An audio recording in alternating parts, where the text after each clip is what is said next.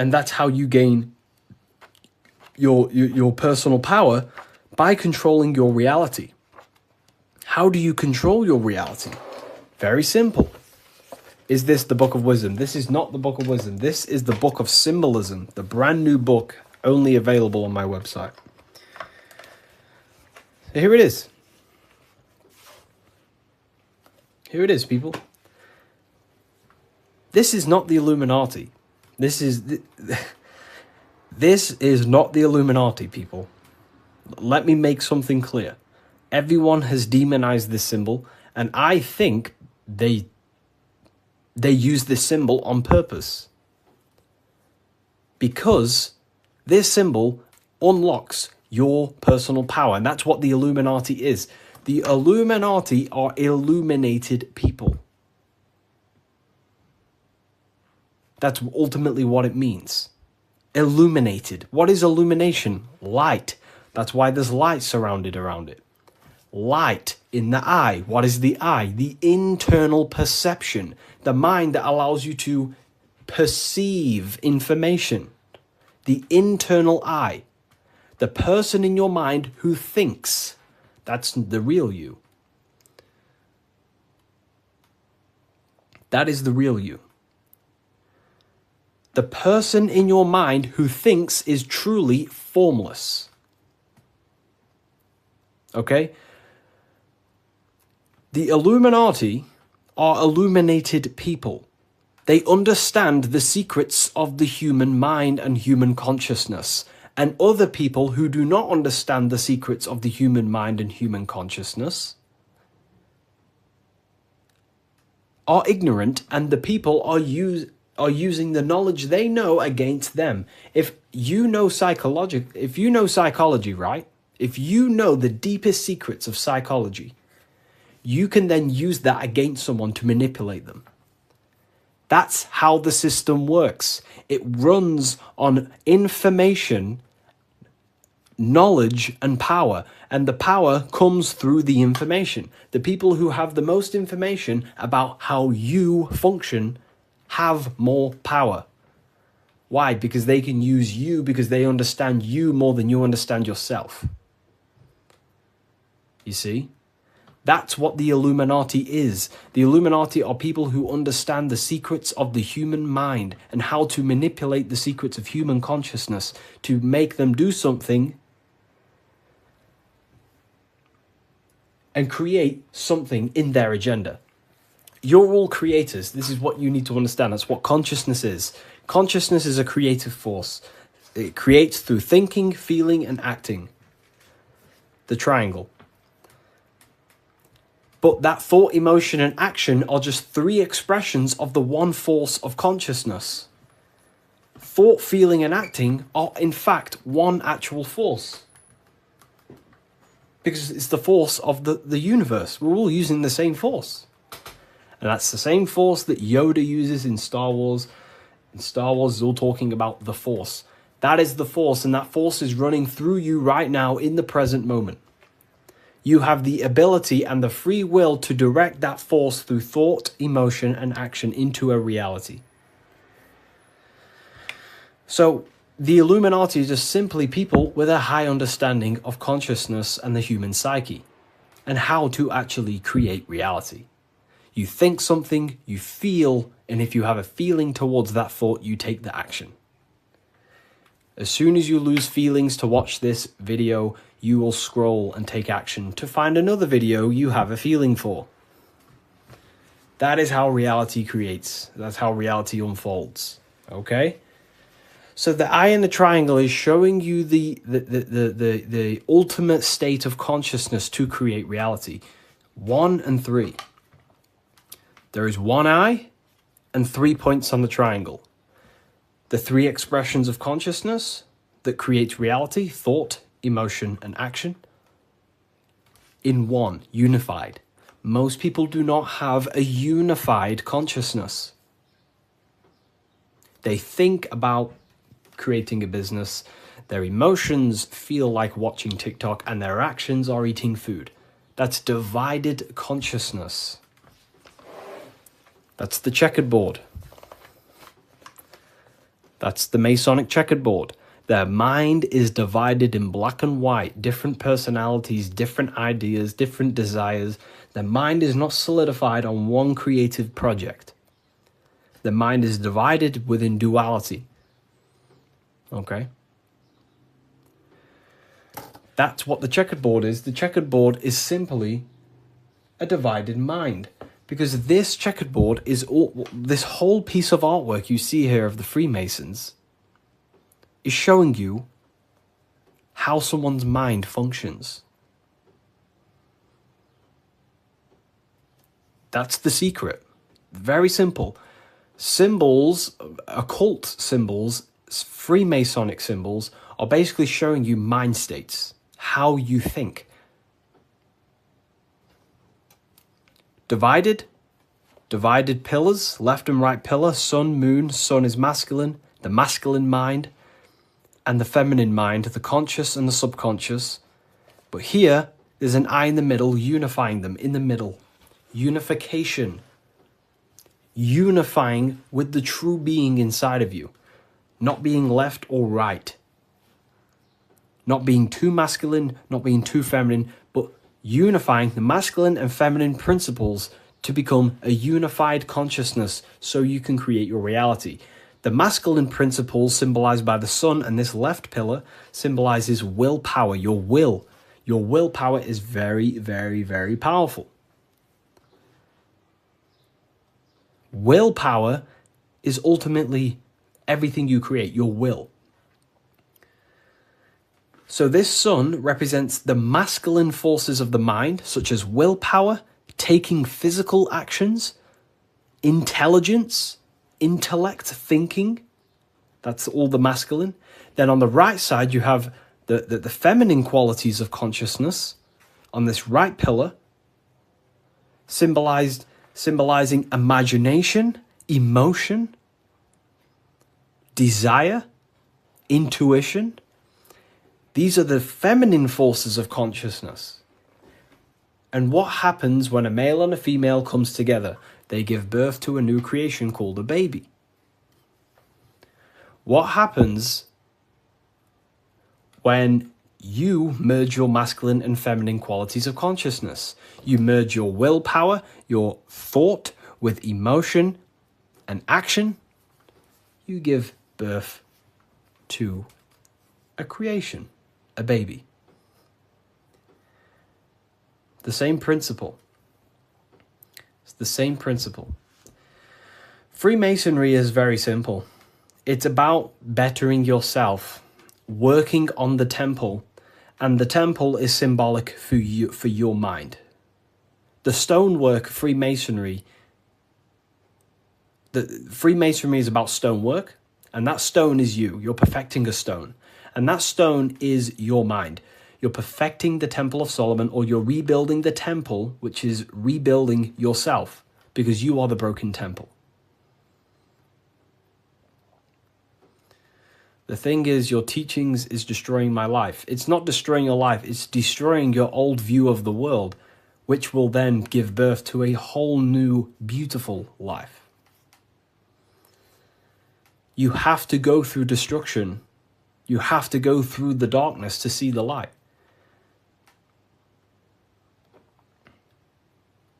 Destruction, creation demands destruction.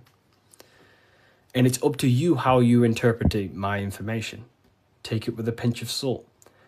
Go and do your own research. I'm not saying everything I'm saying is, take what I say and apply it to your life and see if it helps. But everything I'm telling you here is helping me build myself and build my own reality. But it's very simple. It's about building yourself, because when you create change in your own psyche, you see change in your world. What happens when you start to awaken? You start to think differently. And when you start to awaken and spiritually awake, what happens to your friends? Your friends say, oh, you've changed. You see? So the external world is always mirroring your internal world. If you create change in yourself, you will see a change mirrored outside of you. That is as above, so below. Okay. So, Freemasonry is very simple. It's about yourself. It's about the Temple of Solomon. You're rebuilding the Temple of Solomon. And the Temple of Solomon is an allegory for you. Your mind is the Temple of Solomon. Your body is the Temple of Solomon.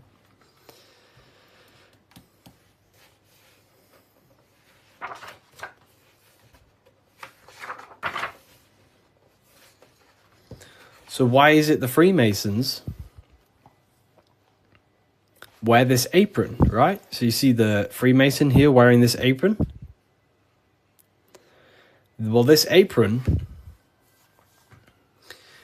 originates from stone masonry. Stonemasons. What are stonemasons? Stonemasons chip away stone, and then they use the stone to put on a building or, wherever. But Freemasonry teaches in metaphors.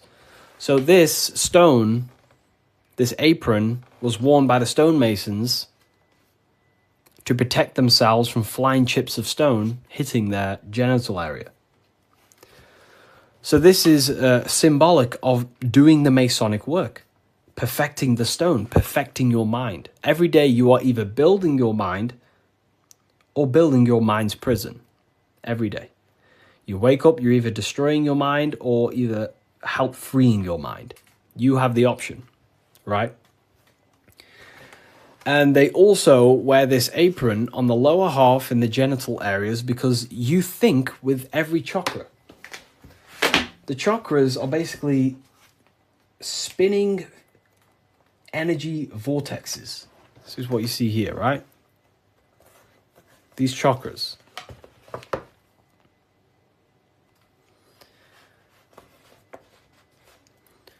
You can think with every single chakra. You think with your head. You can think with your heart. These are centers of consciousness. Okay? These are centers. Each center that you see along your spinal column has a high amount of nerve centers. It's like a nerve center. But that nerve center is then powered by the etheric body. Now, that's very advanced. Not many people understand that. But your body is not just you. You have many subtle vehicles of consciousness, bodies of consciousness, which you'll learn about in the Book of Wisdom, Volume 1. So there is one force in the universe, and that force is emanating through you, manifested in 7 chakras. Anyways, the reason why they wear this apron on the lower half of the body, because it's a reminder to cover up, to stay conscious of their lower self. Because this is the lower self of the lower half of the body, and this is the higher self in the higher part of the body. If you think with your genitals, all you think about is sex and eating. If you think with this lower half of the body, you will only, think about sex, eating, and power. So they wear this to remind themselves to conquer their lower nature, their animalistic state. Because the Mason is aware that they need to build themselves to a higher consciousness, to the higher mind. They need to align their will and mind with the higher mind. Because ultimately, the reason why all of these teachings stem from is because it's preparation for death. This is where all this comes from, okay? You never die. This is the truth. In the daytime, you're in your physical body, and in the nighttime, you're in your astral body, and it's just a massive cycle. So daytime is life, nighttime is death. Wintertime is wintertime is death, summertime is life. As above, so below. It's just bigger and smaller, right? So, with that being said, you never truly die. You are not the physical body. You are the internal being in your mind who thinks. You are not the thought. You are the one who hears the thought. The thinker. The knower. You are the being inside your mind. not the being outside your mind, which is this physical body. So Masonry is about working with that internal self, mastering that internal voice, because that is the architect of your reality. The internal dialogue. That is the stone that they're working with. They're chipping away at, they're perfecting, they're smoothing. The inner dialogue. No one pays attention to this. The inner thinker, the being who is thinking in your mind. Who is that being? Who is the person in your head? It's not your body. Your body is acting out the commands of the internal being.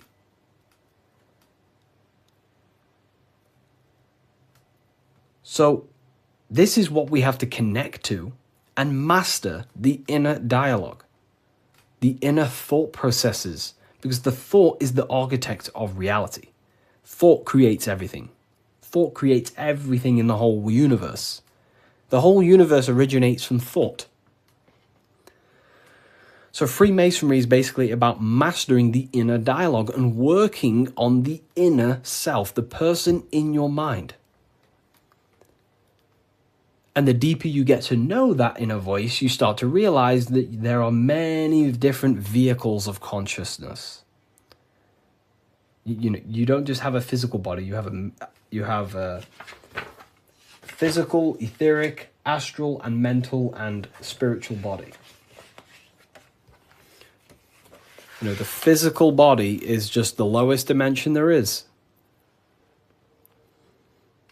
The physical plane is the lowest dimension there is. Your mind operates above all of them. A thought is just a thought. It has no true form. That thought takes on the body. That thought wraps itself in imagination. So the thought alone is just a thought. But then that thought then wraps itself in something we call astral matter, which is your imagination. The light, the screen in your mind that allows you to vision a specific object. The thought wraps itself in astral forms. That astral form becomes like an emotion in your heart because you want to then take action to generate that mental image you created. Then it turns into a physical reality once you start to take the action to fulfill the desire of that mental image you created. So these are the many different vehicles of the mind. And the mind is not just in the brain. This is the whole wrong thing with science. The mind is not the brain. The brain is just a physical computer to decode the commands of the mind. The mind is not even touching the physical world. The inner dialogue is not in the physical world. The true you is a higher dimensional being. Okay? The inner dialogue. And we're working with that inner dialogue to master it, to ultimately master your reality. So again, Freemasonry is all about cutting stone, but it's not about actual stone. This book by Harry B. Joseph, right? Yeah, I am Harry B. Joseph. I wrote these books myself. This book is my brand new book, the Book of Symbolism. And it's only available on my website. You will not find this book anywhere else. The Book of Symbolism.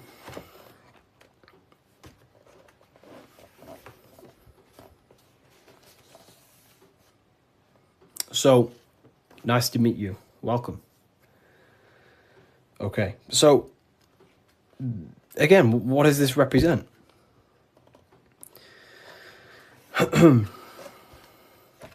The rough stone is a symbol of the self, the unrefined self, the unenlightened aspects of our mind. So the rough stone represents the uncontrolled aspects of our mind. We have many different versions of ourselves in our minds, right?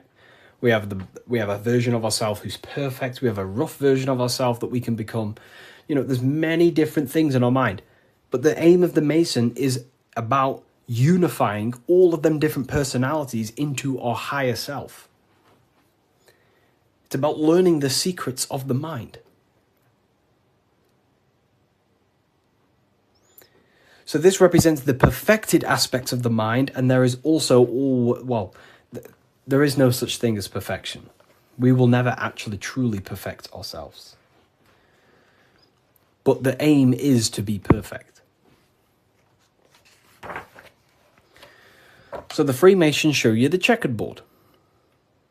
I'm ordering all your books this week. Oh, wow, thank you.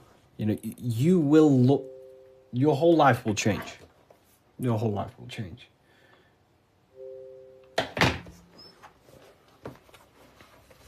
Okay.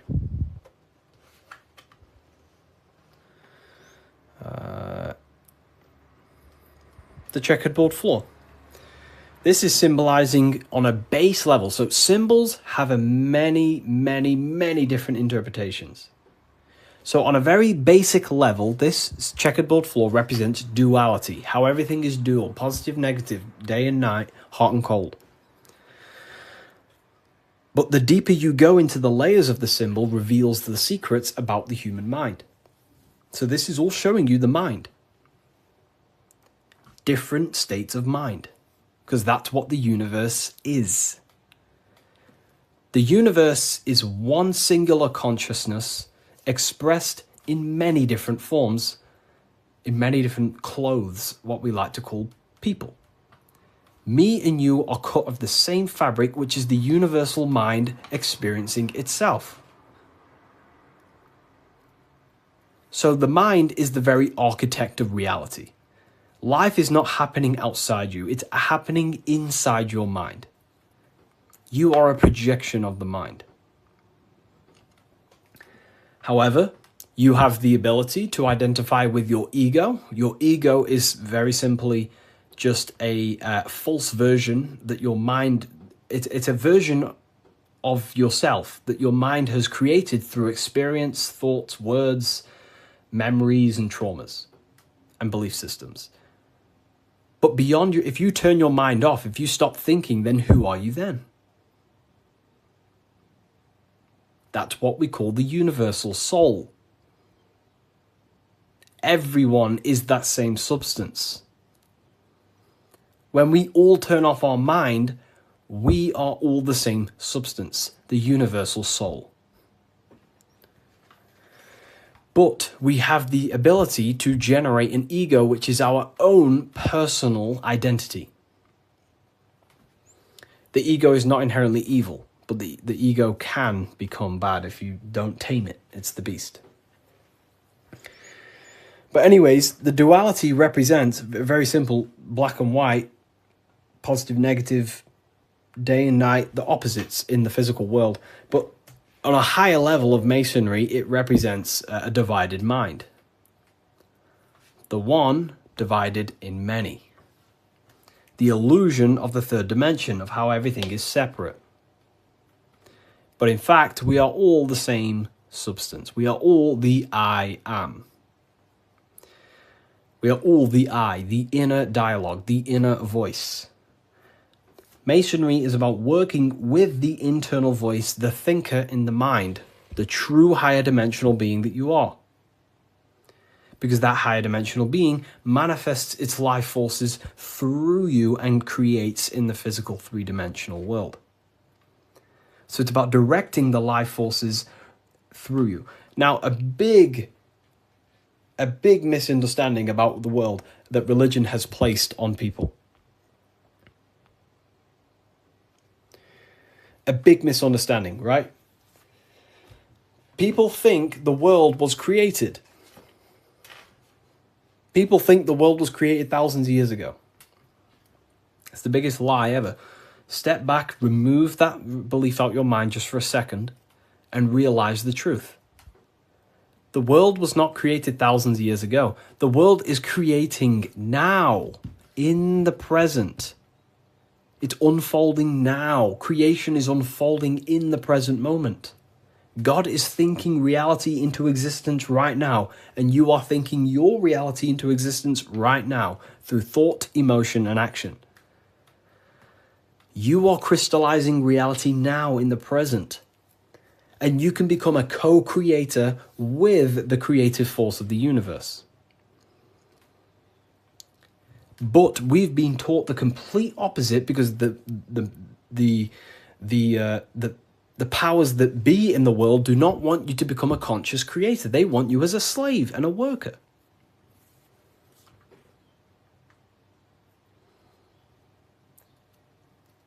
You see, so we have to understand that we are all co-creators of this world. We're all contributing towards the building project of Earth right now. But the elites make you think that the world was created thousands of years ago, and now you're just experiencing it. Now you become an experiencer. You're not an experiencer. You're an experiencer and creator. You mold it. And when you do not understand this, someone else who does understand this will use you to create their agenda. Because they understand this. And look what's happening in the world today. We are creating the agenda of the government. Why? Because we believe their lies. We don't have to, but we choose to. We all have free will. Everything else is just an illusion. Money is an illusion. It's a belief in the mind. Harry, are you a part of Freemasons? I am not. And if I ever do, I will be transparent about that.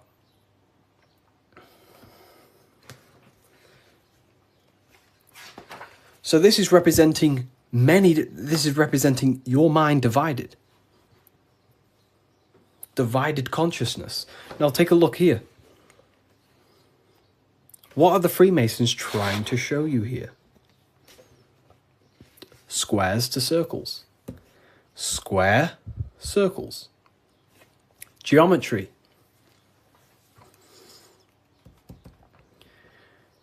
Geometry. Harry, my book came, thanks. It's a pleasure. It's an absolute pleasure. Enjoy the book. Take your time, read through it, enjoy it, read it over and over.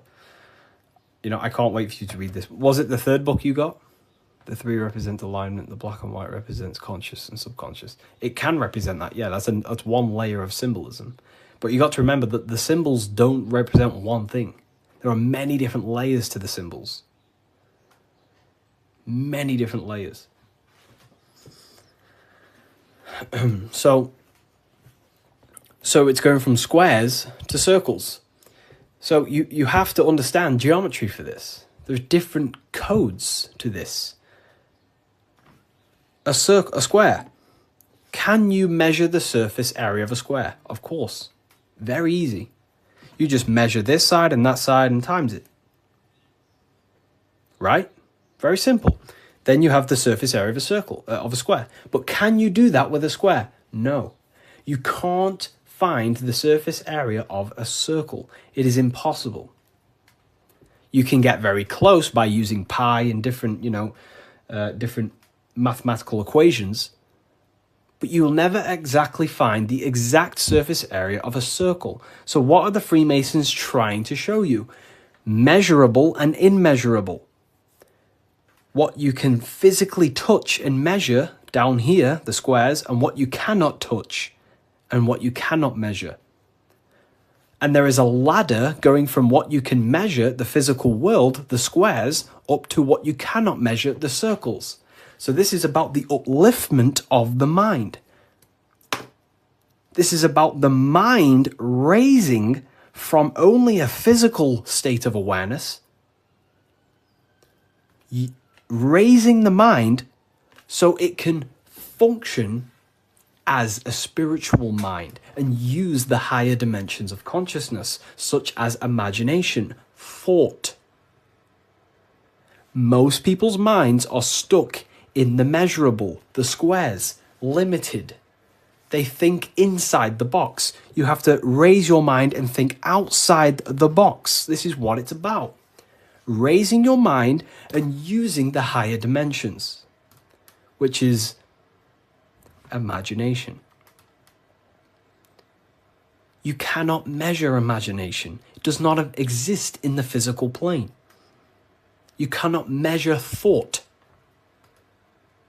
It does not exist in the physical plane. So it's about raising consciousness to actually use the cognitions of the mind. Most people are not using the mind. Climbing in consciousness. We're going from squares to circles, measurable to the immeasurable. Okay? And that's the key. Look at the key. How do you go from the circle, the squares to the circles? You got to go through the woman, the green woman. Who's the green woman? Who is the green woman? The feminine. The feminine aspect of consciousness. You cannot just go from low consciousness to high consciousness. It is impossible. It takes a lot of work. Doing work on your mind is way harder than any labor or work you could possibly imagine. The work on yourself is not easy. And I never say, I never have, never will say it's easy. It is very, very, very difficult to change your mind because it is literally programmed. Very difficult. So you have to go through the woman. And what's the woman? The care, the desire. You have to have a desire to climb the ladder. You have to have the love and the care to do so. If you do not have the care, you will not climb the ladder. If you do not have the care to watch this live, you will continue scrolling. You have to come into contact with the feminine, the heart. You have to care to reach the higher consciousness, to take the actions that are necessary to generate that consciousness. That's the key to open the door to the upper room Jesus mentions. Jesus is always talking about the upper room, the kingdom of heaven. This is what it is. It is a higher state of understanding. A higher state of self-mastery. That is what it's all about. So in order to climb the ladder from the immaterial to the material to the spiritual, you have to care. If you do not care, you will not reach that higher level of consciousness. Because why? It takes a lot of self-work. A lot of work. A lot of reprogramming the self. A lot of meditations to gain control over the inner dialogue. A lot of reflection. A lot of sacrifice. Yes, very well said. Very well said, Timon. It takes a lot. It's not easy. Constructing, working on your mind. It's very difficult. And you don't see the benefits for a very long time. But when you do start to see the benefits, the benefits are massive. So this is what it's about. It's you. This is all you. And what are we chasing? We're chasing the I. What's the I? The I is the eye is open. It sees. That's the inner observation, the inner being who observes everything, observes the thoughts, observes everything. But we're chasing a higher I, a higher perception of ourselves by raising consciousness, a higher understanding of what you truly are beyond your human form, which is a higher dimensional being. We're chasing the I. The I is a higher perception of ourself. Yes, very well said. You see? So this is what this is why if you read symbols, you become very powerful. That's why I wrote a whole book on this. So you can learn this too. Everything I've said and more, you can learn. The Book of Symbolism, the only place it's available is on my bio. revivalofwisdom.com. I just released this November 17th. But it breaks down everything about Freemasonry, of how you can learn this knowledge and gain a higher consciousness. But anyways, if we get this to 50k, I will drop some coupon codes for you all, and we'll carry on. I'll drop some coupon codes so you can save some, some money. And we have worldwide, we have, this is powerful knowledge. powerful, powerful knowledge. What do you think about the Golden Dawn? I have a friend, well, not a friend, but I know him through, he's an Instagram creator, and he went through the Golden Dawn system, and he is a very famous author now. You've probably heard of his stuff. It's called The Serpent Rising. He went through the order of the Golden Dawn, learned about Kundalini and stuff like that. Golden Dawn Society, yeah. How can I buy your book? There's no link in your bio. There should be. There's a link in my bio. Revivalofwisdom.com is the only place you get the Book of Symbolism in English, French, German, Italian, Spanish. Okay, so let's carry on, right? So we've broke this down. You now understand that we're going from squares to circles, which is going from the measurable to the immeasurable, changing the mind from a state of reaction, because this is, okay, the circle cannot be measured,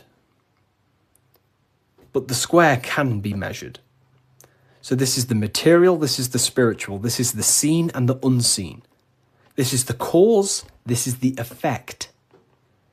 The cause, effect. What does the sun do? The sun causes effect on the earth. This is why there's a sun here. It's showing cause, effect. The sun produces changes in the plants and the nature on the earth, which means as above, so below. The cause is above, the effect is below. So this is talking how to change the inner dialogue of yourself, the inner self, the inner voice, from a reaction mind to a demanding causal mind. Most people live in reaction mind, the square. They're reacting to the world outside of them, when the world outside of them is simply the effect. You cannot change it. It's already affected. It's already manifested. The only thing you can do to change the world is to change the cause. The inner world is the cause, the mind is the cause, the external world's the effect. The inner world is the cause, the external world is the effect. Most people have something bad outside them. You know, I'm not perfect. I'm not saying I've reached the highest level of consciousness. You know, I'm still working on myself, and I'll always say that.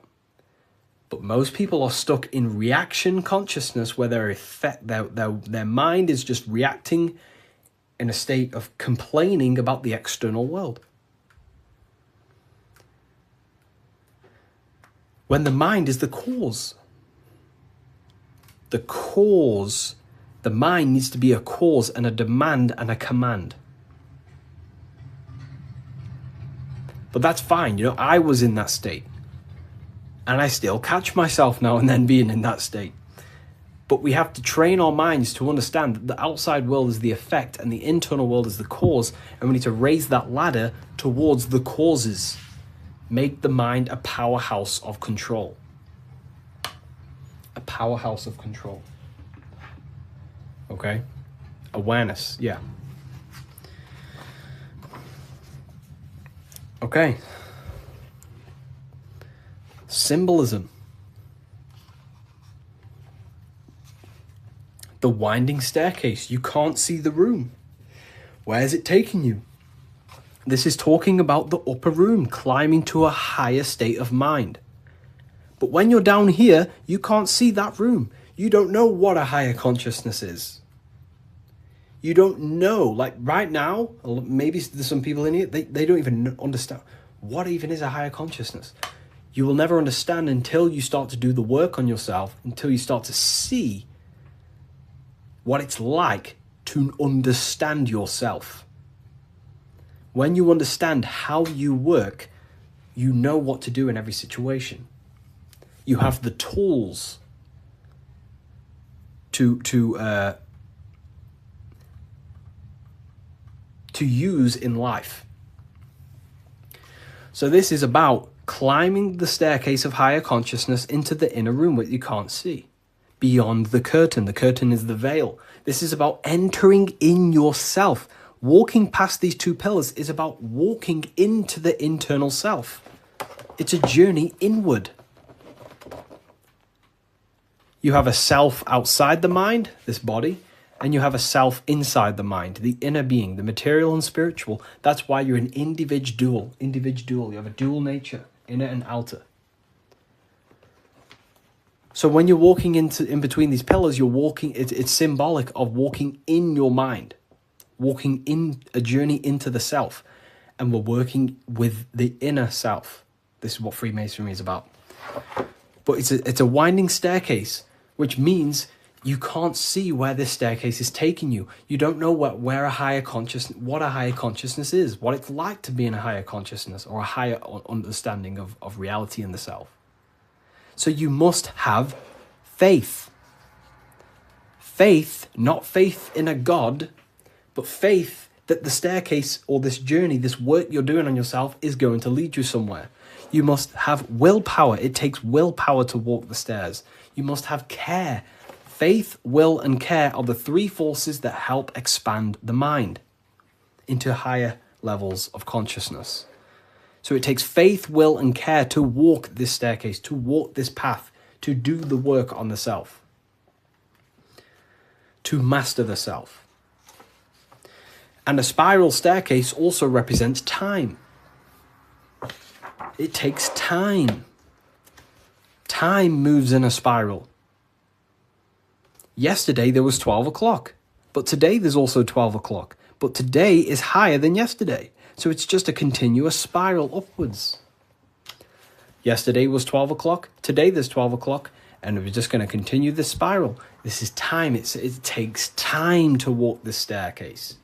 It takes time to reach a higher consciousness. It takes faith, will, care, and time. It's not an overnight process. Okay? So I hope this understands, hopefully you people are taking this on. Darkness to light. This is a massive phrase in Freemasonry, from darkness to light. But what is the darkness? Darkness, you can't see. When the room is dark, your eyes can't see. Symbolizing ignorance. There are parts of yourself that are in darkness. You are not aware of these parts of yourself. Most people are not aware of their imagination and the powers of the imagination. That means it's in darkness. Darkness to light is about becoming conscious of the things inside you, the aspects of yourself that you may not be aware of. Exposing a light. If I turn on a light on something, you expose it. You see it clearly. So Freemasonry is about going within the self and finding the things that you are unaware of and becoming conscious and using them as tools to help you in life. Your imagination is a guiding force to shape your future. Your intuition is also a guiding force.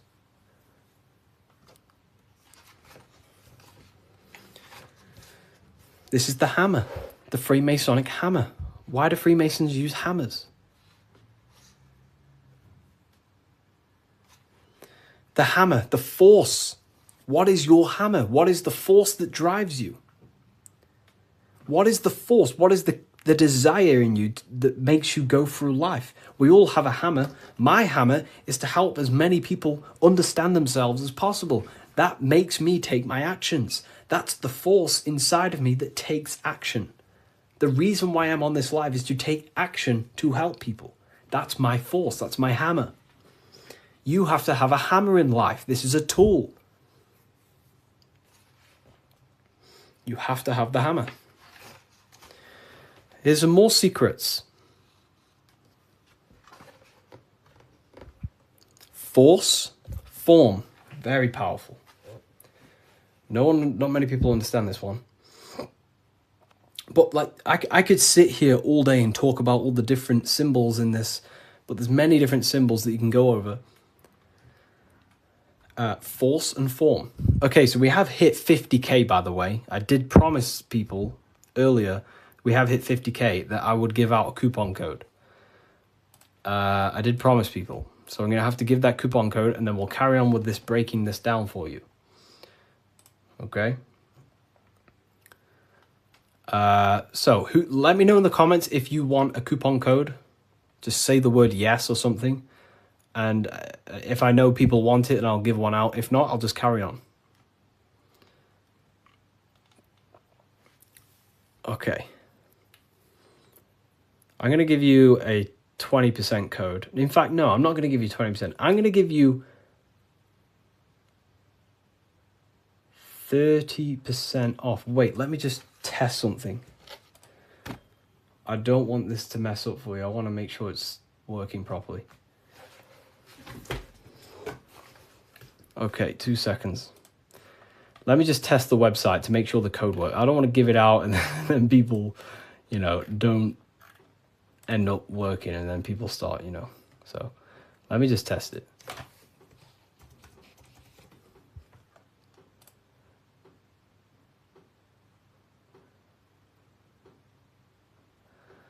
Okay.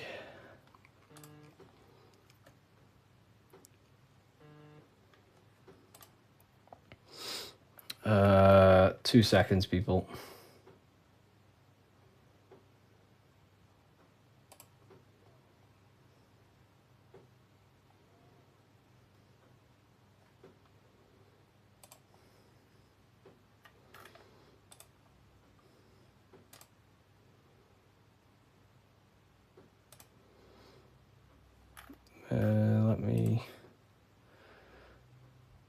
You said 50%. I didn't say 50%. I said if we hit 50k likes, I will give a coupon code. And that's what we've hit, 50k likes. I can't give 50%, then that would be pointless. I wish I could, but it's literally, I'd probably lose money. I'm just testing the code out for you.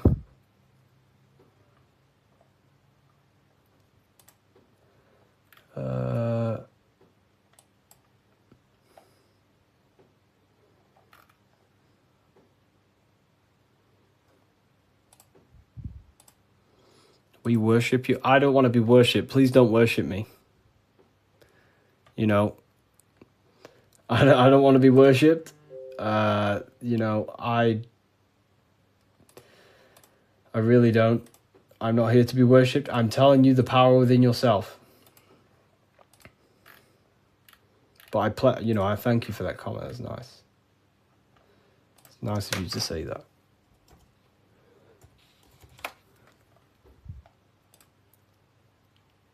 Okay, so it is working. Okay, nice. So the code is working, and the code is, I'm not giving you 20%, I'm going to give you 30%. Do I have a pen? I can write it down for you. The code is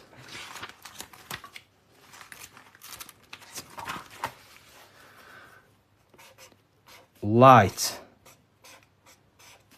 All caps. That's the code.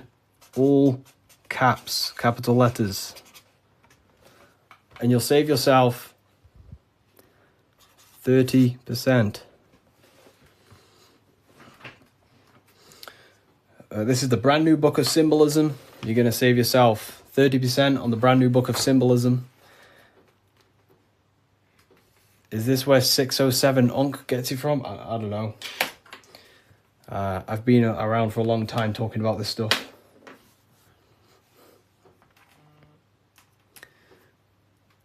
I don't know. I don't know. I don't know where he gets his information from.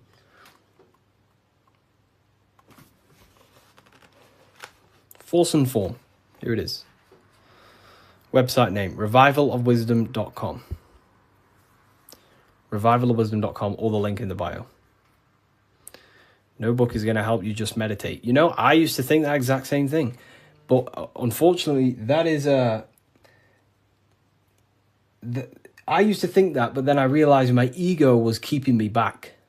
The ego wants to say, I don't need anything. I don't need someone else to tell me anything. But then you have to come to a realization that there are people out there with knowledge way beyond what I knew. There are books out there that I need to read.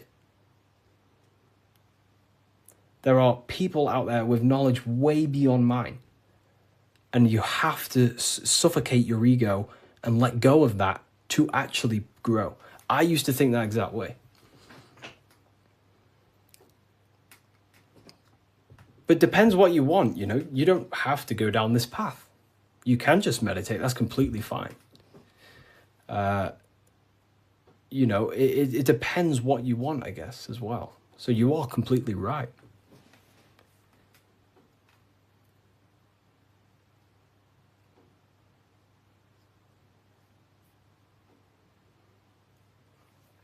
You are completely right. Is there a PDF? No PDF. Physical books only. You know, we ship worldwide. What's your fave part of the book? Oh, yeah, no one's ever asked me that, you know. That's a very good question.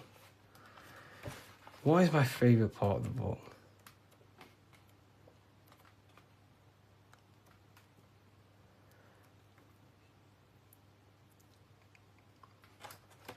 I love this part. I love this part. How quick is delivery? Delivery, it depends where you are. UK is around 7 days. US, pretty sure it's about 7 days. It's a print on demand. So basically, an order will go through the website and then it'll go straight to my suppliers. They print it and then they ship it. And then they obviously send you emails with the tracking information and stuff like that. You know. But this is probably my favorite part. Is it UK based? It's not. So the supplies that I have, they have printing warehouses all around the world. I'm pretty sure they have one in the US, one in the UK. So wherever you are in the world, wherever the order is going to, it goes to the correct warehouse, so it gets shipped in time. That's basically how everything's set up. Because I don't actually stock them all. I mean, I do have quite a lot here. I'll show you. I have quite a lot of them here. These are all Book of Symbolisms. This is what they look like. Explain everything about Freemasonry, pretty much. Everything you can imagine about Freemasonry. That's the first book. That's the second book. This is the brand new one. But this is the one we're going over today, pretty much. They will be on Amazon in the next, I don't know, 2 weeks, 3 weeks maybe.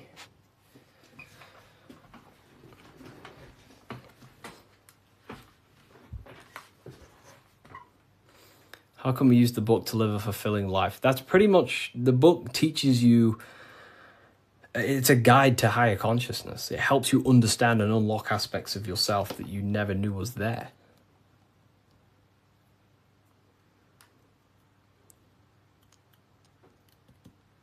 What are the 2 pillars in Freemasonry? Great question. So the first part of this book goes over that for a very long period of time.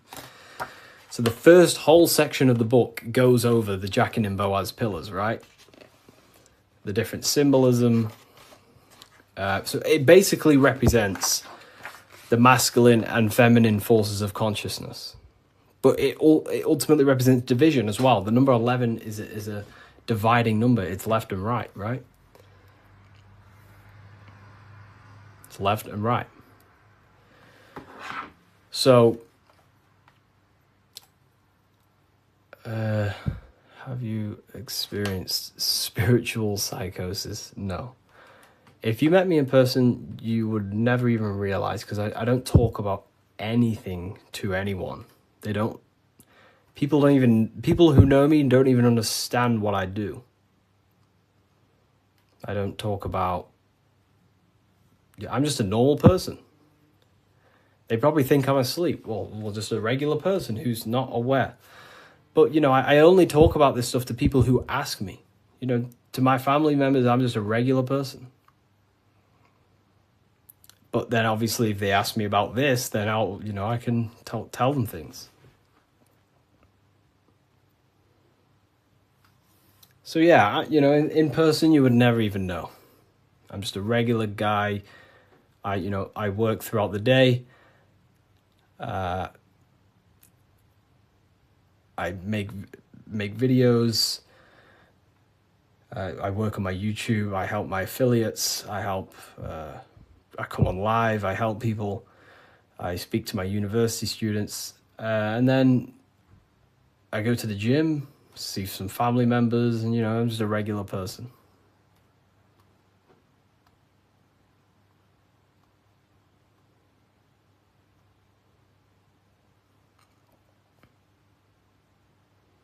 But not regular in mindset. Me personally, I don't agree with making everything your whole person. That's fine if you do that. That's completely fine. We all have different ways of living and expressing ourselves. But I don't find I don't want to make this my whole personality.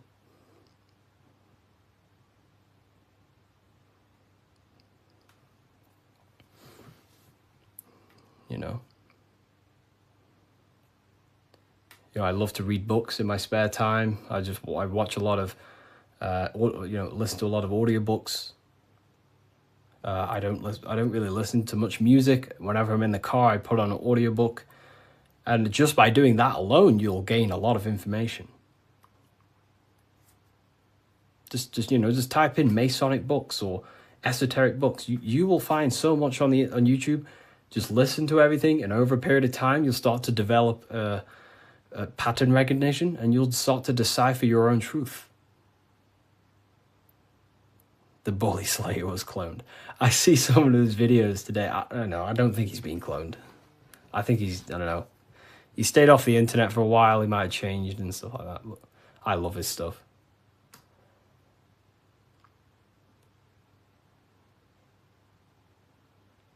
How long did it take to change your reality to your desired reality? Good question. For me, it was, I wouldn't say got lucky because I work very, very hard. I work at least 10 to 11 hours a day most days, but not recently, but before. But for me, there was not many people in this space talking about the things that I do at the time. So for me, it sped up very fast because of that. There's not many people who can give you this information I give you. Of course, there's a lot of people who can give you this information, but they're not, well known or outspoken about it, respectively to them. And luckily, my stuff started to gain a lot of attention, and my life changed in a matter of a year. But it can take longer. For years before that, I was trying many different things. Many different things. But whenever you preach about mind control, I realized I'm in a prison of my own thoughts. Yeah, a lot of people live in their own prison. Like I say, every day you wake up, you're either building your mind, you're either building your freedom of your mind or building the prison of your mind. Every day. You're either building your prison or your freedom. How long have you been on this path, Harry? Since way before 2020. Way before 2020. I was talking about, I can't say the thing on here, but the virus. I was talking about the virus way before 2020. And there may be some people in this live who watched my very first lives. I used to go live all the time. But I was looking into conspiracy theories when I was year 7, year 8. And then I got really deep into conspiracies 6 years ago. And then after about a year of that, I started to switch into esotericism. And then for the past 5 years, since 2020, it's been all esoteric stuff, pretty much.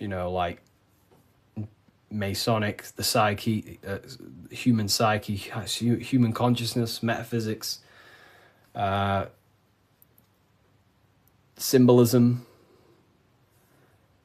So the last 2 years it's mainly been symbolism, because I'm obsessed with symbolism at the moment. But yeah. Do you believe in God, Harry? I believe in a form of energy that gives rise to all things, yes. And we are a part of that energy source, that conscious energy. We are an emanation of that. We are cut of the same fabric of that. It is one consciousness clothed in different beings. Harry, you said faith, will, and care and time. Didn't you say time doesn't exist? Can you explain this? You know, time is the present moment. It's an eternal now. But, you know, that's what we call time, the movement of that.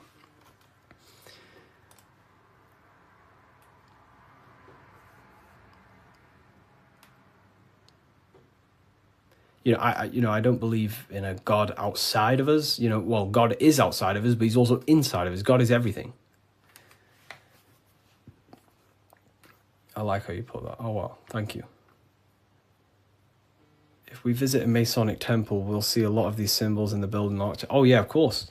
Everywhere. You'll see this everywhere.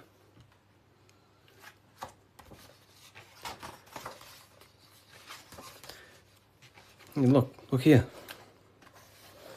This is the gate of Europe. 2 pillars. The gate of Europe, 2 pillars, middle pillar. Here's the gate of Europe again, 2 pillars, middle pillar, with the person in the middle. Here's George Washington, 2 pillars and the middle pillar. You are the middle pillar. You are the middle pillar. You're the middle pillar. You are the balancing pillar between the masculine and feminine. You're trying to combine the 2 pillars, which is the masculine and feminine forces of consciousness. And this is what I say about building yourself. This is the Egyptians telling you the same thing. They're building the middle pillar. They're building the self. They're building the mind. That's what Masonry is all about.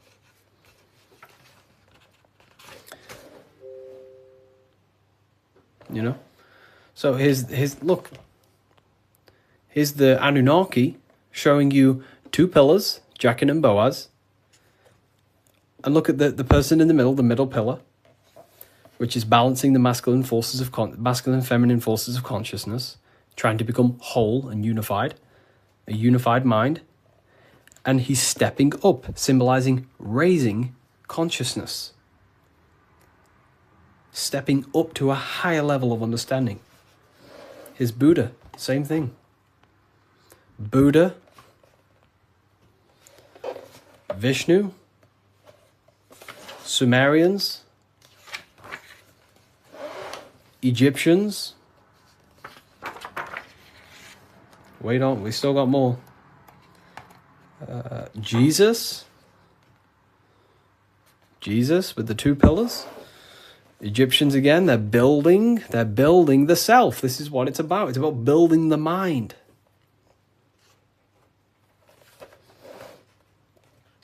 Royal Arch of Freemasonry. Knights Templars. It's everywhere. This symbolism is everywhere. It's in every tradition because this is the universal system of constructing the mind. This was way before religion. This is what it was about. It was the religion of the serpent. The serpent used to symbolize this knowledge about the serpent can shed its skin and transform. So it's about transforming the mind. The serpent was the universal symbol of this spiritual journey. What does the G mean? So here, you see the G. It wasn't a religion of the serpent. I wouldn't say religion, but I in my conclusion, you can take this as a pinch of salt. In my conclusion, I think the serpent, found in every religion, It's the Vatican. It was in the Garden of Eden. It's in every religion you can possibly imagine. There's a serpent, and it's a serpent symbolism all around the world.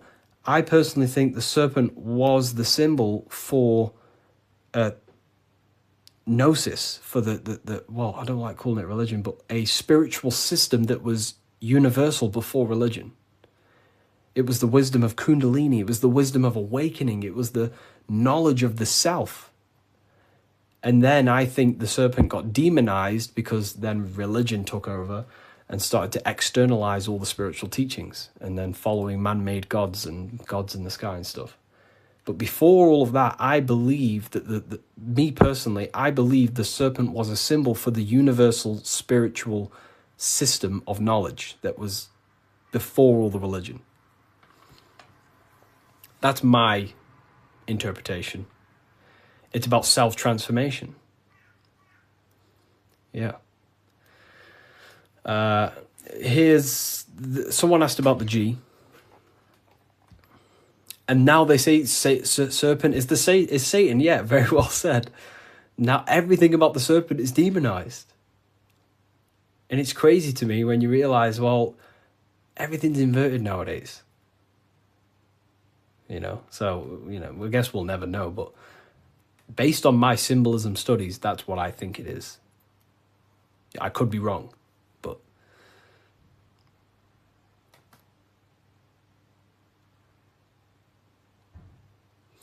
So, okay, why didn't you join Freemasonry if you believe their teachings? It's not believing anything. These symbols are self-awakening. It's not... Everything I teach you is not about believing anything. It's about shedding light on what was there, but you just may not be conscious of it. So, for example, the G, this is a Masonic symbol, and the G represents the force of care, the force of love, the heart, the generative principle, the G, the generating force of reality. That is love. The heart generates your reality. You right now are watching this live because you have a care. You care for the information I'm sharing. So that care is allowing you to take the action to generate this experience you're having right now. So in order to go through the Masonic temple and walk the path towards the light, you have to have the G inside of you, the care to walk that path. If you do not have the care, you will not take the action. If you do not have the care to watch this live, you will continue to scroll. G also doesn't have a numerology meaning. Yes, 7. 7. G is 7. And there are 7 cognitions of the mind. So the G is also gnosis. Gnosis about, knowing, gnosis. Gnosis is knowledge gained through direct experience. So you right now, you're here. You don't believe you're here, you know it. Instead of believing God, you can get to know God by gnosis, by studying the self, by entering trance-like states of meditations and understanding the self. That's gnosis. And in order to gain gnosis, you must have the G. That's why gnosis begins with a G. Because you must have a care to meditate. If you don't care about gaining a higher consciousness, you won't meditate. If you don't have a care to reach the light, which is just a higher state of understanding, you don't have the G. If you don't have the G inside of you, you will not take the actions to walk up this path, up the mountain. It's a difficult path of self-mastery. So that's the G. It's the driving force of your reality. And if you don't have the G, you won't walk up this hill. So the teachings that I teach is, it's about shedding light on something that was already there. Does the Book of Symbolism teach us how to get the G? Well, yeah, the G is just simply your care. Do you care about gaining information? Or do you not? You either have it or you don't. And you can cultivate it. We do talk about it here. all about the G and different symbolic here. So in order to get off the checkered board and rise towards the light, so we're going from base consciousness to high consciousness, from material to spiritual, in order to do that, you have to go through the woman. And what is she doing? She's caring. She's caring for the little baby. So it's symbolizing, in order to go from low consciousness to high consciousness, you have to care. You have to go through the feminine, the heart. You must have a desire in your heart to truly raise your consciousness. That's why there's a woman here caring for a little baby. You have to go through the feminine to reach a higher consciousness. So anyways, is that why religion is against women? You know, there's so much that goes into that. I believe they don't want us in contact with the feminine energy of consciousness. We're all masculine and feminine. We all have feminine qualities. We all have masculine qualities. They suppress the feminine aspect of consciousness because that's what unites. If we all loved each other, we would be united. They don't want us to love each other because that creates division. And divided people are easier to control. If we all united, we'd all realize we can take over the government. So they destroy the feminine because that's all about caring, nurturing, growing as a community and as humans with the earth, caring for the earth and things, but it's just completely demonized nowadays. And now it's just a masculine-dominated world. But Freemasonry says that the G is geometry or God. It's all the same. God, what is God? God is a creator. How do you create something? Through the G, you have to care. If you don't care about something, you will not create it. If you don't care about the live, you will take action to scroll away until you do find something you care about and you take the action to watch it. So it's about generating reality. God, which is a G, which is about care, creation. Geometry is the same. It's all about creation. The mathematical codes. But it's all to do with the G principle, the generative principle. If that makes sense. So most words with G are all to do with care, gift. If I gift you something, it's because I care. I have a G. I have a care towards you, and I'm gifting this.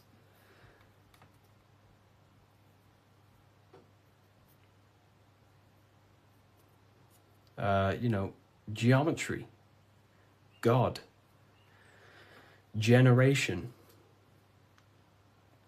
Genesis, it's all about creation and care. The whole world is built on love, and when you see it, you can never unsee it. The whole world is built on love. All creation is built upon the principle of love. That's why the earth is called heart.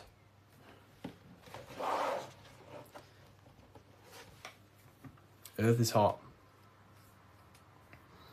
Because the whole world is built through the heart, the love energy. You only take action on what you love. Some people love twisted things.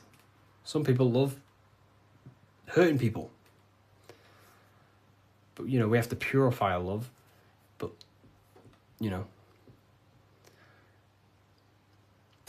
The Book of Wisdom by Harry B. Joseph has really piqued my interest. It's 119 pages of curated spiritual insight. This book has really piqued my curiosity. And regardless if I believe in everything I read out of here or not, I am just so mesmerized by a lot of these topics. It's all, some of them are controversial. Some of them are based in Christianity. Some are not. But it's just a really insightful book. And I'm super excited to check it all out. If you want to check it out too, I'll link it for you. Get your copy. Visit bookofwisdom.com. The Pope is supposedly opening 5 portals on Christmas Day. Now, I know this video is a bit late, but I'm going to be commenting on what I think this symbolism and this ritual truly means and what they are trying to do to society with this symbolic ritual. So, the first thing we must understand is that everything these people do on a mass scale, all of these major events that they take place on, are all symbolic. They're all ritual. They all have purpose. Okay? So when we look at the locations of these 5 doors that are in Rome, we actually see the sigil of Lucifer when we connect the dots of all of the 5 door locations. This is the sigil of Lucifer. Lucifer is not what you think. Lucifer, sigil of Lucifer, represents the outline of the human brain and our visual perception field. Now, the human perception field is how our brain interacts with the external reality. Our external reality is not physical. The only thing that exists outside of you is pure energy, formless, vibrational energy and light. Your brain is an energy decelerator. Your brain decelerates this light, this energy, into a material reality or perception that you can interact with. You don't look into the external world. The energy, the light enters the eye retinas, goes through the optic nerve, and travels to the back of the brain called the visual cortex. And the visual cortex is what shapes your visual screen. Now, if you are seeing the screen, this means that you are not the body, you are not the brain, you are the perception observing the screen that you are seeing. You are the eye behind that, you are the person behind that. So, what this is actually symbolizing is perception. This is a symbol of perception, of perceiving the material plane, of how spirit interacts with matter. Now, what's Lucifer? Now, the word Lucifer means the light bearer. He's known as the light bearer. The word Lucifer originates in Latin. Luci means light, and fer means to bring. It's the light bringer. The eyes, the visual perception of the light bringer to your reality. You see, everything outside of you is light. You are made of light. The word hue man means light. Hue means color, which is a form of light. And man means manifest. We're light manifested into material form. Every single one of us is Lucifer. When we fall for the material world, the external world, is an illusion. It is the false world. It can elude you. It can make you fall in love with the material things, material pleasures, lust, money, fame. These things make you fall. This is the fall of Lucifer. This is the mythological story. This is the symbolism behind Lucifer. It's you. Are you falling for material pleasure because you are a divine spiritual being from the higher planes, not from this plane? Now, if you let your divine being fall for this material plane and fall for the evil that can take place in this plane, then you are Lucifer. It represents the false light, the false reality. This symbol, the sigil of Lucifer, it symbolizes the interplay between light, consciousness, and the perceptual experience of the physical reality. The external world is truly internal. What we visually perceive is essentially light waves carrying information, which then gets processed by our brain, the central computer of our nervous system. Okay? So, how many doors are open? 5 doors. So, 5 is the number of perception as well.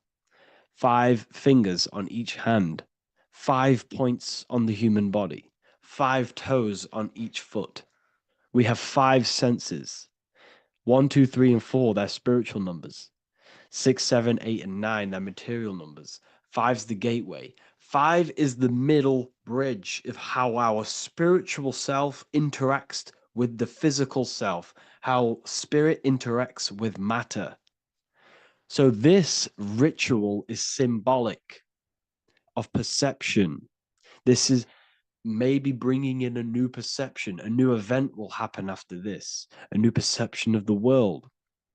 Or personally, I think this ritual was to obviously shape the collective consciousness, because your reality is an externalization of your inner consciousness. It's simply just a mirror. Your material life, your material world outside of you is simply a mirror reflecting with mathematical and geometric precision of your internal consciousness. Your consciousness is creating and causing the effect called reality, physical reality. Your life is a result of every thought you thought in the past. Therefore, with that being said, everyone who perceives this ritual of, oh, the Pope's opening 5 spiritual portals, who's letting in demonic energy into the world, they're going to let demonic energies and demonic spirits all in the world. Well, what if I told you the only portal they're opening is a portal in your own mind for negativity? By you believing in negative forces coming into the world and going to possess everyone, that's opening up your own mind. The collective spiritual community has been brainwashed in thinking there's going to be demonic energy. Therefore, what will happen? There will be demonic energy. Not because the Pope opened up a portal to the demonic energy, it's because everyone opened up their own minds to the demonic energy. Therefore, we as a collective consciousness shape the external world on a macrocosm scale. For example, the microcosm is your personal life. Your personal life. You have created it through consciousness. Your belief system is just externalized in your world. But on a collective scale, we all believe in money, for example.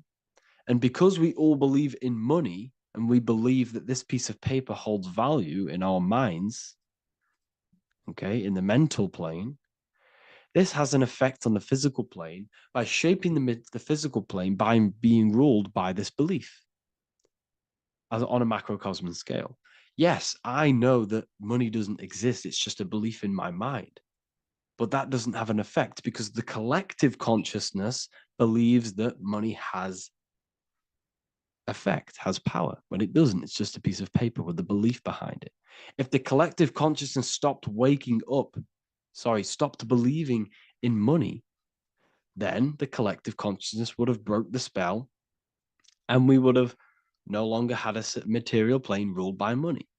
You see, our beliefs is ruling and shaping our physical plane. This physical world outside of you is truly just an effect of the mind, an effect of our consciousness, our inner world.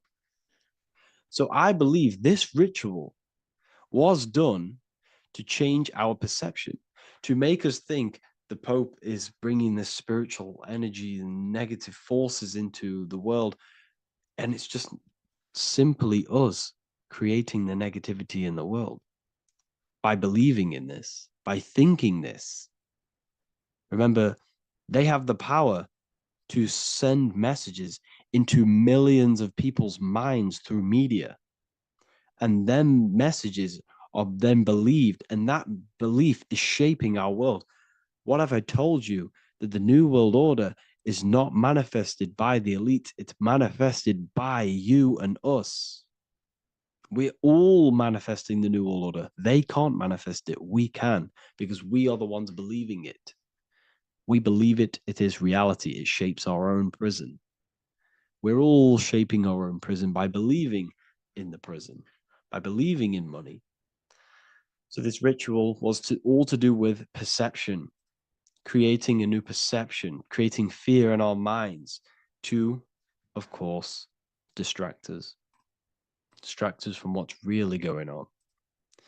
This is all a ritual to implant messages in your own mind. So I hope you all understand this video, and I hope you all gain some insight, and I'll see you inside the university.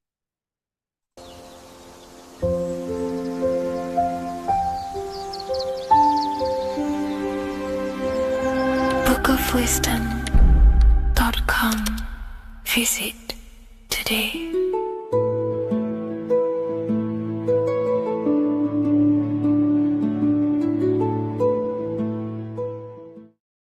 Welcome to Revival of Wisdom. Welcome people, we're back with another video, and this video is about Freemasonry and their connection to the Illuminati. Please, as always, to make sure to hit that like and the subscribe button and turn on the notifications to never miss a video. On May the 1st, 1776, the founder of the Illuminati, Adam Weishaupt, founded this secret organization, and this date can be found in Roman numerals underneath the all-seeing eye pyramid on the $1 bill. This $1 bill also says Anno Coptus Novus Ordo Secularum. This is Latin for announcing the birth of the New World Order. This New World Order will be headed by Lucifer, the all-seeing eye, and followed by the 13 layers of bricks for the 13 elite bloodlines. So your Orsini's, Rockefellers, Rothschilds, Soroses, and the other 9 elite families. So when Adam Weishaupt created the Illuminati, he made it consisting of high-level degree Masons, French and Latin philosophers, and many more powerful people to all become one society. So this is why you see Masons using this same symbol of the all-seeing eye inside the pyramid. But not all Freemasons are part of this Illuminati secret society. As the 33rd degree Freemason Manly P. Hall said in his book The Secret Teachings of All Ages, Freemasonry is a fraternity within a fraternity, an outer organization concealing an inner brotherhood of the elect. So what he's saying here is that Freemasons have to go up the degrees of Freemasonry, and once they hit the top, they either get elected or not into these secret societies like the Illuminati, Skull and Bones, and Knights Templar. So when you see celebrities doing this one-eye symbolism, either covering one eye, doing the triangle, or doing 666 over one eye, this is showing and reflecting the symbolism of Freemasonry. They have taken the oath to never speak on anything they learn about Freemasonry. Duncan's Ritual of Freemasonry book states the oath they have to take. Quote, I ... of my own free will and accord, that I will hail, ever conceal, and never reveal any of the secrets, arts, points of Master Mason's degree to any person whomsoever. All this most solemnly, sincerely promise and swear. Now, this is what happens when they break the oath, stated in this book, quote, myself severed in two, my bowels taken from thence, and burnt to ashes. So this states that Freemasonry comes first, before any law of the land. It has the right to kill you if you break your oath. This is the hand gesture they have to do every time they enter the ritual room inside the Masonic lodge. This is the cutthroat symbol, showing you and reminding you of the oath and what will happen if you break it. Now in this book, Richardson's Monitor of Freemasonry, it states, if you break your oath, binding myself under no less penalty than to have my throat cut across, my tongue torn out by the roots, and my body buried in the rough sands of the sea. If they do not decide to kill you, this book states this by pointing him out to the world as an unworthy vagabond, by opposing his interest, by dearranging his business. In other words, they have the power to frame you and destroy your reputation to the world, and destroy your business if you break this oath. So yes, they do kill to keep this truth hidden, because this truth of this reality is what keeps them in power. They have the ability to manipulate people because people do not know what manipulates them. This is why they call themselves the government. They govern the ment, which is the mentality, because the mind is the root cause of reality. They control what you perceive to control what you manifest. By knowing the truth, you are set free, and you no longer need no controller above you. So this is why they are willing to kill and do whatever it takes to keep the truth concealed within these high-level degrees of masonry and these secret societies. However, going back to Manly P. Hall's book, it states, part of the symbols are displayed here to the initiate, but he is intentionally misled by false interpretations. So this is saying even Freemasons are intentionally misled and told lies to conceal the truth, to make sure the truth is hidden in the high degrees of masonry. So that's it for this video, guys. Thank you all for tapping in. Please leave a like and a subscribe. God bless.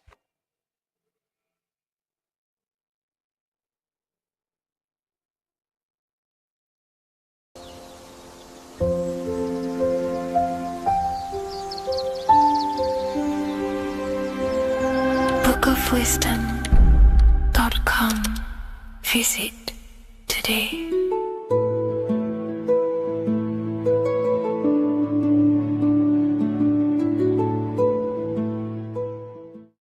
The Freemasonic square and compass is not just a symbol that represents Freemasonry, a lodge, or a secret society. It is a symbol of gaining your own personal power. Now in this video, I'm going to be breaking down this symbol in the most detail I can possibly go into. Most people live in a state of illusion. They live their life impulsively, acting based on their five senses, tasting.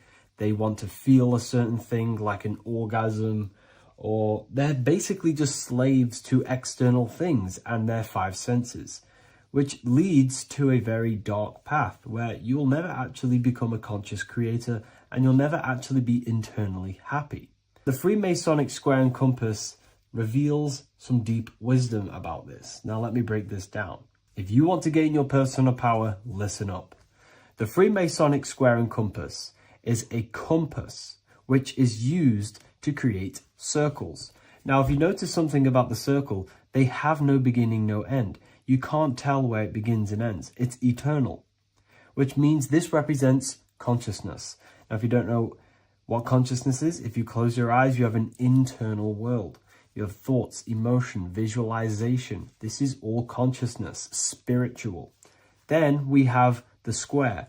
The square creates squares or lines, which represents matter. It has a beginning and an end. You can quite see where the beginning of the end is, right? So we can even link this to Leonardo da Vinci, the Vitruvian Man. We see the man in the square with the circle. The circle is the eternal consciousness, and the man is the square, limited to the physical world. But consciousness is not limited. That's why it's outside the square. This is eternal. The body is mortal. The body will die. Consciousness will never die. If we look even closer at the symbol, we notice in this particular symbol, we have the compass overlapping the square. This is very, very symbolic. This represents spirit over matter, also known as mind over matter, consciousness over matter, the circle over the square. Like I mentioned earlier, most people are slaves to their senses. They go through their day and all they do is chase validation and feelings. They eat all day to feel good, which means they're slaves to their taste. They're slaves to their feeling. They masturbate, which means they're a slave to orgasms and external things. They're literally being governed by the external world controlling their internal world. They're literally living life on autopilot. And don't get me wrong, I was guilty of this too. We're all guilty of this when we join this world because we're not taught this sacred knowledge. Until you actually stop and recognize this, you'll be living life on autopilot, literally not even living. You'll be running off subconscious programs, seeking external validation, and being ruled by these 5 senses. The square underneath the compass represents consciousness on top of matter, which means the internal world is controlling the external world. It is the mind controlling matter, and not matter manipulating the mind. In the occult and esoteric world, it's very important that you are conscious of every action that you are taking in your day-to-day life. Never act subconsciously. Always be conscious. What are you thinking? What are you acting? What are you giving your attention? All of this is contributing towards creating, because you are a creator. Consciousness is a creative force. You need to make sure that the compass is on top of the square, that your inner world is controlling the outer world and not the outer world controlling the inner. As I've mentioned in many videos before, the internal world of consciousness is what's producing the external world. Your life is just a result of every thought and emotion that you felt in the past. Everything you own, everything you possess, your friends, are all reflections of your consciousness. They're all reflections of what you are thinking about. When you change your thinking, your external world starts to rearrange itself. On a basic level, this symbol represents the combination of spirit and matter. You are a spiritual being and a material being. You are heaven, the sky, and earth, the ground. You are heaven and earth, spirit and matter infused into one. You are a bridge between the divine and the earthly worlds. And you can bring down these higher realms of consciousness, thought, imagination, and emotions into a physical, tangible reality. To do this consciously, we need to make sure the external world is not manipulating the inner world. Because if your internal world is being controlled by external circumstances, for example, you have a circumstance happen in your reality, an emotion triggers inside of you, and that emotion is a command to create more of that. And the thoughts that you think are creating more of that negativity. So it's a constant cycle of negative manifestation if you let the external world control your internal world of consciousness. So we need to make sure the compass is on top of the square, that the internal world are commands and not reactions to create your external reality. And not only just to create, but to actually enjoy life. If we let the external world bother our internal world, this means that we have some sort of mental or emotional attachment to the external world. We need to detach from the external world. Why do I say that? Because it's temporary. It's an illusion. We are going to die one day, and none of this will matter. You need to understand that everything in this world is temporary. You have to be okay with losing things, losing family, losing things in this world, because it's guaranteed to be temporary. We need to make sure the internal world is order and not chaos, commands and not reactions. Now, at the back of the Book of Wisdom, Volume 2, the book that I've wrote here, I go over the different meanings of the different arrangements of the square and compass. Sometimes we see the square overlapping the compass, which is the opposite of what we've just broken down. Or sometimes we see one leg of the compass on top of the square and one leg of the square on top of the compass. These are all highly symbolic. When we see the square overlapping the compass, this pretty much represents the beginning of the Freemasons' journey, when their internal world is being controlled by the external. They have a lot of spiritual growth and a lot of learning and inner work to do.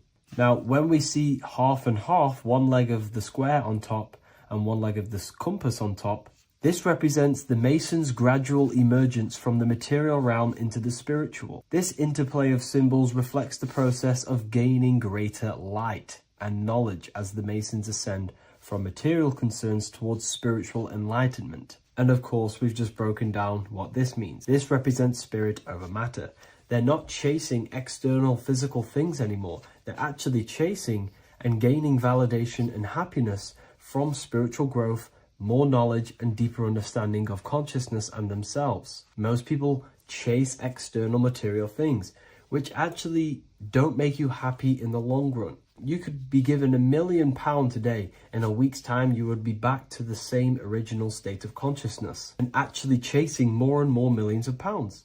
because nothing physical in this tangible world will ever satisfy your internal world of consciousness. So through spiritual growth, we can actually become happy and seek higher understanding, higher consciousness, which actually satisfies us eternally. So when we see the compass on top of the square, it symbolizes the triumph of spirit over matter. This arrangement not only signifies the mastery of spirit over the material realm, but also represents the resurrection, ascent, and dominion of spiritual principles over all earthly conditions. It's all about gaining personal power and spiritual growth. It's all about spiritual evolution, going from matter to spirit.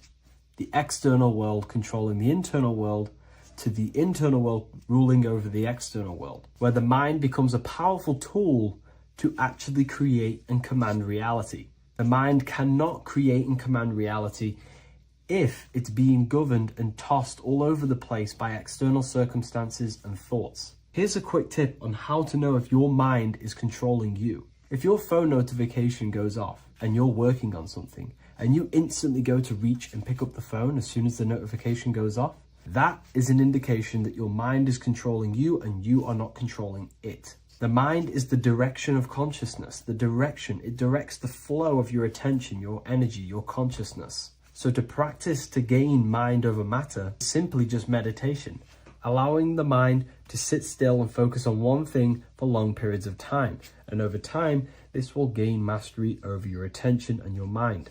If you are on your spiritual path, this should be your goal, your internal world becoming the master. The mind becoming a vessel for you and not a vessel controlling you. It needs to become a command center and not a reaction. Please like, share this with a friend, and subscribe to the channel if you're new. Leave a link in the description for the Book of Wisdom Volume 2.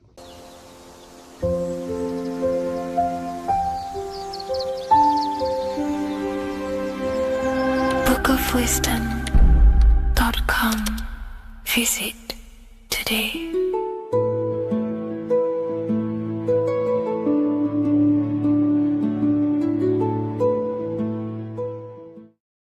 Welcome to Revival of Wisdom. Today, we're going to be talking about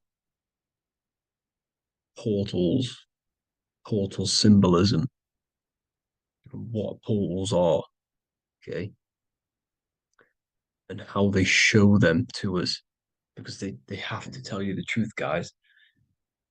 This is the thing with the universal law. They have to tell you the truth. And they tell you through symbols, they tell you through movies, and different things like that. But let's jump straight into this. So first, I want to talk about the Freemasonry symbols. Okay, so first we got, obviously this is some Freemasonry art, but notice how you've got the ladder with a key. Okay, so this is ladder symbolism with a key. So maybe this is talking about ascending. Okay, because look, because this is ascending into the heavens, because it's a ladder with humans going up it with a key. In order to ascend, you must have the key. Okay, so what else do we have with a key? Well, the Netflix show Lock and Key, which is all about portals and keys. Because what do keys do? They open doors, gateways. Okay, so what's interesting about this is that they've got this key here, which represents the Kundalini energy rising up the spine. Okay, but we'll come back to this. But it's that same portal key symbolism. We've also got the Vatican. The Vatican is in the shape of a key. Okay, so you can see the start of it here and the end. So this is key symbolisms. Keys open doors. And notice how it's got the 8-pointed star. Okay, what is the 8-pointed star? Okay, we'll come back to this. this all ties in, guys. I'll break it all down for you. But then you've also got the god Janus. Janus, okay, is known as the god of the doorways. He's an ancient god of Rome, and they worshipped him. However, he's not a god, he's more like a high level ranked demon. Because he is the god of the doorways. And notice how he's got two faces. Because doorways always have two sides. You're going into somewhere, there's always two sides of a door. And he's always depicted with two sides of a face and a key, because he holds the key to the doorways, to the portals, to other worlds and realms. Okay, as you can see, he's always got two faces and a key. Okay, so now we have the Sumerians, the Anunnaki, and they are always depicted with the two faces. Why do they have the two faces? Because they're symbolizing doorways, and the Anunnaki come to Earth through doorways and portals. So these are what these gods are symbolizing in their artwork. But they always have the eight-pointed star. Okay, what is the eight-pointed star? You see how they always have. Look, let me try to find another one. It's the eight-pointed star. This eight-pointed star is Polaris. Okay, Polaris, just like the Vatican has the eight-pointed star with a key. Polaris is the center star. Polaris is a fixed star, it doesn't move. Okay, so the Anunnaki's symbol is also the eight-pointed star. So this is symbolizing the portals and doorways that they come through in order to get to the earth. But Polaris is that center star which does not move. It's always symbolized with the eight-pointed star, just like a compass. Why is a compass the eight-pointed star? Because at the center of our realm is where the most electromagnetic energy is stored. As you can see, we have an aura field, an electromagnetic aura field. So does the Earth. And in the center, so like our heart, for example, is where the most energy is stored. And like the center of the Earth, this is why all compasses point to the center, because this is where the most electromagnetic energy is stored. It's at the center of our realm. Okay. So like I was saying with the lock and key series, see this here? The Kundalini energy rising up the spine, just like your Kundalini energy rising up the spine. Let me try. Oh, I can't zoom in. But you know what I'm trying to say here. Let's go back to Polaris. Because at the center is where pole. Can you see the pole of electromagnetic energy? Polaris, the North Pole. It's symbolized. The truth is in the words. It's like a pole of electromagnetic energy. And this is where the aurora borealis comes from.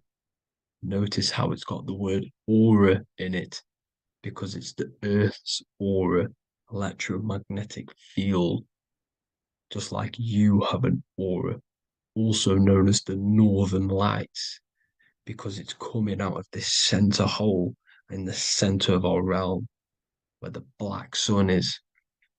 And this is where the electromagnetic energy is coming up from. And this is what the aurora borealis is, or the northern lights. It's just electromagnetic energy. And it's symbolized through our symbols, the original O, okay? Because it's like a pole through the middle, Polaris. So this Polaris is sky vault. It's the portal into this realm, because this is what the Anunnaki are always talking about, always symbolize it with the eight-pointed star. And just like a compass, it's the eight-pointed star pointed to the center, to Polaris. Okay. See here on the Sumerian tablets with the eight-pointed star again. And how we know it's talking about portals with this eight-pointed star is because CERN 666 are opening up portals to the underworld, letting in demonic entities into this realm. How do we know it's a portal? Because their Hydra Collider has 8 points, just like the eight-pointed star. So they are creating synthetic portals to the underworld to let these demonic entities into our realm. But what is the key?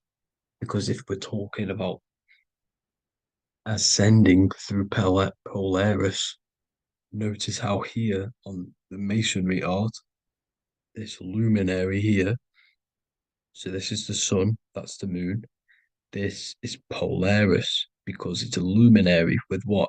1, 2, 3, 4, 5, 6, 7, 8 beams coming off the luminary, just like the eight-pointed star. So you see the ladder with the key going up to Polaris. It's symbolizing ascending out of Earth. So what is this key that they're keeping from us? Because it's a human holding a key going up the ladder to Polaris.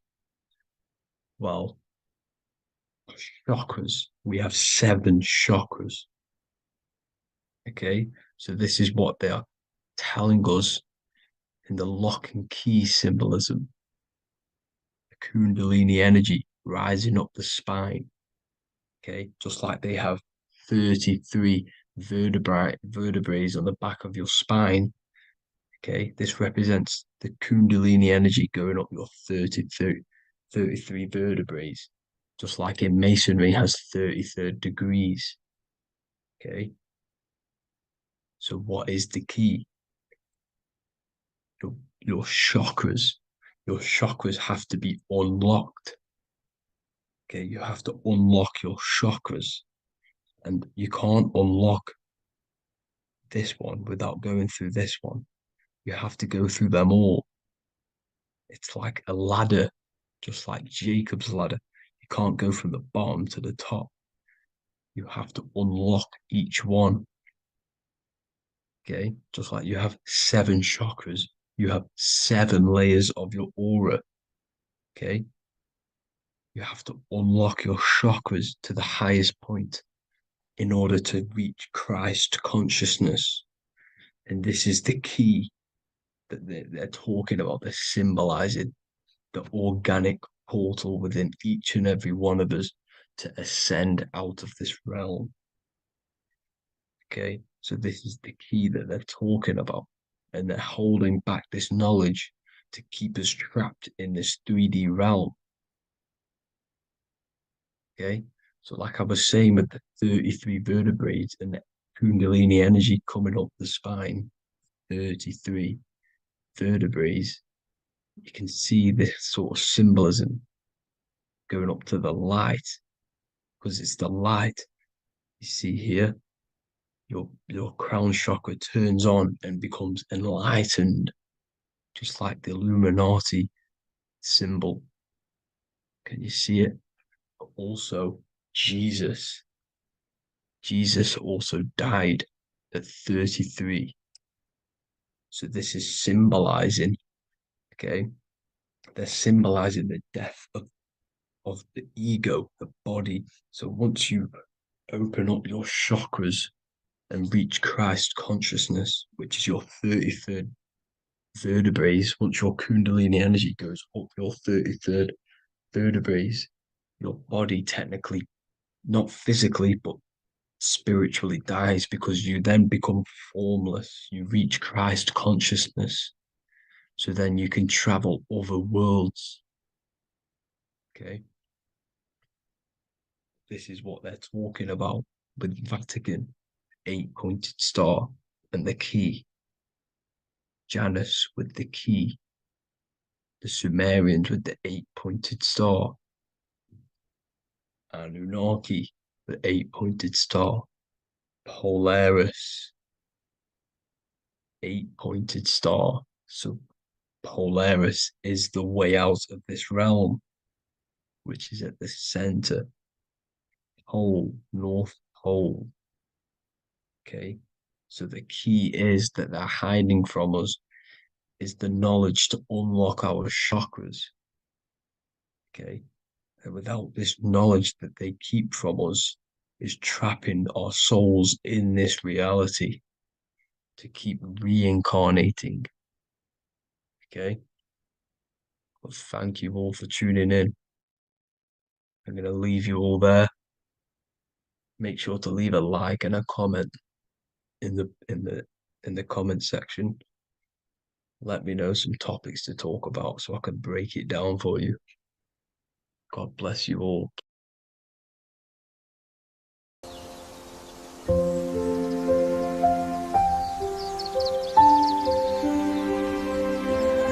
bookofwisdom.com. Visit today.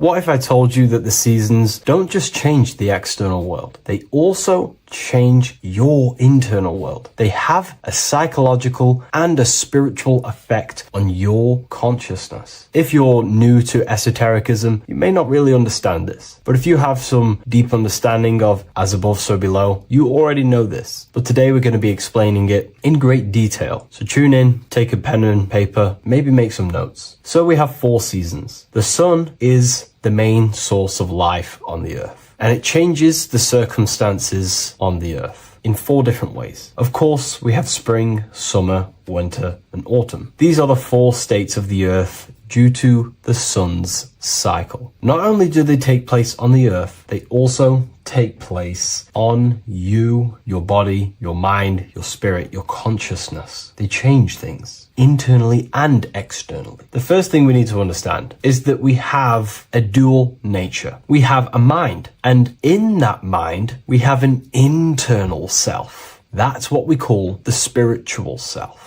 It is the individual that exists within their own mind, within their own consciousness. It is the self that imagines, thinks, feels. That's the spiritual self. And internally, that self is the true self. When it's detached from the false identifications, of course, such as the ego. But the true self dwells within the mind, and that's the immortal self. That's the self that will never die, never perish, that will always be there and it always has been there. The internal self. But on the other side of the mind, the outside of the mind, we have this, what we call our physical human body. This is our external physical body. So outside of us is a physical reality, but inside of us is a spiritual non-physical reality. Inside of us cannot be measured. Outside of us can be measured. So we have an internal world and an external world. I think this is the reason why the word individual has the word dual at the end. Dual meaning opposing or two. We have a dual nature. Inner world, in the mind, and a self out the mind. And the mind acts as some sort of doorway. It is a doorway into ourself. So in esotericism, this is what it's all about. It's about we work with the internal world. We try and figure out who we are from the inside out, not who we are outside of us. Because we realize that the external world is nothing but a crystallization of what's happening inside of us. Our lives are a result of every single thought that we thought in the past. So let's not get off track here. Let's carry on. As I was discussing the seasons, we have an internal world in the mind and a self outside the mind.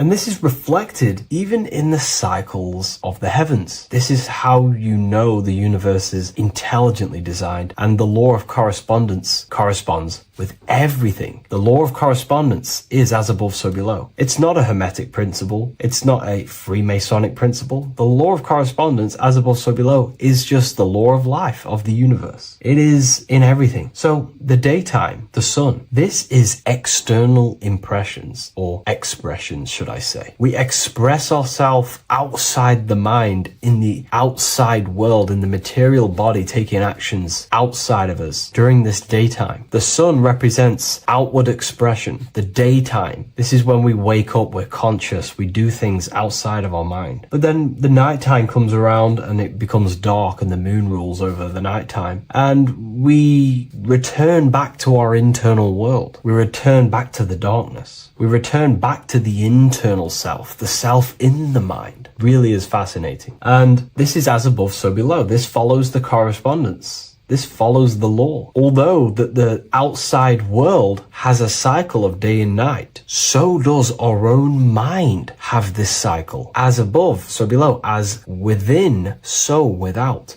What's happening outside of us is also happening inside of us. The mind is also going in a cycle. Because in the daytime, the mind wakes up and we express things externally. But when the sun goes away and the electromagnetic rays of the sun are not very strong, our brainwaves decreases, our body activity decreases. It slows down and we return to the internal self. The body switches off and we return to the internal self in the mind. We enter in the doorway of the mind and return to the internal, the spiritual self. And when the body is less active, this is when we are more connected to the internal world, our spiritual true self. So as above, so below corresponds with the day and night, the sun and the moon. The moon represents our internal world, the world inside our mind, the self inside the mind. And the sun represents the external self in the external world. So not only are these cycles happening in nature, the darkness outside of us when the sun goes away is the same darkness that we go within ourselves when we go to sleep. It's the same cycle. Our bodies are in the cycle of the external world also, as above, so below. But then we can even take this even further. This fractals down even further. If we look at the cycle of the yearly cycle of the sun, which is what we call the 12 zodiac signs, we notice that these 4 seasons also take place in every single cycle of the day. So a yearly cycle can be seen as a big version of a daily cycle, or a daily cycle can be seen as a smaller version of a yearly cycle. For example, if we look at Aries, which is spring, this is when the sun springs everything back to life in the spring. This is when the crops start to spring up and start to grow again. But we could see that at 6 a.m. in the morning, when the sun rises and just cracks over the horizon and starts to bring light into our day. Aries is associated with the morning time also as spring. Morning time is a smaller version of spring. Then we look at the summertime. The summertime is midday, when the sun is at the top of the middle of the sky. This is when the sun is most powerful, most radiant in our day. This could be seen as the summertime. Then when the sun starts to set, this is associated with autumn. Autumn time is the sunset. Then the winter time is associated with the nighttime, the midnight, when everything's very dark. So a daily cycle is basically a smaller version of a yearly cycle. And just how I explained how the cycle of the sun outside of us also happens inside of us with our consciousness falling asleep when the sun goes away, is also happening to us on a yearly cycle also. So the daytime is associated with the summer and the nighttime is associated with the winter. The winter is like the inhale. The summer is like the exhale. It's the breath of the universe, just like how we breathe in and out of our lungs. Everything takes this rhythm and polarity, okay? So winter is associated with the self and the world inside of ourselves, inside of our mind, the spiritual self, the internal. Because the winter is when the sun's rays, electromagnetic rays, are not very powerful. And this decreases brainwave activity, making us more connected to our internal world, inside the mind. But the summer's the complete opposite. The summer is when the sun is very, very powerful. And the sun's powerful electromagnetic rays increase brain activity, making us more actionable in the physical world outside of our mind, in the external world. So summer is the daytime and winter is a big version of the nighttime. Vice versa. Just like how in the winter, we're more in the house. We're inside buildings because it's very cold outside. Animals hibernate. They go inside. They go into little places. They collect all their food and prepare for the winter. They go inside. They go in darkness to hibernate. So does our consciousness, our spirit, the self inside of our mind. We can use these cycles to our advantage, to evolve spiritually, to connect and be more balanced. You know, I've mentioned a lot of this inside the university to my members, to the family inside of there. We discussed this. We had a great discussion about this. And, you know, the live calls we have are priceless. The conversations you can have with someone when they're awake, you never forget them. You always have deep, meaningful conversations. And we discussed this deeply, and we were going into some interesting things about how we can use these types of changes in the seasons for our spiritual growth. We even discussed about spring and autumn and how they're associated with the different spiritual bodies that we have. But anyways, let's not get off track. Lucid dreaming, dreaming itself, and astral projections, I find are more easily accessible during the winter and the night times. Like I said, because the brain activity is decreased due to the sun being not powerful, we are more reconnected with the self inside the mind, the spiritual self, the immortal self. Wintertime is a great time to work on yourself, to start to gaining discipline, to meditating, to really working on the subconscious. Because spiritual work is harder than any physical labor. You really got to dig deep within yourself and be honest and true with yourselves. I think this is the reason why, you know, a lot of people convert to spirituality from religion. They come into spirituality and then they go back to religion because they realize spirituality is it's difficult. You have to be honest with yourself. You have to really face the traumas, the negative aspects of yourself, the dark side of yourself, and bring it to light and transform it. And that sort of work is a lot more difficult to do than any physical labor. So the winter time is the time that we go inside ourselves. We reflect a lot more. We need to work on ourselves, on our mind, on our negative habits, on our dark traits, on our things that we have been pushing away and not controlling. The winter time is that time we can really start to connect with the internal self, work on our imagination, work on our mental willpower, work on all of these things like lucid dreaming, astral projections, and purifying ourselves, removing any mental barriers, any negative belief systems that may be subconsciously holding us back. It's easier to access the subconscious in the nighttime and in the winter, especially the winter. That's why I made this video, because we're in autumn now. We're transitioning into the winter. So I thought I'd share this with you all. And it's important to understand that you are a microcosm of God. Like I said, the law of correspondence associates with everything in the universe, people. Everything. And that's the best thing with the law of correspondence. And I've been using this for the past 3 to 4 years, right? The law of correspondence has determined and filtered out so many lies that was given to me, that's given to you, that's given to everyone in the world. The law of correspondence is like a filter. If someone gives you a piece of information, for example, gravity, and it does not apply with the law of correspondence, then you know it's a lie, because it's a universal thing. What happens inside of me also happens outside of me. What happens in my astral world happens in my material world, more than likely. As above, so below corresponds with everything. The same structure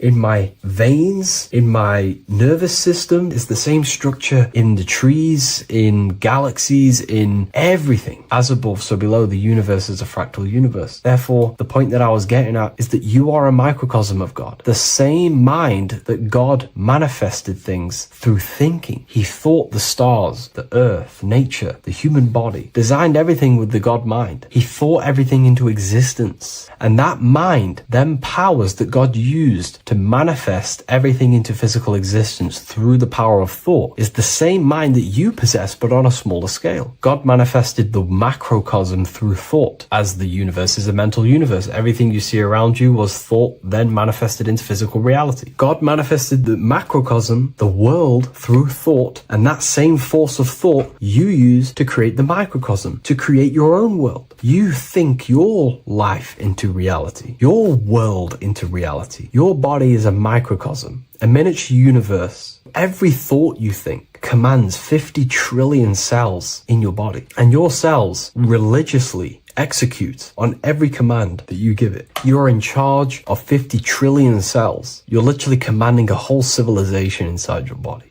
And this is how you are a reflection of the divine. The God mind created the macrocosm, the world, and you create your own world inside that world using the same power as thought. Very powerful. So everything that happens outside of you is also happening inside of you. The law of correspondence is the most important, the law that you could possibly learn because it makes everything so clear for you in the universe. Makes life so clear. You see reality for what it truly is. It's a reflection of the higher dimensions. Just like how reality right now is a reflection of what's happening inside of people's minds and consciousness. We can't blame the elites for all the negative things that's happening in reality, because all the negative things that's happening in reality is the negative things that's happening in people's minds. We need to take control of ourselves. So with that being said, thank you all, everyone. If you wish to read more, 90% of you watching this video have already got this book. I want to say thank you for your support. It means the world to me. It makes me research more and write more books. And the book of symbolism is coming very soon. So thank you, everyone. I'll leave a link in the description for the university, for the live calls, and for the book if you wish to join. Have an amazing day.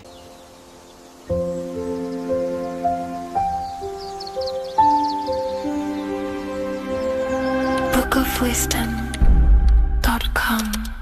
Visit today.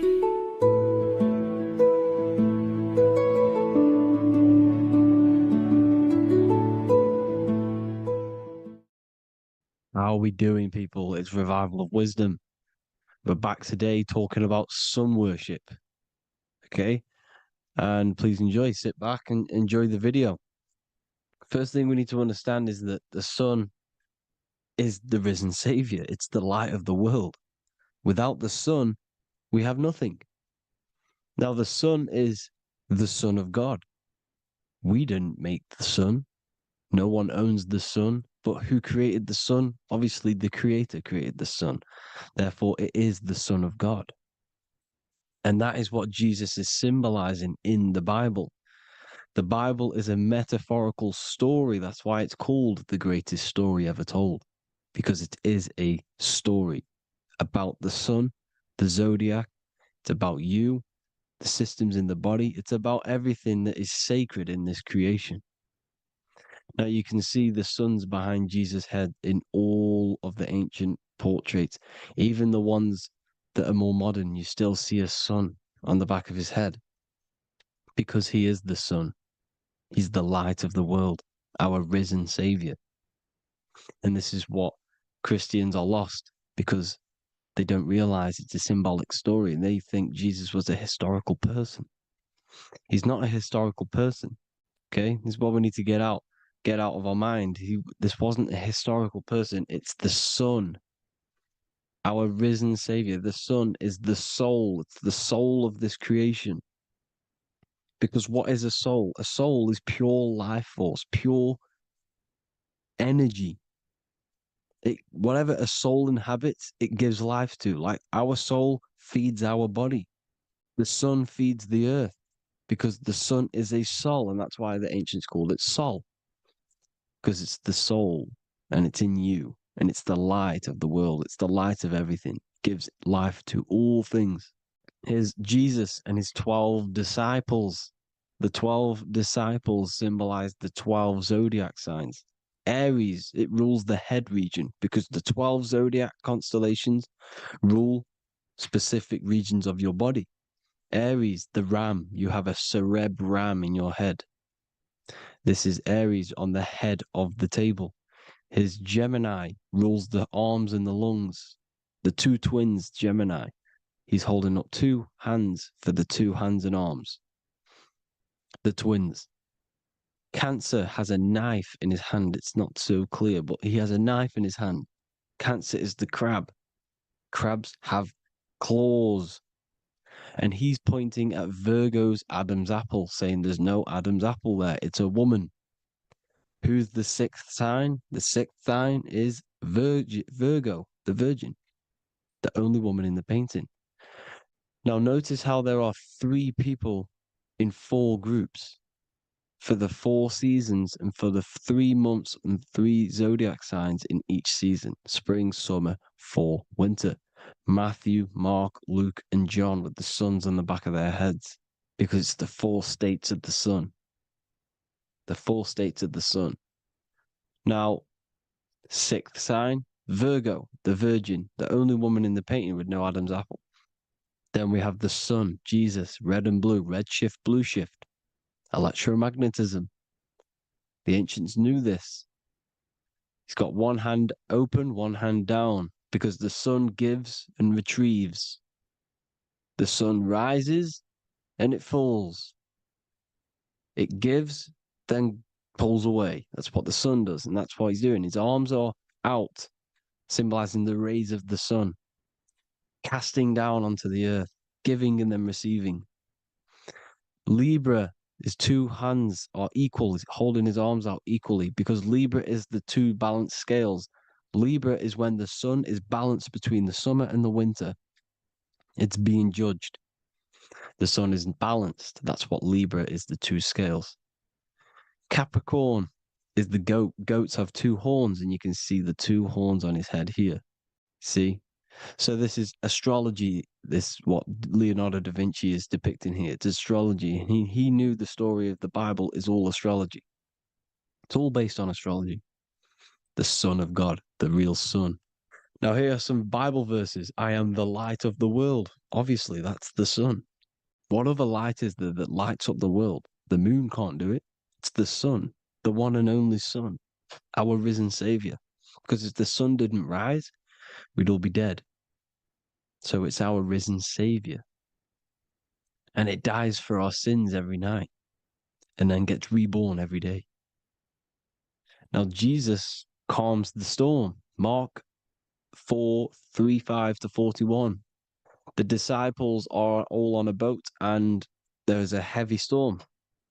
But Jesus is asleep. The disciple says, Jesus is asleep.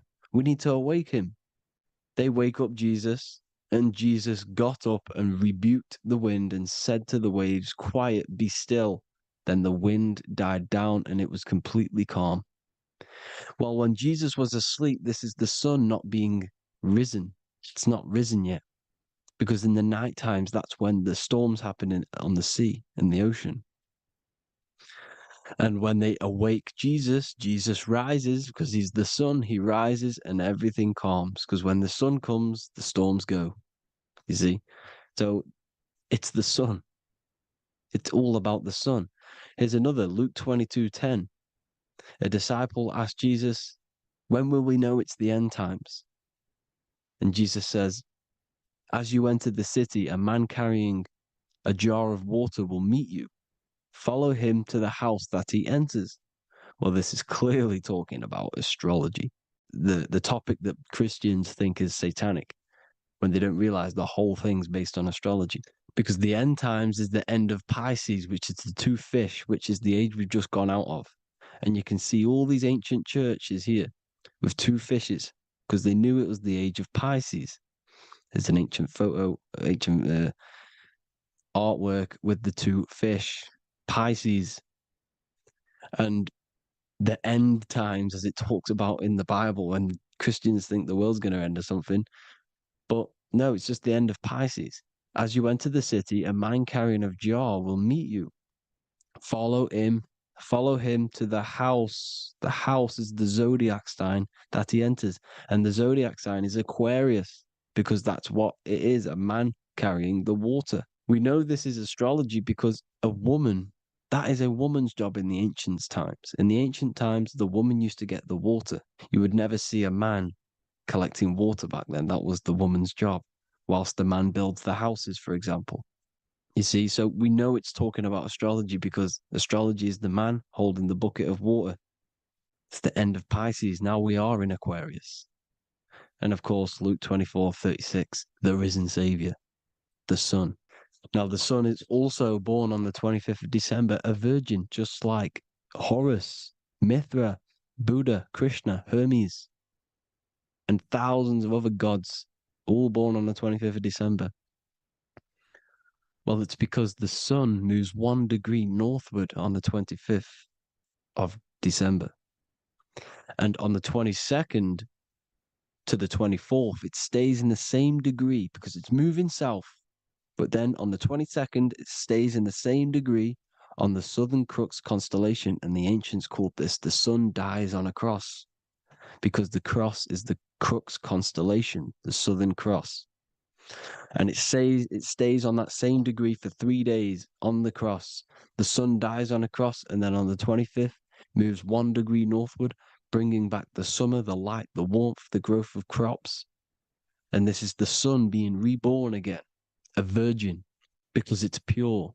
And here's Mithra, another sun god before Jesus was around, before Christianity. It was Mithraism, and Mithra, Ra is Ra, the sun god, Egypt.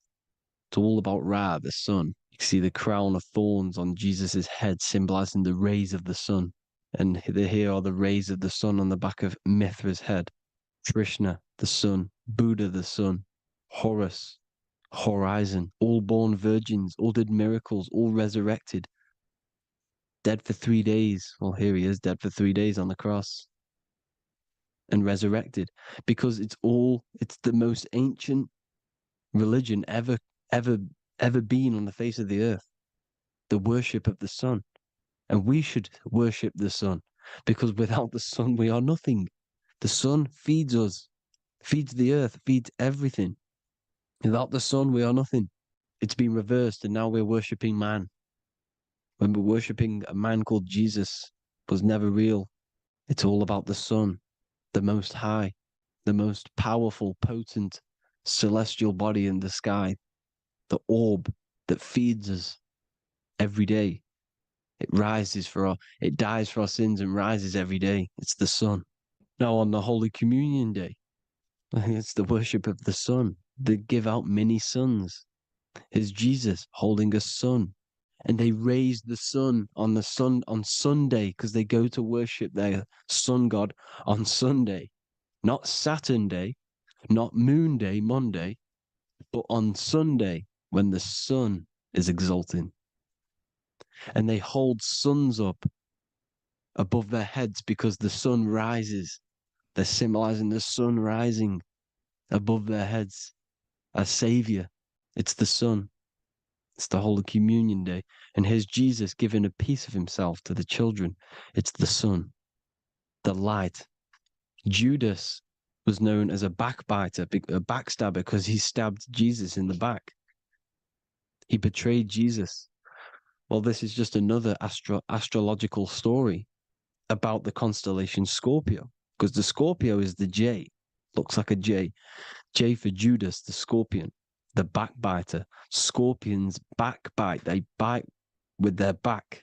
And what does Judas do? He betrays Jesus by kissing him to let the warriors know who they need to get. So he kisses Jesus, and Jesus gets stabbed in the back. Well, when you get stung or bit by a scorpion, they leave like a kiss. So Judas kisses him and gets betrayed. Well, this is because the sun, when it hits Libra, it's balanced. The sun is balanced because it comes through summer. Now the sun's starting to die. The sun's starting to die. It hits Libra. And then as soon as it hits the Scorpio, it gets betrayed because now the sun has to fall to winter, and Saturn is there waiting to take over the darkness of the winter. So he gets stabbed in the back by Scorpio, Judas, the scorpion, the backstabber. You see, it's an astrological story. Here's Mary. Mary means marry, which means pure. The sun is pure. No one gave birth to the sun but the God. And it's born every day. It's born every day on every year. It's born pure.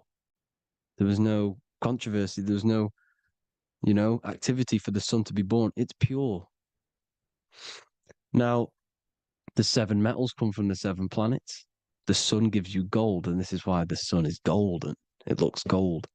And this is why the banks are backed by gold, because gold is the most valuable metal, because it's the sun, the most valuable celestial orb in the sky, in the heavens. Well, here's Jesus, another ancient symbol of him being crucified on the cross with the big sun, the Southern Crux constellation. The sun dies on the cross constellation. And if you go to the old etymology dictionaries, you will see sun and son is the same word. They come from the same etymology roots. You can use them for no matter what, but they've been confused today But if you go back to the old dictionaries of etymology, they are interchangeable. You can use them. Son, sun, sol, it's all the same thing. The 12 disciples, 12 brothers of Joseph, 12 tribes of Israel, 12 breastplates on the stones. Because it's all the 12 astrological signs. They could have used any other number, but there's 12. Because 12 is the mind, which is God. 7 is the number of matter, which is man. 7 energy centers in the body. 12 cranial nerves in the brain, because it's the mind. 12 is the 12ness. The zodiac is literally the mind of God, the signs of God. Now here we see here, Job 38, 31 to 33. Can you lead forth a constellation in the season? He's asking you, can you read the sky? Can you read the heavens? Canst thou bring forth the Mazzaroth in its season? Mazzaroth means 12 signs, the zodiac. Why did they translated every single Hebrew word in the Bible into English, but they decided to leave out Mazzaroth? Why? It's because if that said zodiac, Christians would have a different view on the Bible, but they leave that out. But Mazzaroth actually means the 12 signs, the zodiac, and the stars means sign. The word stars means sign because the stars are signs, things to come, which is off in Hebrew, which means sign, things to come. You see a sign on the road, it's something coming. But God is saying, no, what does he say?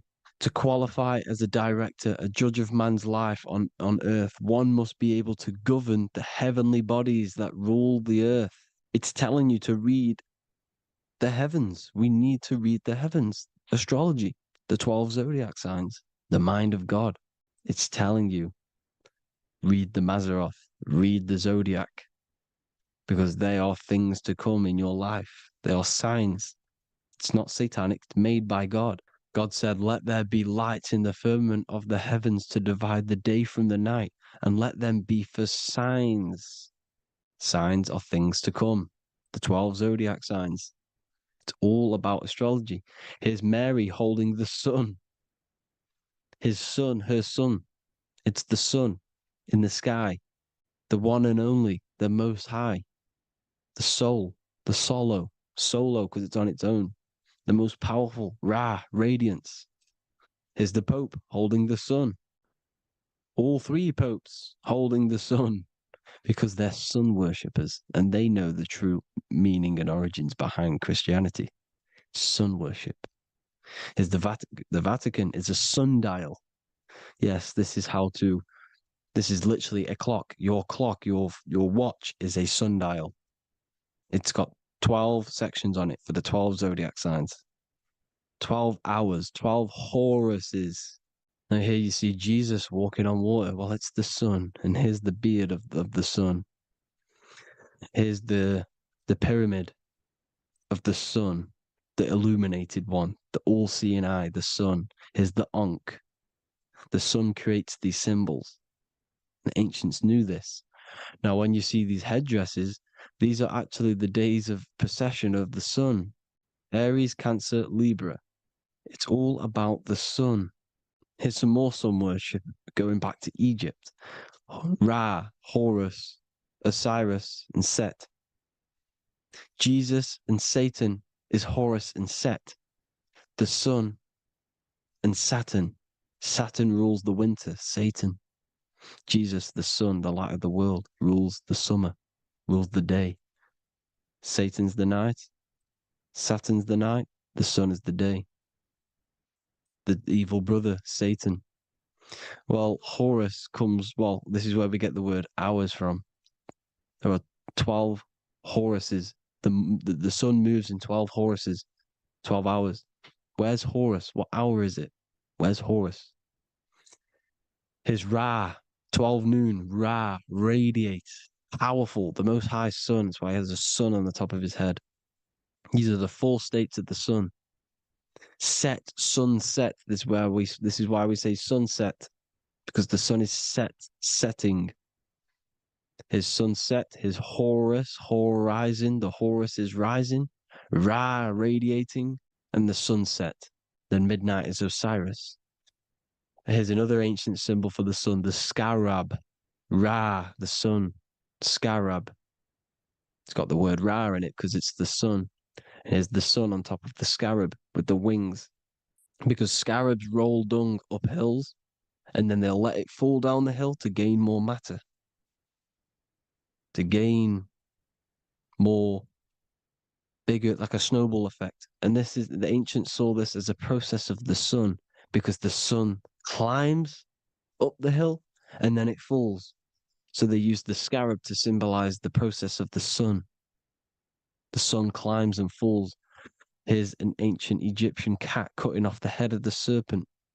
Well, the cat is cutting off the head of the serpent, symbolizes the sun cutting off the nighttime. When the sun rises, it cuts off the nighttime. It cuts off the serpent. The serpents represent darkness or evil. Oh, there's some more symbology of the sun and the heavens, the arch, the royal arch, the firmament, the sun inside the firmament.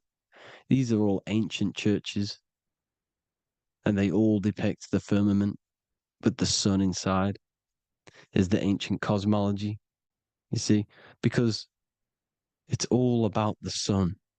Everything's about the sun, because the sun is our orb made for us to sustain life in this, inside of this creation, inside of this firmament, the royal arch of heaven. Here's the Freemasons depicting it. Here's the Masonic royal arch, but you can even see the zodiac signs. Here's Cancer, the checkered board. It's the royal arch of the firmament. Obviously, they don't want to tell you that. You live in space, apparently. Some more sun worship. Here's the beard of the sun on the water. They all have this long beard. And why do they say amen? Amen at the end of every prayer. Amen is a sun god, a creator god. It's all about the sun. So thank you all, people. Hope you all enjoyed. Hope you all gained some knowledge and insight. Please give me a follow, drop a comment, drop a like. Have a good day. Love you all.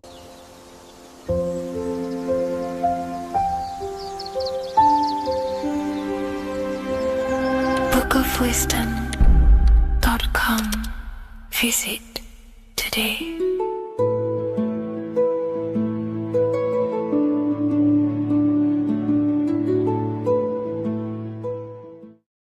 Hello, Seeker. Welcome to Revival of Symbolism, a channel devoted to the language of esoteric symbolism, helping you discover yourself and expand your consciousness into new realms of thought. I'm Harry B. Joseph, also known as Revival of Wisdom, and in this video, we're going to be discussing the symbol of the double-headed eagle, also known as the emblem to represent the 33rd degree Freemason. So let's jump straight into this.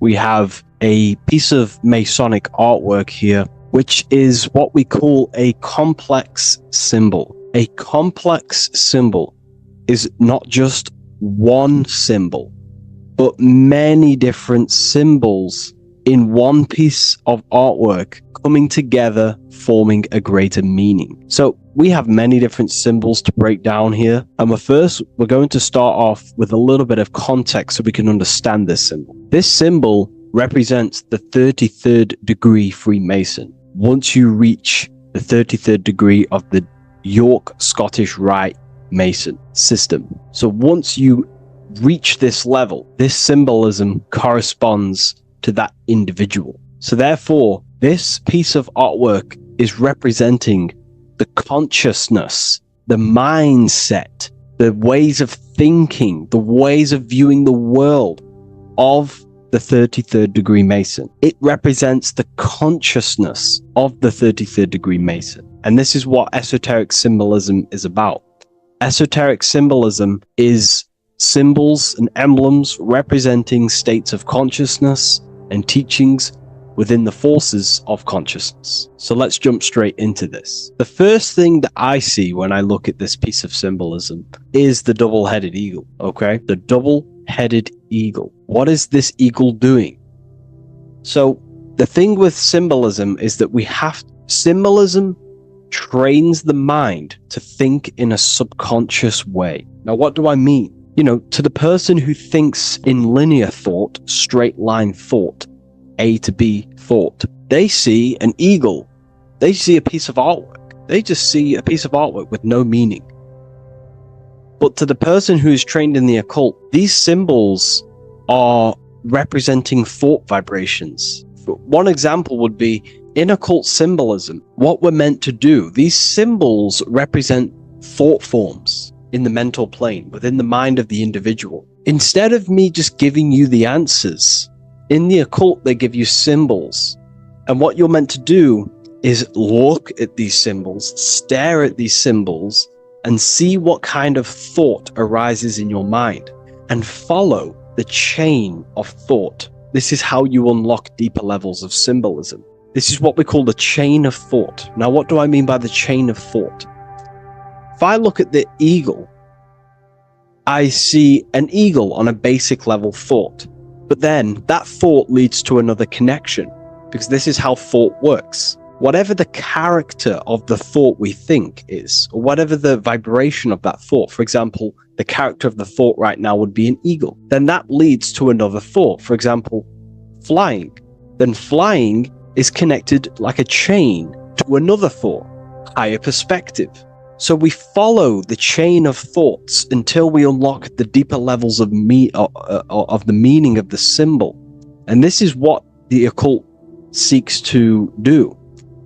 Symbols make and force the individual to go inward. You look at the symbol, it's not a direct meaning, but you have to go inward and start to think and follow the chain of thought that this symbol is connected to until you find its deeper meaning that relates to the individual, to you, to a teaching or a force of consciousness or a state of consciousness. Okay? It's very difficult to explain in words because symbols transcend the barrier of words. Okay? So what we're looking at here is a eagle. And what does the eagle do? Well, the eagle has the ability to fly above the earth. It looks down upon the earth. In allegory and metaphor, this represents a higher perspective of reality, a higher perspective of the world, of the self. So this is representing the consciousness of the 33rd degree Mason. They have a higher perspective of themselves. Why? Because they studied the mysteries. They studied the Kabbalah. They understand consciousness. They understand the human psyche. They understand the origins of consciousness, the forces of consciousness. They understand how the material world is created through the forces of consciousness. So the eagle represents higher perspective because it can fly above the earth. And here you have the earth, this circle here, this sphere. So it's flying above, symbolizing a higher perspective of reality, a higher perspective of the physical world, the physical body, and the self. Because ultimately, this is what it's about. Freemasonry is about, of course, self-mastery, building a better self. That's what the craft is. But it's ultimately trying to figure out the mysteries of consciousness itself and the origins of reality. We gain this insight through Kabbalah, the study of the Kabbalah tree. So let's not get off track here. So the eagle ultimately represents a higher perspective of reality because it can fly. On a deeper level, it also represents the astral body because the astral body can fly above the material plane. It has no connection, no limitation to the physical plane. It does have a connection to the physical plane because all of the dimensions, the mental, the astral, the etheric, the physical, are all interwoven to each other. However, it also represents the activation of the light body, hence why we see this light rays around it. But that's a bit too deep for now. Let's go a little bit deeper into about the basics of this symbol. If you look at this eagle here, this eagle's looking backwards, and this eagle's looking forward. So this is forward and backwards. This is symbolizing time. So we have an eagle looking into the past and an eagle looking into the future. This is called the mastery of time. This is how you master time. You have a crown in the middle of these two heads. A crown. A crown is something worn by royalty, and royalty has a lot of power. So this is symbolizing personal power and mastery. How do you gain your personal power and mastery over time, over the past and future? Well, it's very simple. In order to master time and master your future and master your past, you have to look at the forces in your past that have led you to this very moment. Here we have a triangle which represents the number 3. Remember, in this middle, which is the present. So you have to look into the past to see what thought, emotion, action, the number 3, the 3 expressions of consciousness. Consciousness expresses itself through thinking, feeling, and acting. That's how consciousness manifests itself in 3 different ways. You have to look into your past to see what thought, emotion, and action has led you to this very point in your life in the present moment. And what you can do now, which is your power, the present moment is your power, you can ultimately change your thought, emotions, and actions now to create a better future. You observe the past to see what thought, emotions, and actions created your present moment. You notice the mistakes and you change the now through thought, emotion, and action to generate a better future. This is how you master time. Now, keep in mind, this is always in the mind of a 33rd degree Mason. Someone who is highly, mastered, they keep this in mind. Just like they keep in mind what thoughts they are paying attention to. 33rd degree Mason has a lot of self-mastery power, and they hold conscious thought. Most people think unconsciously and without power. A 33rd degree Mason is trained, their mind is trained. Therefore, their mind thinks powerfully.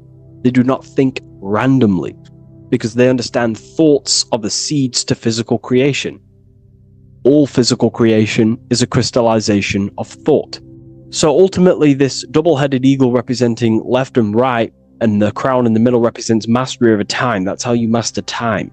Again, here we have the eagle standing on top of a sword. The sword is, of course, on a basic level, the sword represents power.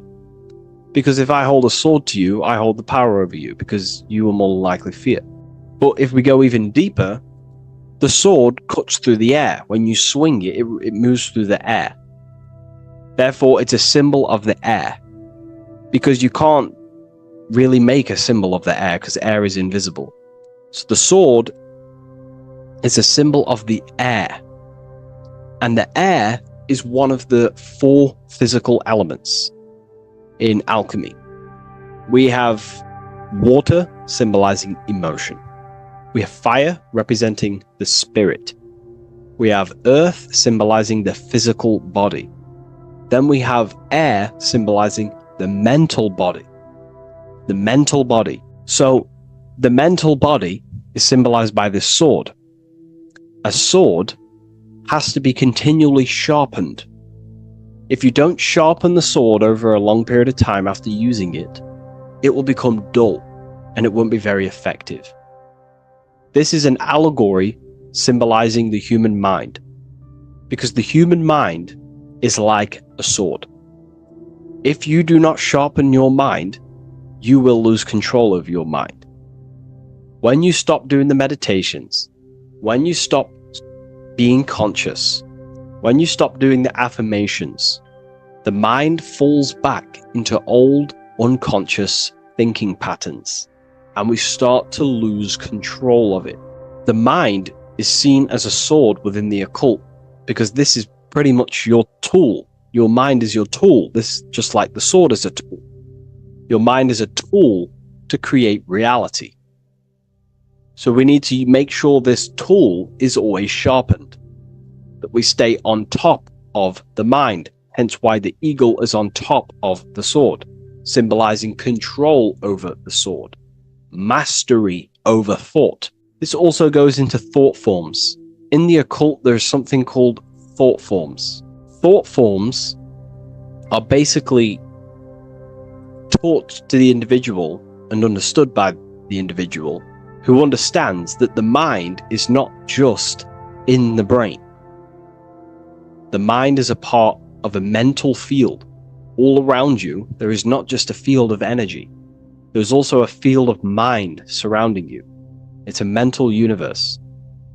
And this field of mind is what we call the mental plane. The field of mind is where all of the possible thoughts in the universe infinitely express itself.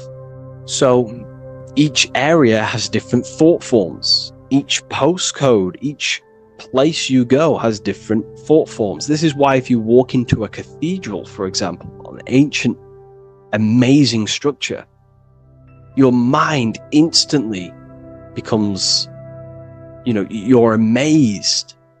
You feel different when you walk into these areas because all around you is a mental field, and there's something called thought forms. Thought forms are basically what religion call spirit guides or angels, helpers. This is what thought forms are. Thought forms are basically, if you dwell on the thought that you are going to lose your girlfriend, for example, let's use a negative example here, because a lot of people can relate to this, or your boyfriend. Let's keep it simple. Everyone can relate to this at some point in their life, hopefully, or if not, it's okay, no worries. It's just an example that most people can relate to.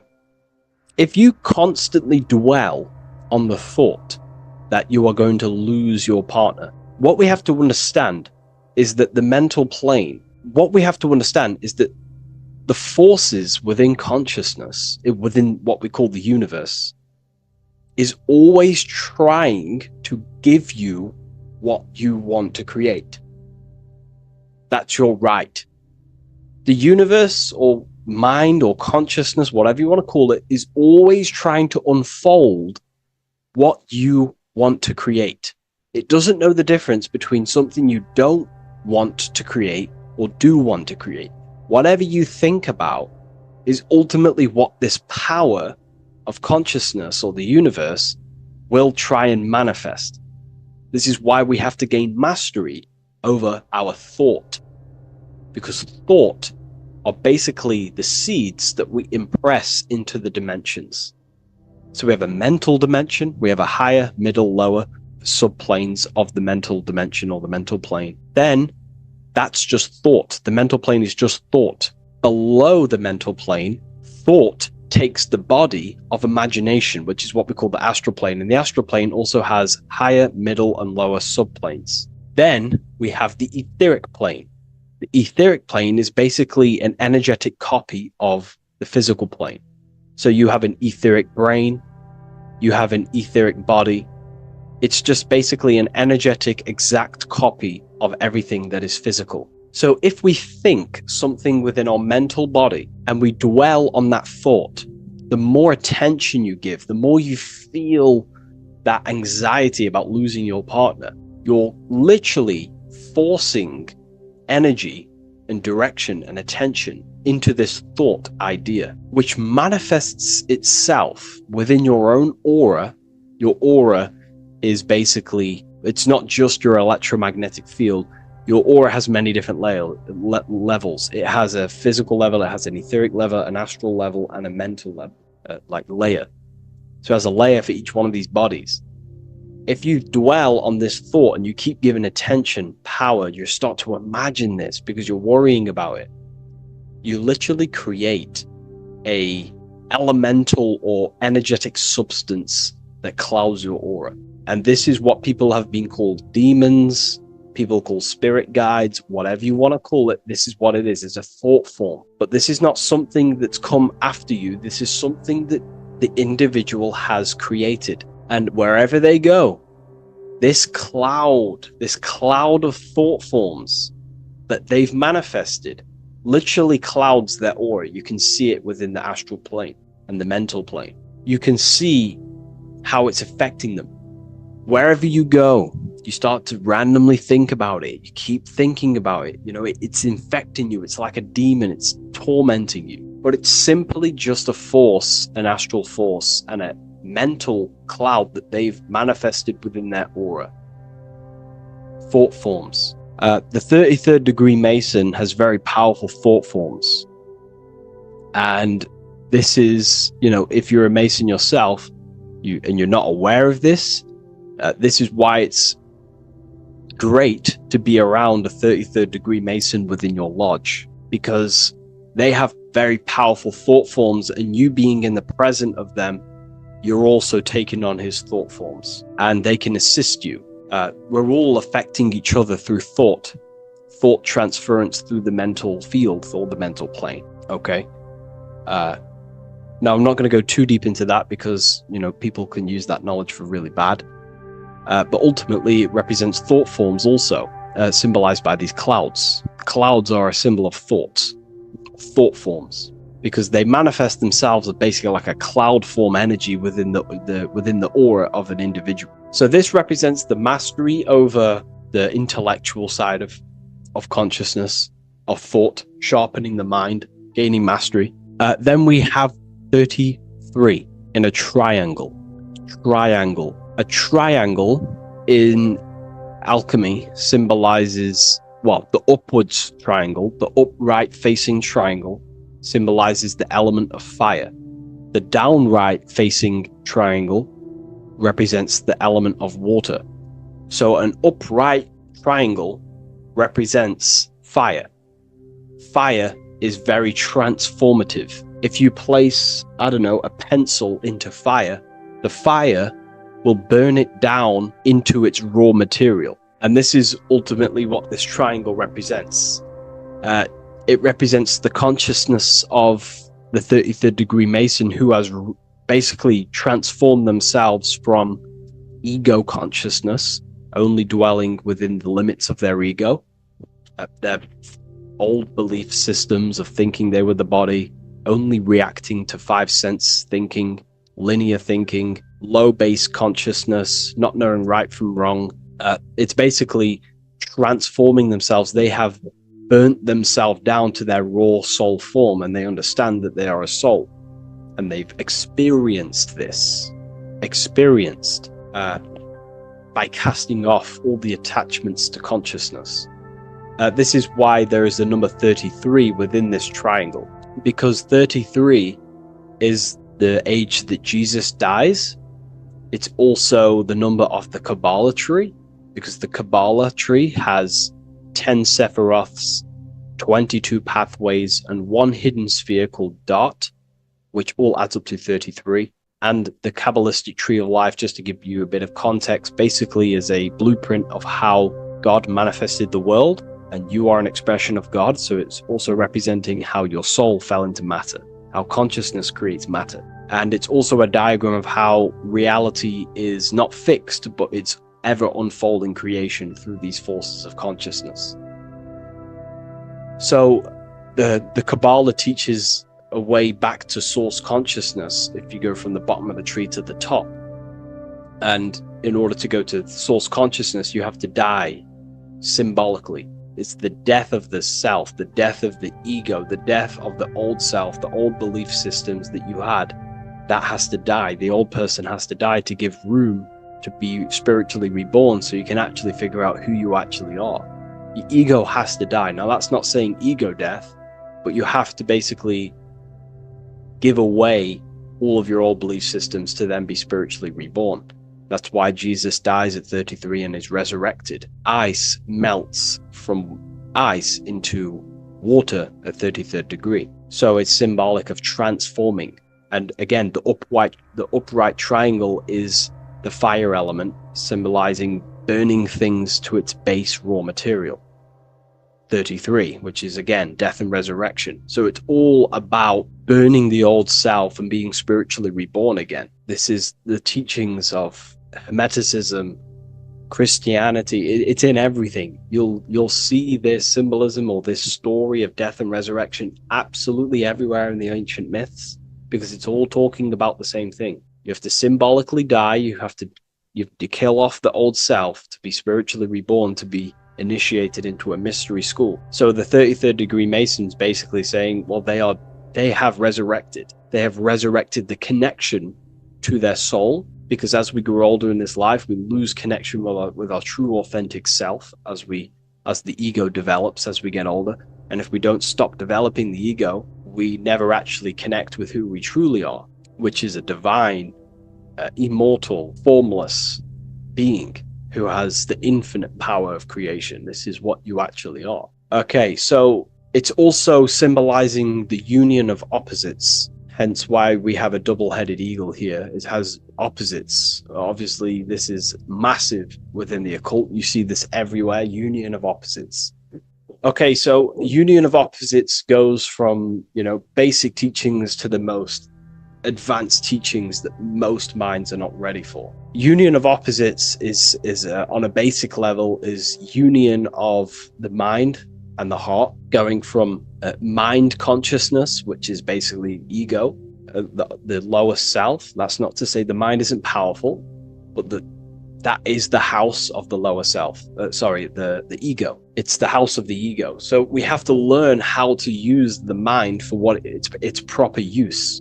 The mind's proper use is for the soul to create. However, we're not taught this in school, so we've basically developed a false personality within our minds, and our minds have become a vessel for a false identity. So what we need to do is integrate the heart, which is the soul self, the true self, with the true powers of the mind. And the mind is basically a powerhouse of creation, infinite possibility. And that's the mind's true usage is for creation, not a false identity. So it's about integrating the mind and heart. It's also symbolizing a balanced mind, and we do this by aligning the left and right hemispheres of the brain, which help you perceive reality for what it truly is. Because the two double-headed eagles, they're joined together, so it's union of opposites. So it's about reintegrating the female and male aspects of self, such as the left and right hemispheres of the brain, the mind and the heart, all working as one system. When we align the left and right brain, we see reality for what it truly is. Now, what do I mean? Most 90% of people, I'm not putting anyone down, if you relate with this, it's fine. We're all here to work on ourselves. I'm not putting anyone down. People with a left hemisphere dominated view on reality see things as a very logical. They see reality logically, basically. Now, what do I mean? They see things as this is science, that's mathematics, that's religion, that's metaphysics. They're all separate and divided because that's what the left hemisphere does. The left hemisphere basically dissects everything down. The way the brain works is truly magical. The right hemisphere of the brain allows us to basically see a bigger perception on reality. It sees the bigger picture. The bigger picture, for example, the woods. It sees the woods as a whole unified woods. But then the left hemisphere of the brain takes that view and perception of the woods, dissects it down and analyzes it into individual branches, trees, leaves, animals, insects. But in reality, it's all one, because all is manifested from the one God, the one source, the unmanifested consciousness, the unmanifested force. So it's union of this. We have to view the world as in, yes, everything is one, but I'm also living in my personal consciousness. Yes, there is a collective consciousness. We're all one consciousness, but I also have my personal consciousness. I need to think about both, making sure that my thought, emotion, and action is contributing towards the evolution of myself and the evolution of humanity. A person who is only left hemisphered only thinks about themselves mainly, 90% of the time. They only, they're trapped in ego, and the individual can't see pattern recognition, really. Pattern recognition is more the right hemisphere because it sees the whole. So it's about aligning the brain hemisphere so we can actually see reality for what it is, so we can, without distortion or illusion, and be neutral. Okay, we have light rays. Light rays are very symbolic within the occult, especially Freemasonry. Light rays are symbolic of force. Force and form. These are the two dualities within the occult. Force and form. The internal world is force, external world is form. Everything outside of you is a formation of force. No force ever takes place on the physical plane. All force takes place within mental, astral, or etheric. The physical world is form, formation. Therefore, what is the force that drives you? What is the desire that's a force? Emotion, force, thought, force. What are the forces driving you to take action in the physical world? And we need to gain mastery over these forces. Light is also a symbolic of knowledge, because knowledge is considered light. This is why Freemasons say going from darkness to light. Darkness is ignorance. People who are only aware of their five senses, they don't want to know anything else. Their minds are completely shut off. I have my belief system. That's it. I'm happy. I don't care. That's their ego limiting themselves and building their own prison. Light, on the other hand, is about going from a state of unconsciousness, not being aware, into a state of light. Light makes things reveal itself. If I shine light on you when it's dark, I reveal truth. You're there, you're manifested. If you're in a dark room and I shine a torch on you, you're revealed. The veil is lifted. The darkness is gone. So this is symbolic of light revealing higher truths to yourself as you walk the path of self-realization and gnosis. So light is symbolic of this also. They have high amounts of intelligence, a 33rd degree Mason. They have a lot of light. They have a lot of knowledge. They've researched a lot of things. They're intelligent in many different areas of life, within speech, within grammar, the way they portray thought, their mastery, their level of mastery, their understanding of themselves is very advanced. They also know a lot about physiology, about the brain, about the body, life, consciousness, astrology. They know a lot. They have a lot of light. 33rd degree Mason. Me, myself, I'm not a part of Freemasonry, and if I ever do become a part of Freemasonry or any order, I will openly share it to all of you. This information has come from following the chains of thought through self-study and self-realization, and studying Freemasonry from an external view. You can gain a lot of insight just by studying symbolism itself. Masonry is about being a builder. That's what the word Mason is. Mason is about building. The word Mason means builder, and it's about building the self. We're all building either our prison of our soul, or we're building our freedom of our soul. Every single one of you. Every time you reject something that if you did something wrong and you reject you being wrong, someone tells you were wrong, but you reject that, or they try to give you a piece of information and you reject it, you're building your mind's prison, stone by stone. But the person who has an open mind to all things is freeing their mind, freeing their soul. So we're all builders of our soul, and we're all builders of reality also. And we're all building Earth. This is the building project is Earth. We're all contributing towards it through our thoughts, emotions, and actions. These are our God-gifted powers: thought, emotion, action. These are our rights to operate in the world. These are your buttons to control the character in the game. So I hope this information has given you a lot of insight about this symbol. Please leave.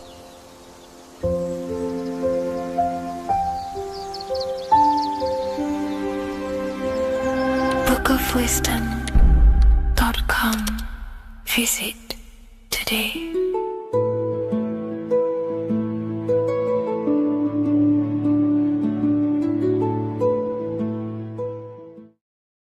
How are we all doing, people? It's Revival of Wisdom from the Wisdom Academy. Today we're going to be breaking down God, consciousness, and the higher and the lower self, and how to overcome the lower self. Now, the first thing you need to understand is that you are the invisible intelligence within the brain, within the body. This invisible intelligence is known as the mind. But you are not the mind. You are the observer of the mind, which is the soul. the invisible entity. The mind is your intellect, your intelligence. Now, the mind is, it's hard to put this in words, but the mind is something that gives you the ability to explore the universe. And this inner self is the I am. It's the quiet, the inner self, the voice you see in you hear in your head. This is why within spells high twin, inside, internal. The I is also the number one, which is one line. Because the one and only, is the inner self, which is the I am. This is why you say, my name is Harry. You are not Harry, you are the I, the inner self, the intelligence. Okay, this is why Jesus in French is I am. You look with the two eyes and you see with the inner eye. I and I, the same thing. Okay, because the I inside is what gives you the perception of what you're looking at. So when someone's trying to explain something and then you catch on saying, I see now, it's because you're seeing with your inner eye, the one that gives you perception, gives you intelligence, gives you the the the ability to understand things. This is the internal eye, the invisible self, which the physical body is nowhere near as complicated as this inner self. Is in infinite potential, infinite potential.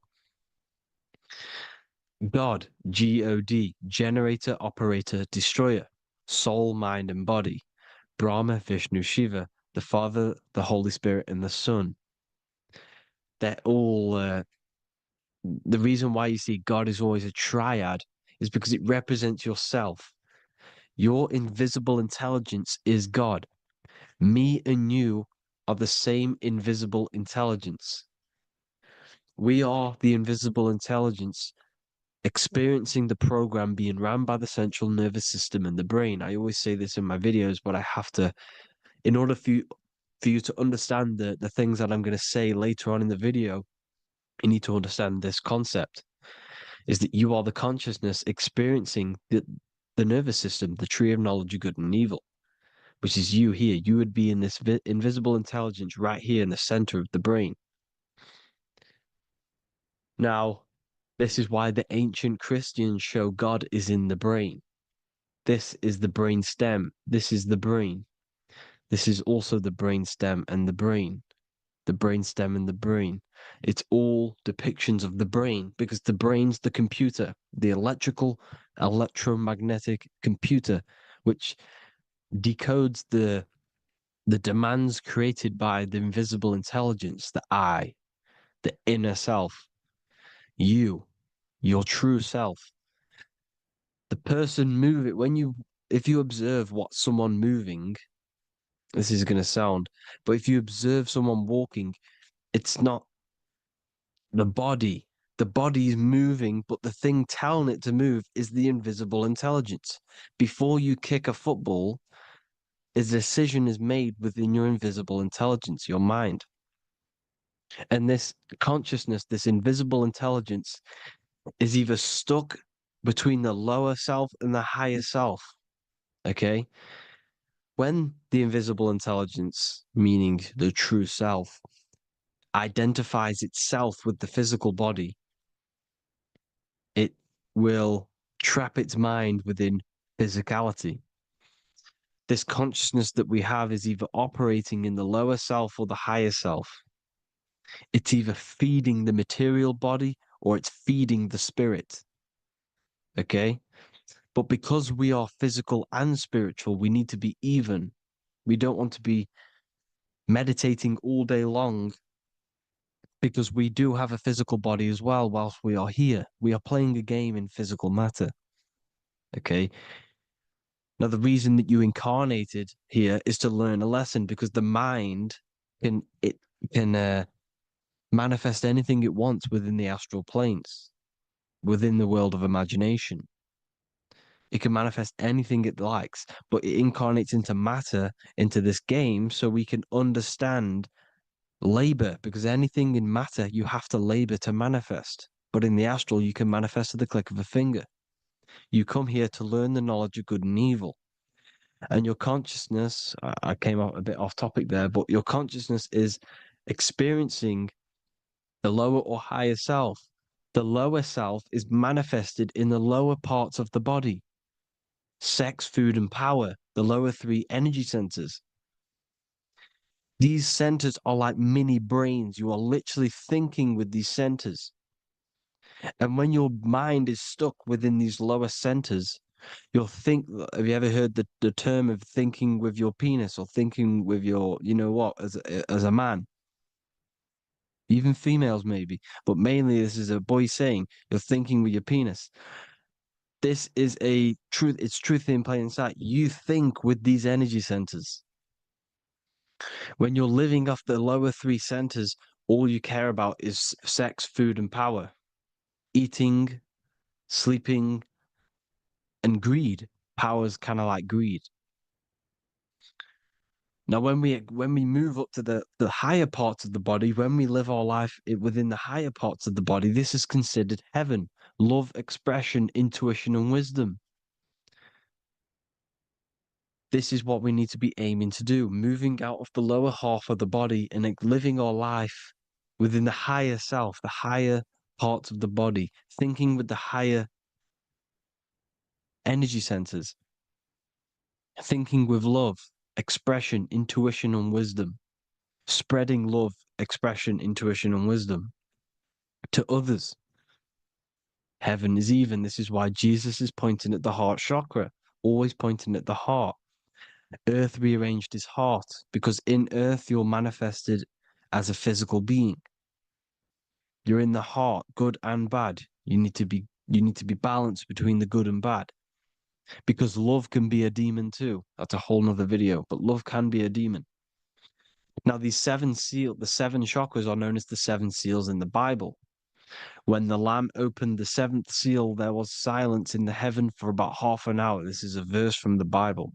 The Lamb is Aries, which is the higher brain, the cerebrum, the cerebram. Ram, Aries.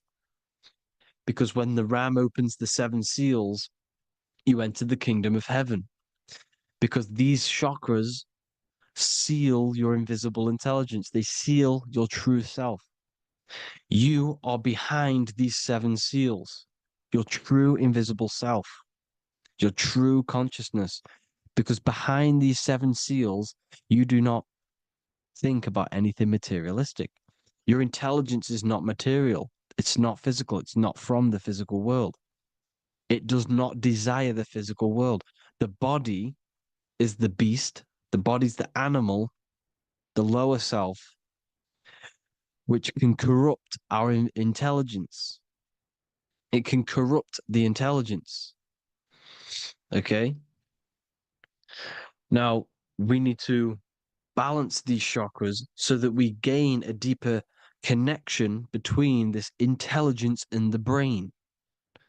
Because when there's a strong connection between the brain and the intelligence, your body and the intelligence, you have a strong connection. Therefore, you can manifest what the intelligence is saying at all times. Meaning, when, for example, your higher self, this is intelligence, the higher intelligence is always speaking to you. It's always guiding you. It's always telling you the right thing to do. You can feel it when you're doing something wrong. You can feel that you're doing something wrong, because this higher self, this intelligence knows what it needs to do here.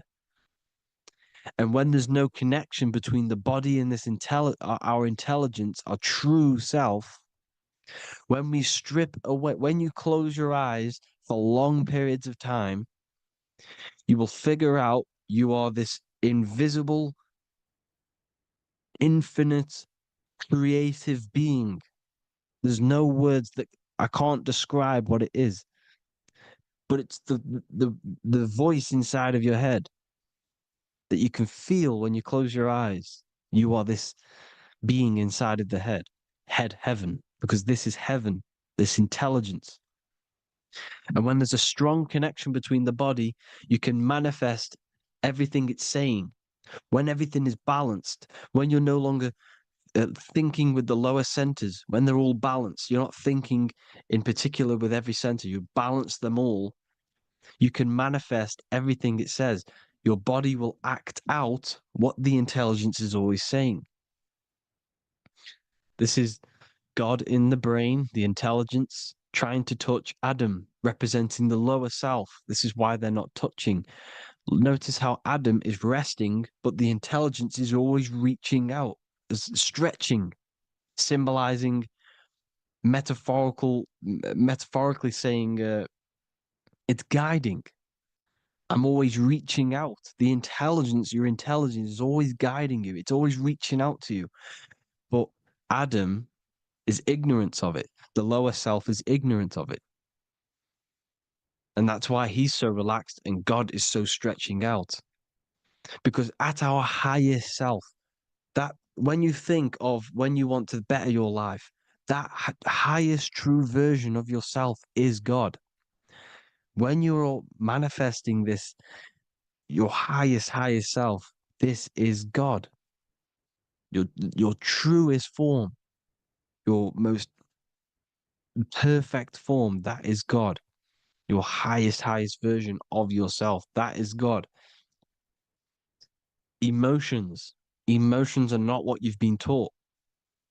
Emotions are not something that should be reactive, okay? You should not let the emotion be you, except that you should experience them instead of letting them become you. You need to understand there's a separation in our consciousness. You have the soul, which is the person who is observing your thoughts. When you think a thought, who's the one observing that thought? The soul, you, the I am, the I, the inner self, the one and only. And inside of every single body, inside of me, inside of you watching this video, there is this same intelligence that is inside of me, inside of you. And it's the exact same intelligence, experiencing a different body.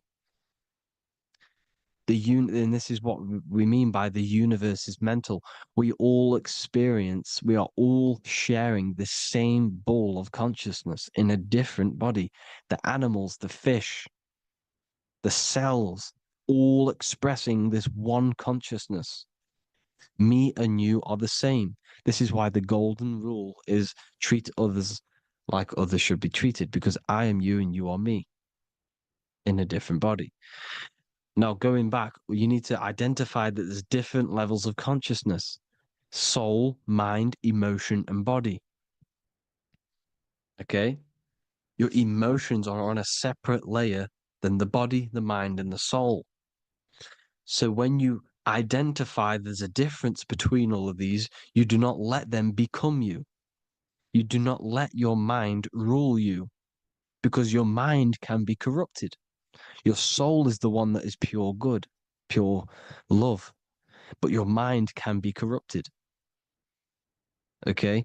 Your emotions can be corrupted. The body can be corrupted, but the soul can never be corrupted, only layered on top. You can only throw piles of programs within the subconscious, layering the soul down, but deep down inside of it, every single one of you, there is a loving being. Because the love comes from the heart. Love is the universal emotion, expression.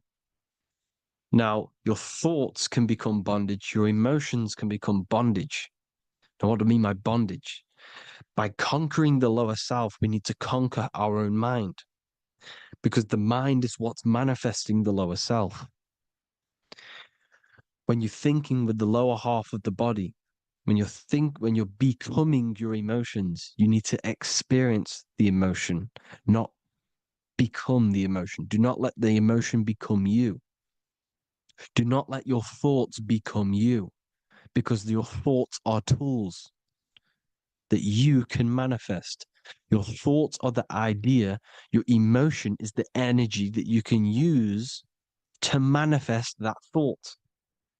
Your emotion is energy in motion, emotion. You use emotion to manifest, to feel as if you already have the thought. Therefore, you become that vibration. Therefore, your emotions are actually a creational force that is given to you to manifest things because you're a human, a manifester. You're here to manifest things. You're a creator. You are a god. Your inner self, your intelligence, your I am, the one and only inside of you, the inner self, the quiet one, the one that's deep, deep down, the invisible intelligence is it's creating things all the time. All the time. Speak no evil, see no evil, hear no evil. This is the astronauts, they're Freemasons, but they understand this because thinking, seeing, and hearing can corrupt your mind. And when you have a corrupted mind, you'll have a corrupted subconscious. The subconscious will manifest into the body because 90% of your behavior comes from the subconscious mind. So you got to speak, see, and hear no evil. But sin, what is a sin? To overcome our lower self, to overcome our lower self, the 7 deadly sins are not something that goes against an external God. A sin is something that goes against your inner guide, your inner conscience, the inner self that is always speaking to you. It's always telling you the right thing to do. A sin is something that goes against this inner guide.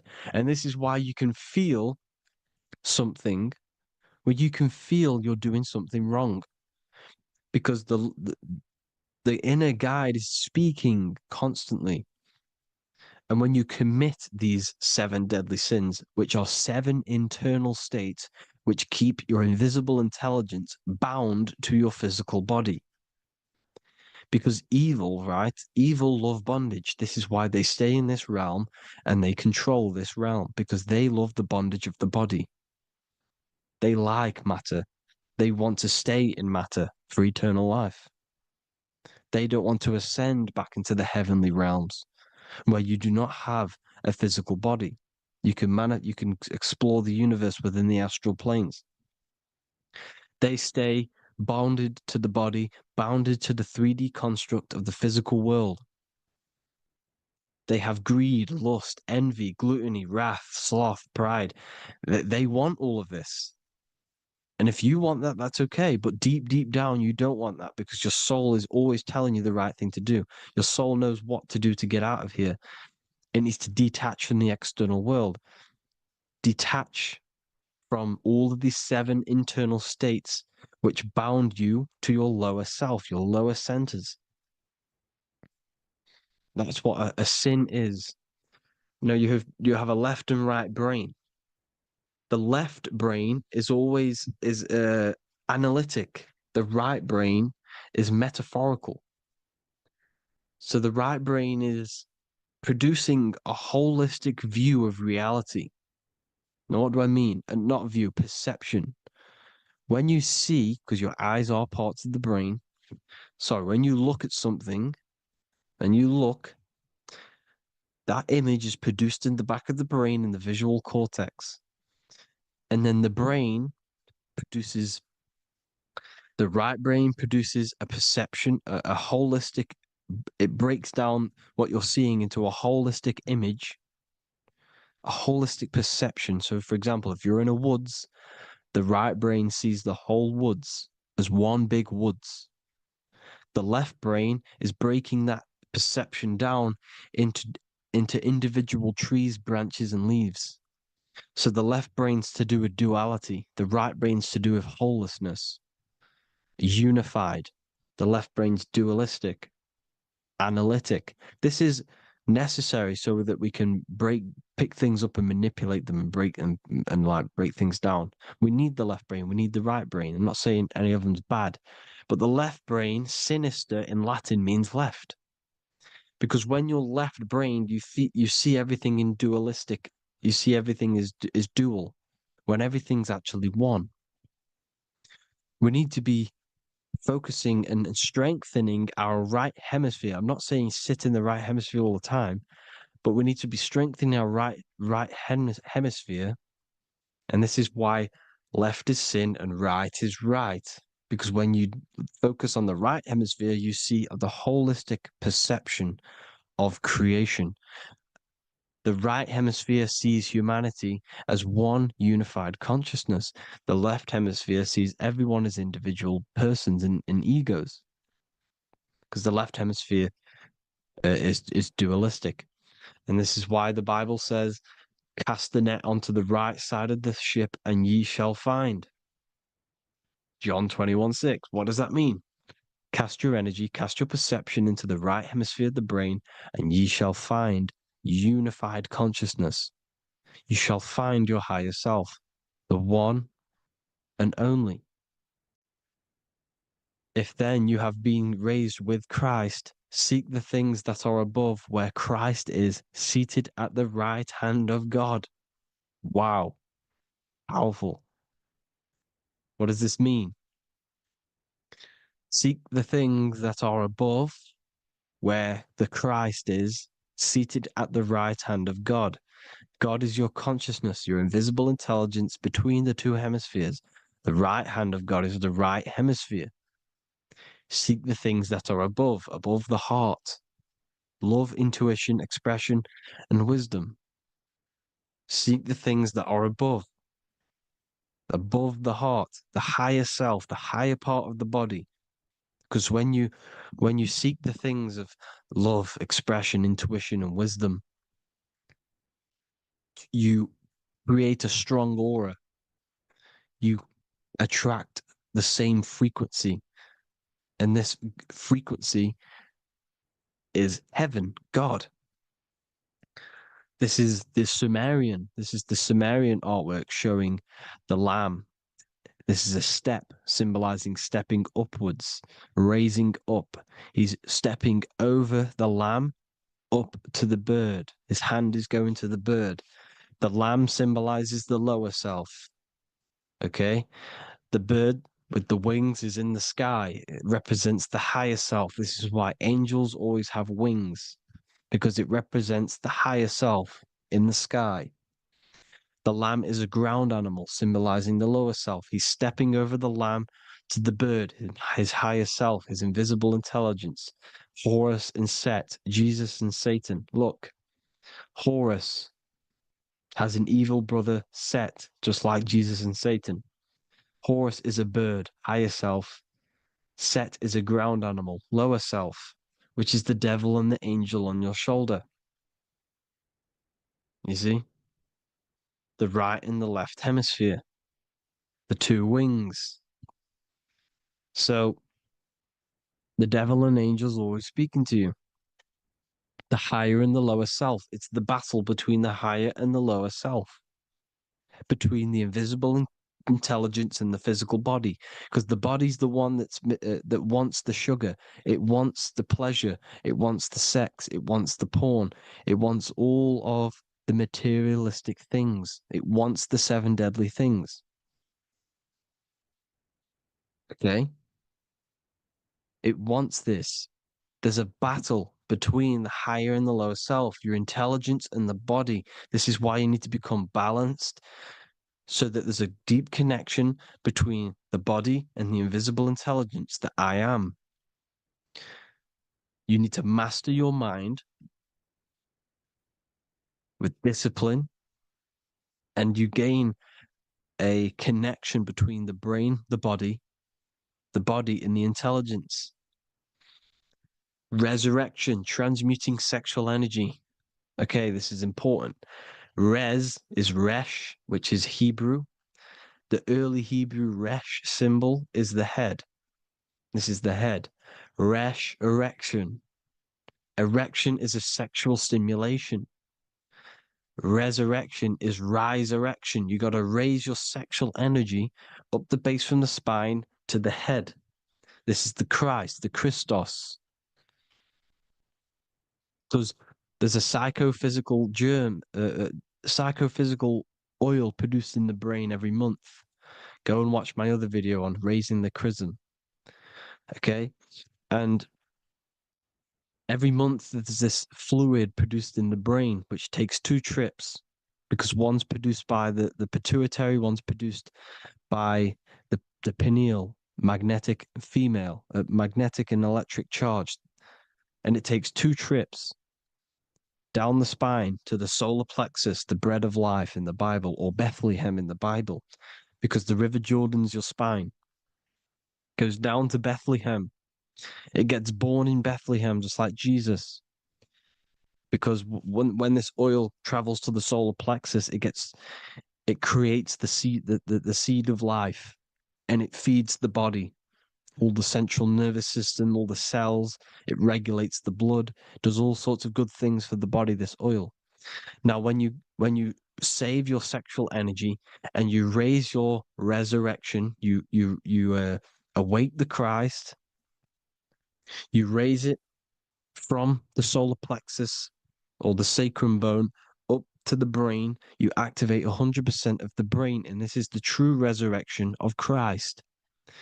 Instead of wasting the energy and giving away your sexual fluids, because behind the fluids is the energy. So when you release that fluid, the energy is out there. You've released the energy. Your sexual energy is the most potent emotional force a human could possibly feel. Same with any animal or anything. The sexual urge, the sexual emotion is the most powerful, potent emotion that you can feel. It takes over the whole body. When you feel sexually aroused, it takes over everything because it's so potent. And when you fight the serpent, when you fight the sexual energy, which is shown here in the Egyptians, the cat cutting off the head of the serpent, or Hercules fighting the serpent, or in the Greek mythology fighting the 7-headed dragon, the 7 chakras. The serpent is your sexual energy because it symbolizes your kundalini. When you fight it and you transmute this energy, instead of releasing it, instead of acting sexually on it, you can transmute the energy, transfer it from the solar plexus up to the brain. You can also you can do this with other tasks. Instead of releasing it, instead of raising it from the solar plexus to the brain, you can use it for other things. So, for example, you want to think critically. You can use it for critical thinking. You can use it for going to do exercise. You can transmute sexual energy into anything.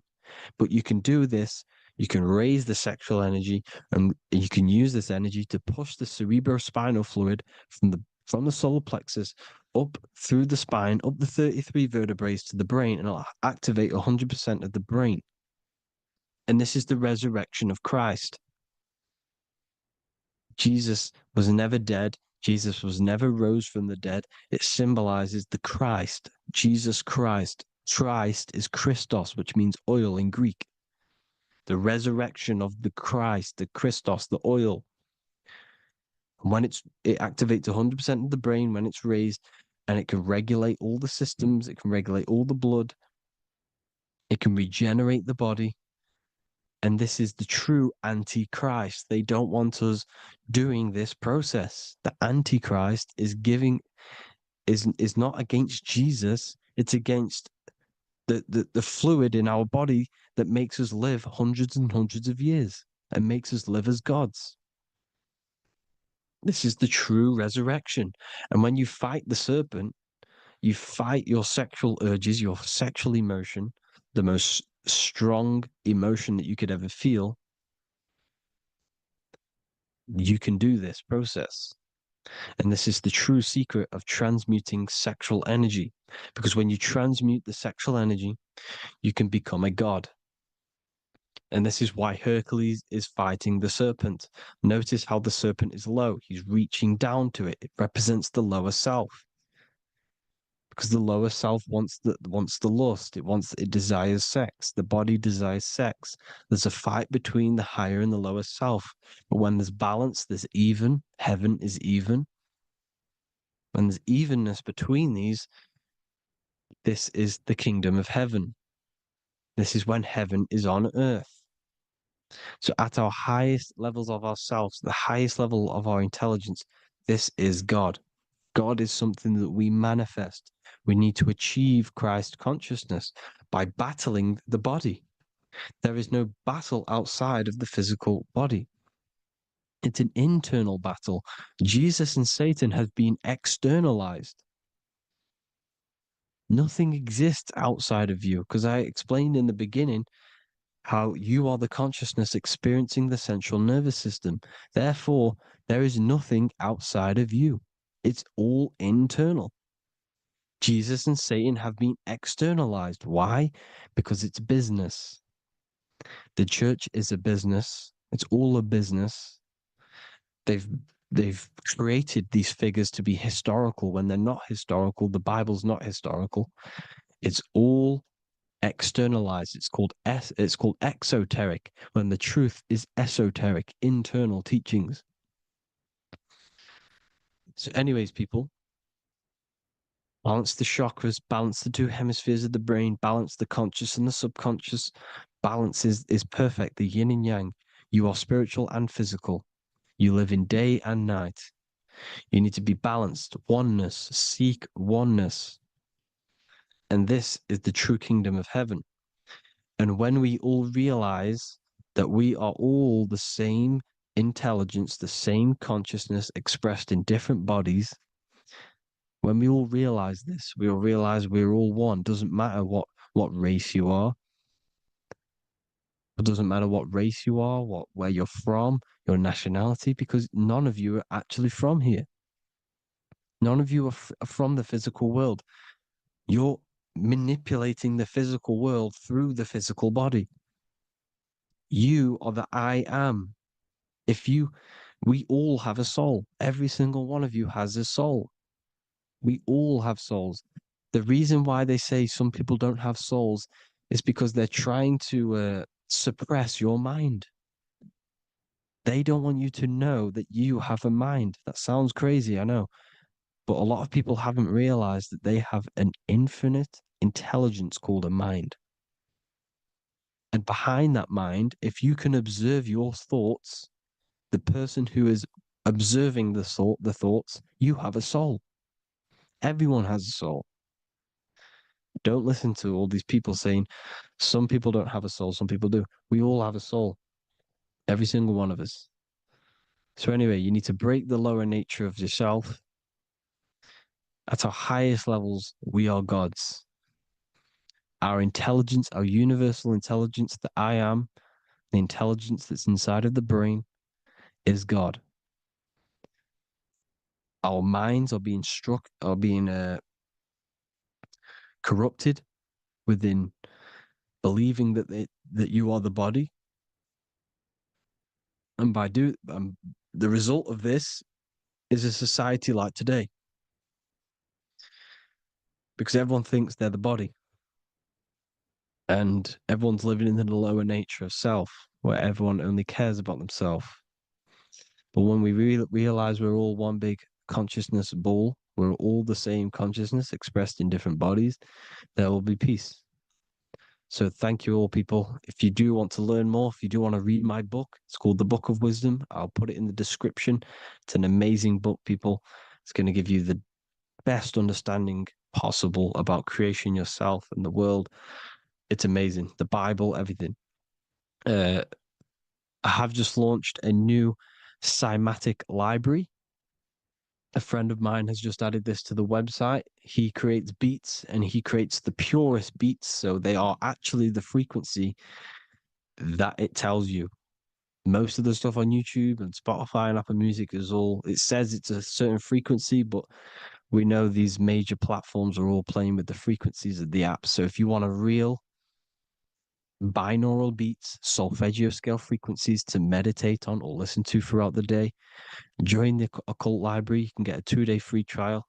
I'll put the link in the description. Thank you all, people. Hope you all enjoyed this video.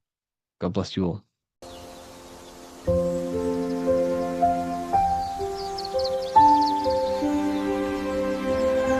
bookofwisdom.com. Visit today.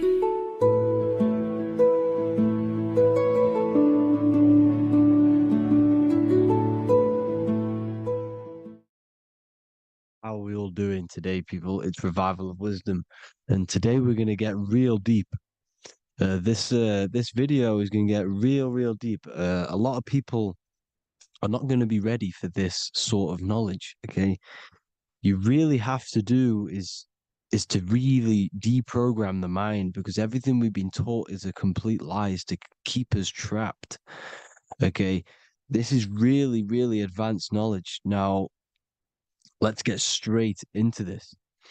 All of the ancients depicted other worlds, and they called this place Midgard.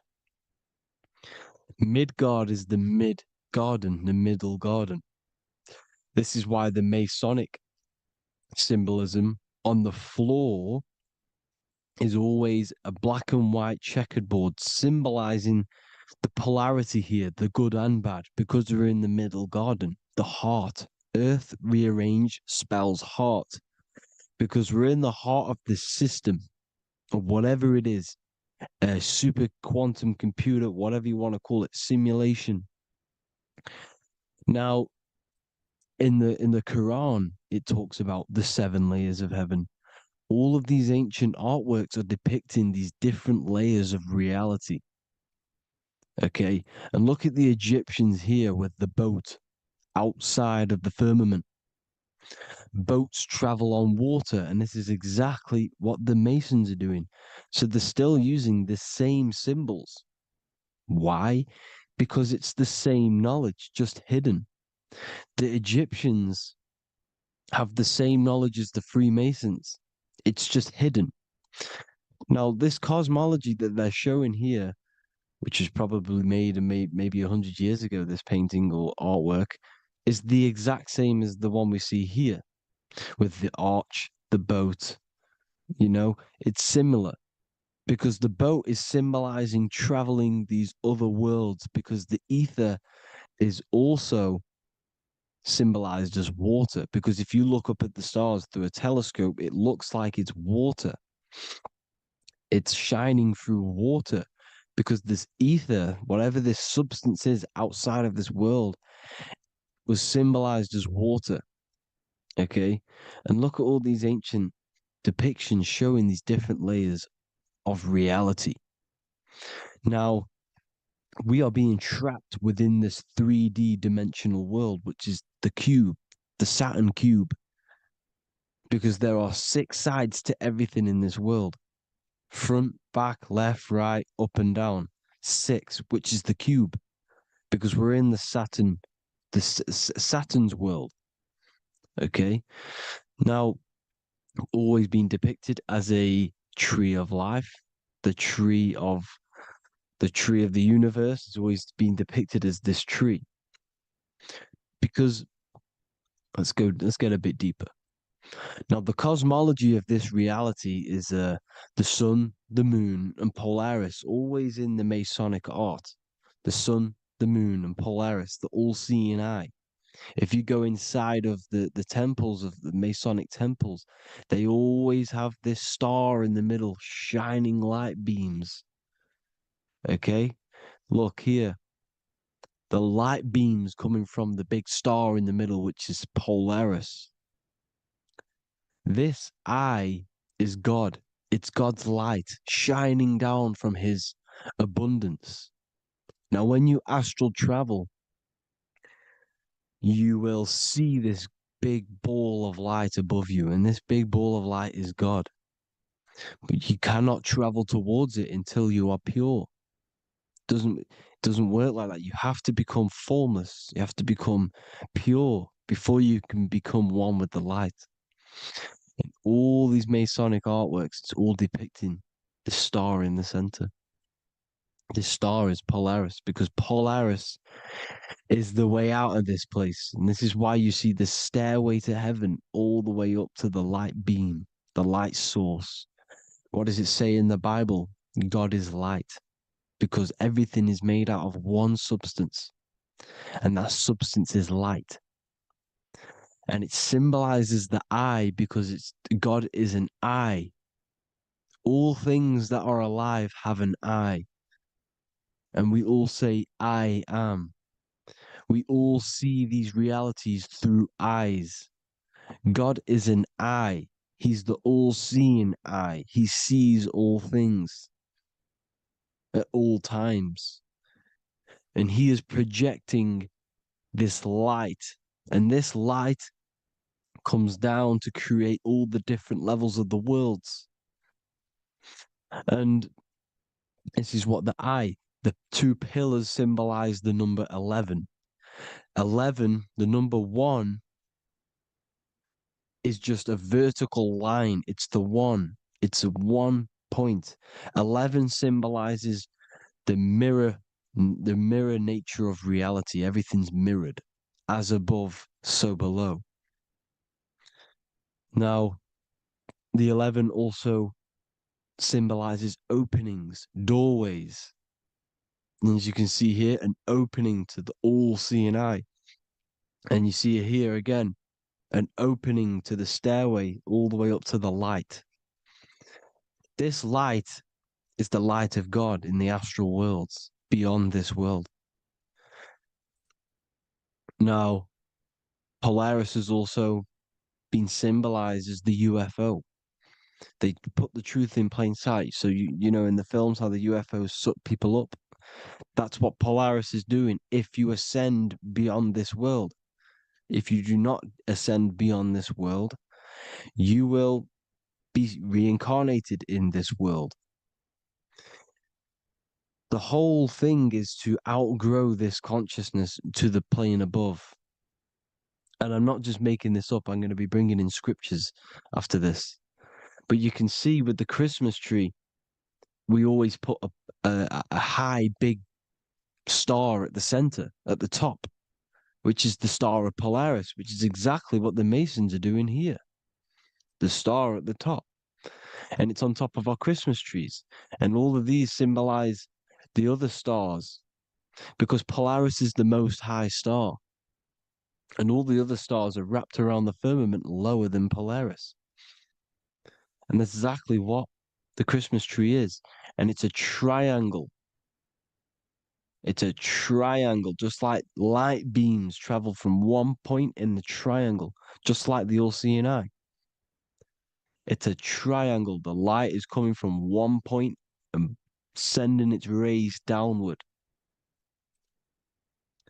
You see, it's kind of like you see here with the water.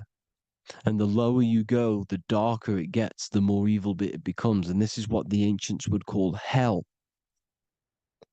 Now, this all-seeing eye is Polaris.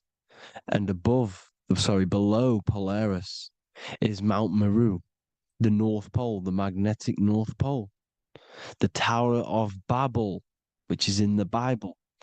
The etymology of the word Babel, Ba meaning spirit, which gives the ability to move the soul through the worlds, which is that's the ancient Egyptian description of the word Ba, meaning of the word Ba.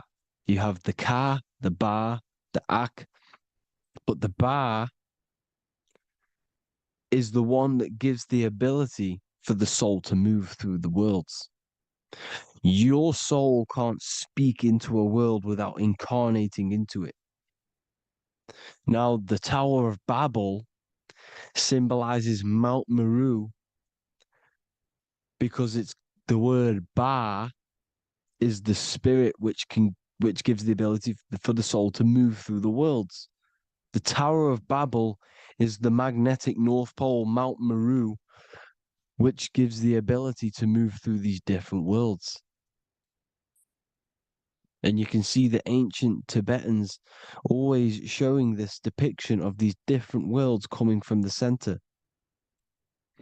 Because we have to ascend our consciousness. It's not about how good you are to reach heaven. It's about how you expand your consciousness, you expand your mind. So they teach now that you have to be good in order to reach to heaven. It's about expanding the mind, expanding your consciousness to these different planes, these different realms. So that's what it's about. And Jesus was known as the fisher of man. Now, Jesus is a massive part of this. He was known as the fisher of man because he was fishing. He could have been fishing. He could have been one of these deities that had come down from these different higher realities and pull people up. So they would so they called Jesus the fisher of man. And he says unto them, follow me, and I will make you fishers of men. So these deities that we see in the past, like Buddha, Krishna, Hermes, Thoth, Jesus, could all be these entities who were coming down to pick up the minds that were worthy enough to see the higher planes of reality. And this is why they called him the fisher of man. Now, when Jesus walks on water, there is a parable with Paul. And he says, but Jesus immediately said unto them, take courage, it is I, don't be afraid. He's talking about astral travel here. He's talking about leaving the body. Because when you leave the body in astral travel to see these alternative realities, you can't be afraid because fear is a bondage, which is what the Emerald Tablets talks about. Lord, if it's you, Peter replied, tell me to come to you on the water. The water. Come, he said. And Peter got down from the boat, walked on the water, and came towards Jesus. But when he saw the wind, he was afraid and began to sink. When you become afraid in astral travel, you sink back into your body. Lord, save me. So this is talking about Jesus pulling people up into different realities. And you can see the fish is the symbol of Jesus, is another symbol of Jesus, a fish. Because fish symbolize deep occult knowledge, because fish travel the depths of the ocean. And they symbolize us because we are fish underneath the ethers. And Jesus was pulling people up. You see, so the Bible is a people today believe the Bible is a book telling you how to reach to heaven, how to become godly and reach heaven. But you've got to become the Jesus Christ to see these alternative realities. Now look at the Emerald Tablets is a massive part, and it speaks so much about these different realities. Look what it says here. This is in Emerald Tablet 3. Then in my heart grew a great longing to conquer the pathway that led to the stars, which is exactly what the Masons depict in all of their art. Look, the ladder to the stars. And then he goes on to say, years after years, I sought after wisdom, seeking new knowledge, following the way, until at last my soul, in great travail, broke from its bondage and bounded away, broke from the bondage of the body. Free was I from the bondage of earth men. Free from the body, I flashed through the night.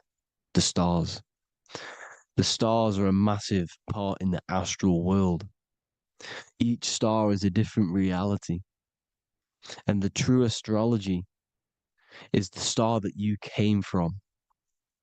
You came through a star to reach this, to reach here. There is a reason why you are here. There's a reason why you have the personality traits, because your soul came from a specific star. This is why we call them stargates, because they are gates in and out of this reality. And Polaris is the way out. to the higher worlds. Now look, far into space, my soul traveled freely into the infinite circles of light. Beyond knowledge were some planets and great gigantic beyond dreams of men. Then he goes to say, lift up your flame from out of the darkness, fly from the night and ye shall be free. Lift up your flame. Your flame is your soul, because it has to be lifted up out of the darkness. This is the darkness, this world, this body's the darkness. Because it's a bondage. You need to break free. You need to learn how to astral travel, people. You have to learn this. If you want to get out of this world, you have to learn how to astral travel and see the other realities. Traveled I through space-time, knowing my soul at last was set free, knowing that now I must pursue wisdom until at last I pass to a plane hidden from knowledge, known not to wisdom, extension beyond all that we know.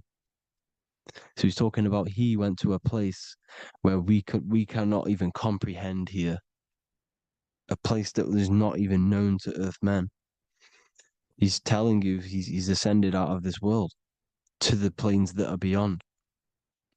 And it says here in the Emerald Tablets, man is in process of changing to forms that are not of this world.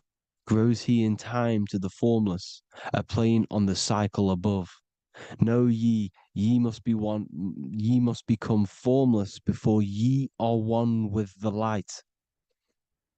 The light, the same light that I was talking about, the Masonic light, with the triangle, God, the one source. Ye must become formless before ye are with the light. Formless, you have to leave the body. You have to leave the body. You have to gain the ability to leave this body and travel to these other worlds. Now, it says here, not as man am I, for free have I become of dimensions and planes. In each I take on a new body. In each I change my form. Know I now that the formless is all there is of form. You see, all things created come from the things that, all things that you see come from the things that you cannot see. All of us have the same spark of consciousness, the same I am. Every dog, every animal, every human has this same I, this same thing which sees through the eye. It's formless. It takes this formless entity is the same entity of us. We are all the same entity in different bodies. And this entity it was represented as the flame, the cosmic flame, which is inside of all of us. And this is why the Masons depicted your spine as a candle or the Holy Grail. You would either see this or a candle with a flame on the top, because the Holy Grail is your consciousness, which is on top of your spine, which is the candle. Now, Jesus, Thoth, Buddha were all these deities which were coming down to lift people up because they were fishermen of men. And he would lift you up to the higher worlds, out of this world, to the ones above. Now, Thoth, you can see him here, he's leading the way. He's holding someone and he's leading the way with knowledge and power. He was leading the way to other worlds, out of this world. There's no point trying to change this world. This world will stay the same. It will stay the same. You have to get out of this world. And that's what they're telling you. That's what they're keeping you from. They're keeping you stuck within this thin layer of reality. So what the Masons are doing, they have the ability to astral travel. They're living not stuck and bound to one reality, but living within the different layers of reality. And this is what Morpheus was doing in the Matrix. Morpheus was going into the Matrix to go and get Neo, which is exactly what Jesus was doing, pulling up people out of this world to the ones higher. And that's exactly what Morpheus is doing in the Matrix. If you haven't watched the Matrix, go and watch it. It will blow your mind. Everything I'm saying in this video, you will see it. Except that you don't need to use a machine to enter the Matrix. You just use your body. Well, you use your consciousness to leave this body. You see, Neo was also uploading himself into the simulation to pull people out of the simulation. And this is exactly what all of these gods were doing. The Fisher of Man. Look, he was pulling people up out of this reality with the knowledge. Now, Jesus was always depicted with the mushrooms. Look at all this mushroom art. Mushrooms were literally the origin of Christianity. You can see it everywhere. There's mushrooms in all of the ancient art. Every single one of these paintings you see here, there's mushrooms on them. Mushrooms have the ability to see alternative states of consciousness. Now, if you go and do them and you go to sleep, if you pop mushrooms, you go to sleep and you will wake up in another reality. You will wake up in another reality. Don't try it if you don't want to do it. But if you've got the heart to do it, do it. Eat them and go to sleep. You'll wake up in another reality. And Jesus was handing out mushrooms to the bright minds, to the minds that he wanted to fish out and pull up to the higher realities. He was giving them mushrooms to see themselves in an alternative state, in an alternative reality. This is why there was so much mushroom art, and it's not just ancient Christians. It's Sumerians, it's the Mayans, the Celtics, the Egyptians. All used mushrooms. All of them. Look at all this art. It's on stones. It's everywhere because mushrooms. See, everything in nature is a micro macro. Look at the form of a mushroom. It's literally your spine and brain because they alter your consciousness. Your body is just a radio receiver. Everything that you're experiencing is a program being ran by the central nervous system, and your consciousness is experiencing this program, these electrical impulses of the nervous system, because it's all feeding back to one point, which is the pineal gland. And this is the candle with the light on it. Type in Masonic candle and you'll see it. It's your spine with your spark of consciousness on top of the spine. And it's a mushroom because this sends you to alternative states of consciousness, alternative realities.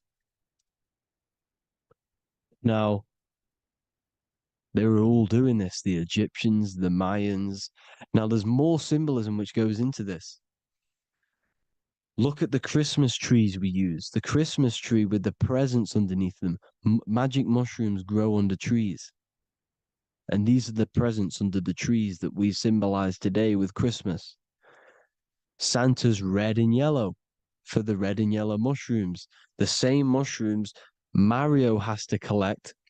And when he gets enough mushrooms, he levels up.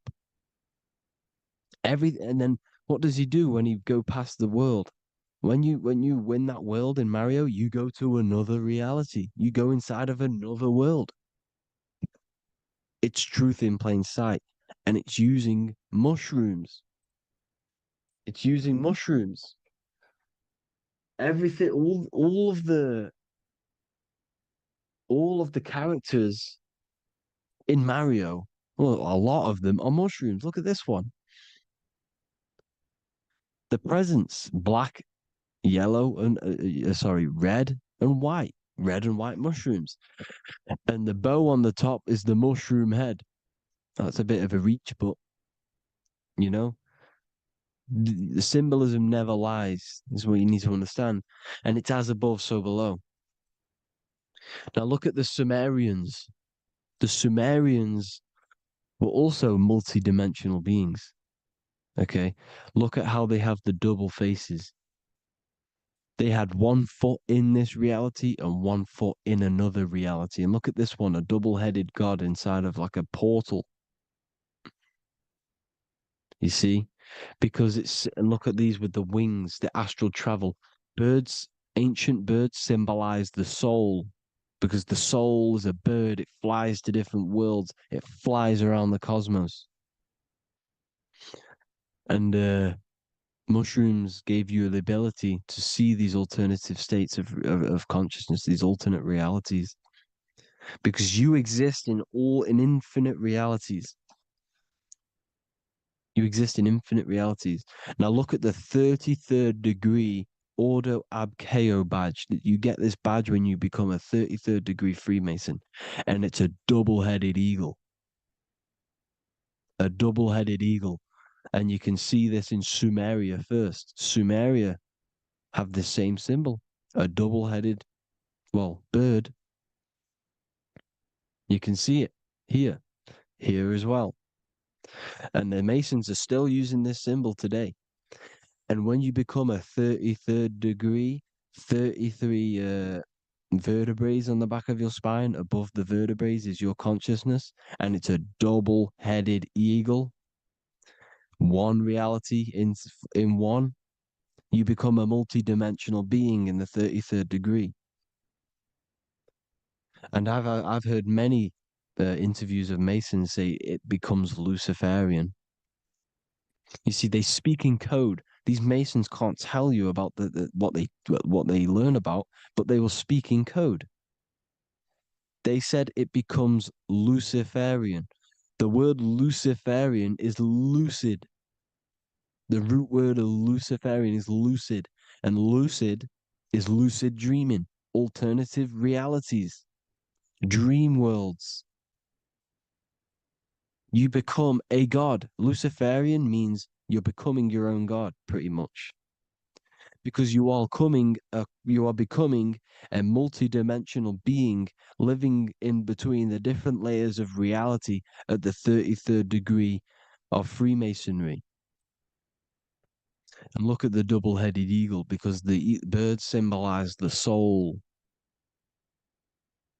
And they reach high, they fly high, just like the soul wants to fly high to the light, to become one with the light, like the Emerald Tablet says.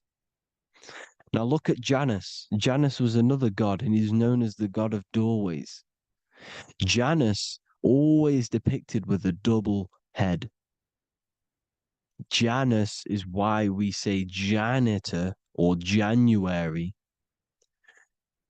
And January is entering a new year. Janus is known as the god of doorways with keys, always got a key, because keys open doors. That's why the janitor holds all the keys. And Janus always has double heads, because he had 1 foot in this reality, 1 foot in another. He was a multi-dimensional being, a Luciferian, living between the different layers of reality, except from instead of being stuck in one like we are. Well, a lot of people. And that's the whole point. You see, all of this stuff is about like changing the world and stuff like that. This world will probably never ever change. It's probably been like this forever. Well, forever, for a long time. But it's about moving out of this reality to the higher states. And the Masons always depict the ladder to the luminaries, the stars, with a key, the same key of Janus. The Vatican is a key, and it's in charge of all the religions. Why is it a key? Because they're holding back the key. They're keeping you stuck within this reality, keeping you stuck as identifying yourself with the body, identifying yourself with this world. You are not in the world is within you. This is a program being ran by your central nervous system, and your consciousness is experiencing this reality. Now, this is going to be a mind-blowing video for some people. You have to have an open mind. You have to let go of all the programs. I'm repeating what the ancients are talking about and the ancient symbolism. Look at Janus with the double-headed god. He was just another god coming down, giving keys to people who had the worthy mind to be pulled up out of this reality, to be pulled up to heaven, just like Jesus was teaching how to reach heaven. But really, it's an encoded scripture. But anyways, hope you all gained some insight on this video. Have an amazing day. Please like, share, comment. All the links are in the bio for the PDF, for the Manifestation Mastery course, and all the other amazing stuff. And if you want to support the channel, I'd greatly appreciate it if you became a Patreon member. Hope you'll have an amazing day, people. God.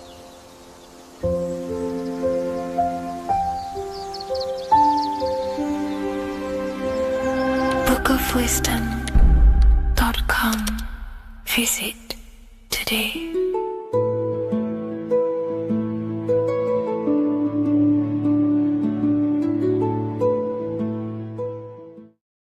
This isn't just spiritual fluff. Your words are vibrational commands that teach your subconscious what to believe and what to create in your reality. Now, I'm not going to sit here and tell you how words are these vibrational things that create reality. In fact, they are. However, the power of words does not hold in the vibration of the word. Yes, it has a little effect on plants. Yes, every word is a vibration that speaks to every cell in your body. However, this is not the main power of words. The main power of words is restructuring your consciousness and invoking energy inside of your own consciousness. I'm going to go over these two in detail for you. Your life is an externalization of your consciousness. Your belief system, your internal world, are building blocks to create your external world. What you believe in is how you see reality. It is the filter that you see to see reality. If you want to change reality, you have to change your consciousness first. There's no point trying to create a change, a manipulation in the external world, because it won't last very long. You have to restructure your inner temple, your inside world of thought and emotion. For example, your external reality is an externalization of every thought you thought in the past. Your life circumstances are just a result of every thought you thought in the past. You become what you think about. So if we can control what we think about, we will control who we become. Words are a powerful way to restructure your subconscious mind, which will then restructure what you think about. For example, if I said the word chicken all day long, I'm going to be thinking about chicken all day long. The words we repeat enter our subconscious mind, and our subconscious mind molds our conscious mind of what we are consciously giving attention to and thinking about. And that becomes our emotion. Our emotion becomes the energy, the charge behind our action. And all of this creates who you are and your reality. If you want to create a change in your external world, you need to repeat the end result as in an affirmation. I am abundant. I am disciplined. For example, if you're trying to stop a certain addiction, don't say, I am going to stop smoking. Say, I am disciplined. By saying discipline, the subconscious mind accepts the word discipline and not the word smoking. If you repeat smoking, I am not smoking, your subconscious mind will just pick up smoking and then do more smoking. So if you are trying to create discipline in your life and trying to stop something, say, I am disciplined. The reason for this is powerful because you're conditioning your consciousness. You're conditioning your subconscious mind and filling it with the word discipline. And I'm not going to say do this a certain amount of times a day or do this in the mornings. I want you to do this as much as possible. I did this as much as possible. Whenever I had free time, whenever I had a free minute, I would say these words either physically or mentally, just to condition your consciousness. Words are the most powerful way to restructure your belief system and restructure your inner world, which will then mirror in your outer world. Words are also a powerful way to invoke energy. This is why when you see these magic occult rituals, you see people chanting and doing these things. It's because if you slowly chant a word, you can actually invoke the emotion. There are three aspects of creation: thought, emotion, action. Emotion is energy in motion. By repeating a word over and over again, you can actually begin to invoke that energy, that emotion inside your heart. And you can start to feel the reality as if you are already living it. And this is just another powerful way to condition your consciousness to become a certain thing before you have it. This is what magic is. Magic is all to do with reprogramming the subconscious mind, aligning the subconscious with a certain belief or reality, which will then produce an effect in our thoughts, our emotions, and our actions, which will then create that reality. So if you want to create something in your life, literally just repeat, I am something. I am is referring to your consciousness. I am is the highest aspect of you. It is the true self. Whatever you condition your consciousness will be mirrored in your external reality. I am abundant will condition your consciousness to feel and believe you are abundant, which will then seep into your thinking. And then you will start to act more on this because you are thinking about it, which will then change your external reality. Words are vibration, and vibration is powerful. However, if you truly want to change your reality, you have to change your inner world of consciousness. And words are the best way to invoke feelings to become the reality you want. And words are the best way to condition your consciousness to a certain belief or a thought. And by doing this, you're actually creating a root cause. The cause is your consciousness, your mind. And you have to restructure the mind to create that reality. Words are a great way to restructure your consciousness and create reality.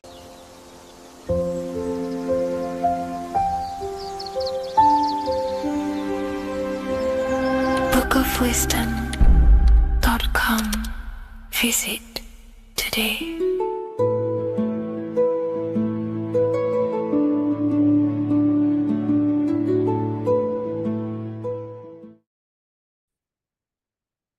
Hello and welcome to another video and another lecture from Ethereal University.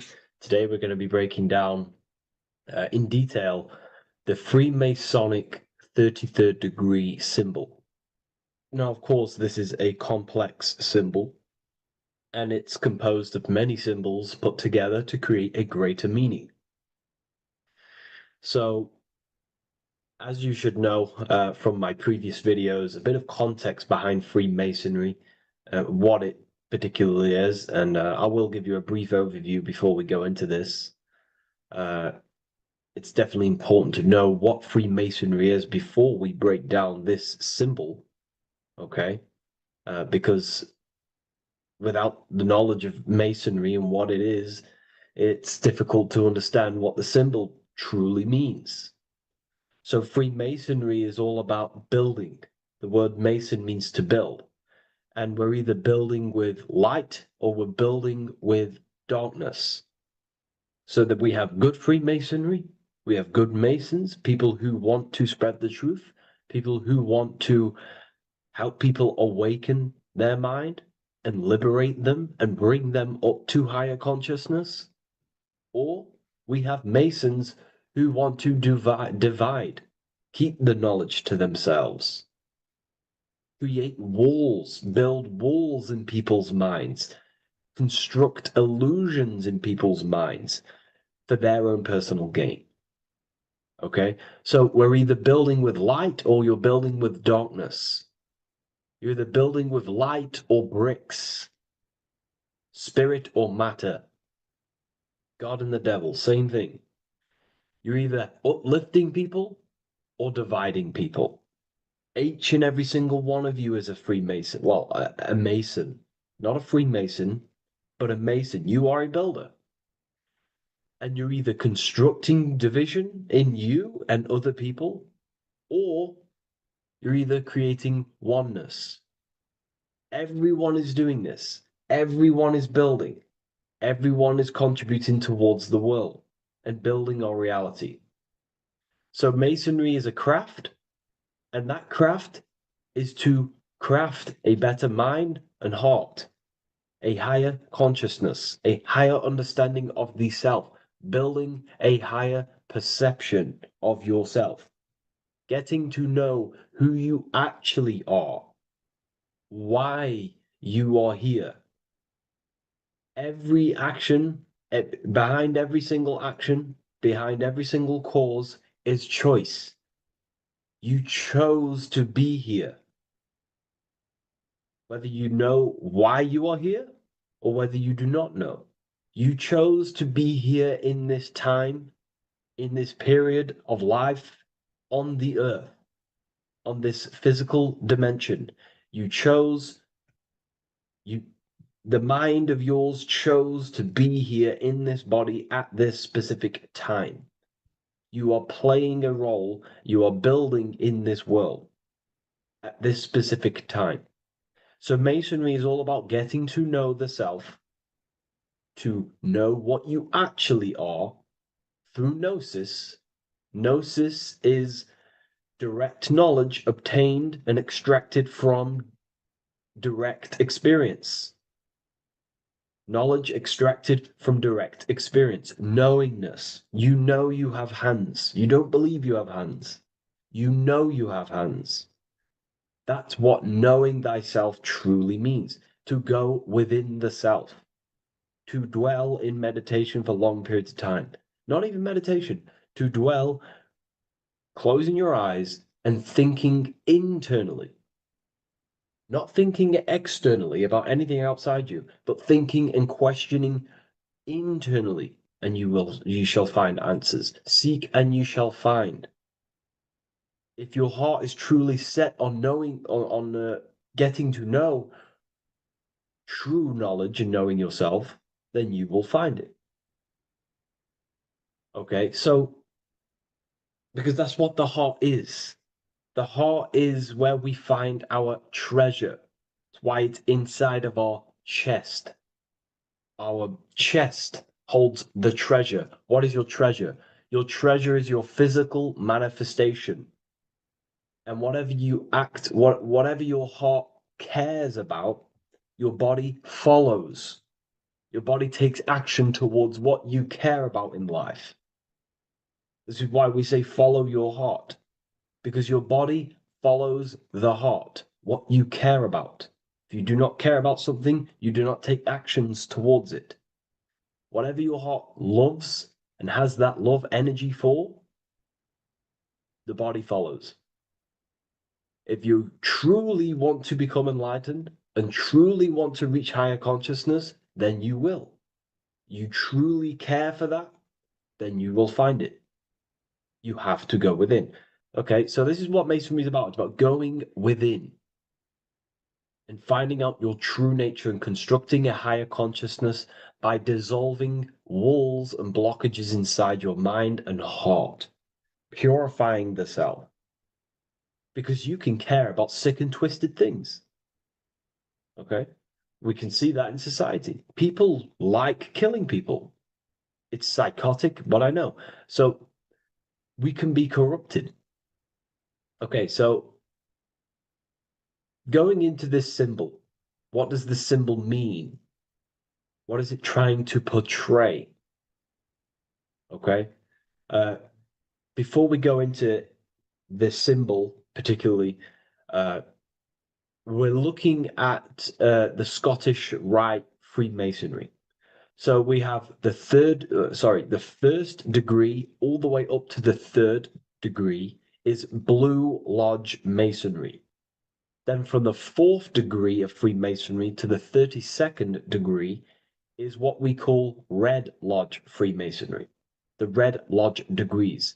So again, that is that symbolism of that red and blue, the left and right, masculine, feminine, water, fire. It's that symbolism again of the two polar opposites of reality, of masculine and feminine qualities, solar and lunar. the left and right hemispheres of the brain, the inner and out world, inner and outer world, the brain and the heart. These are all polarities, okay? Spirit and matter. We have to unify these. But we're looking at the 33rd degree. This is the end of the Scottish Rite of Freemasonry, and it's considered the illuminated degrees. Illuminated.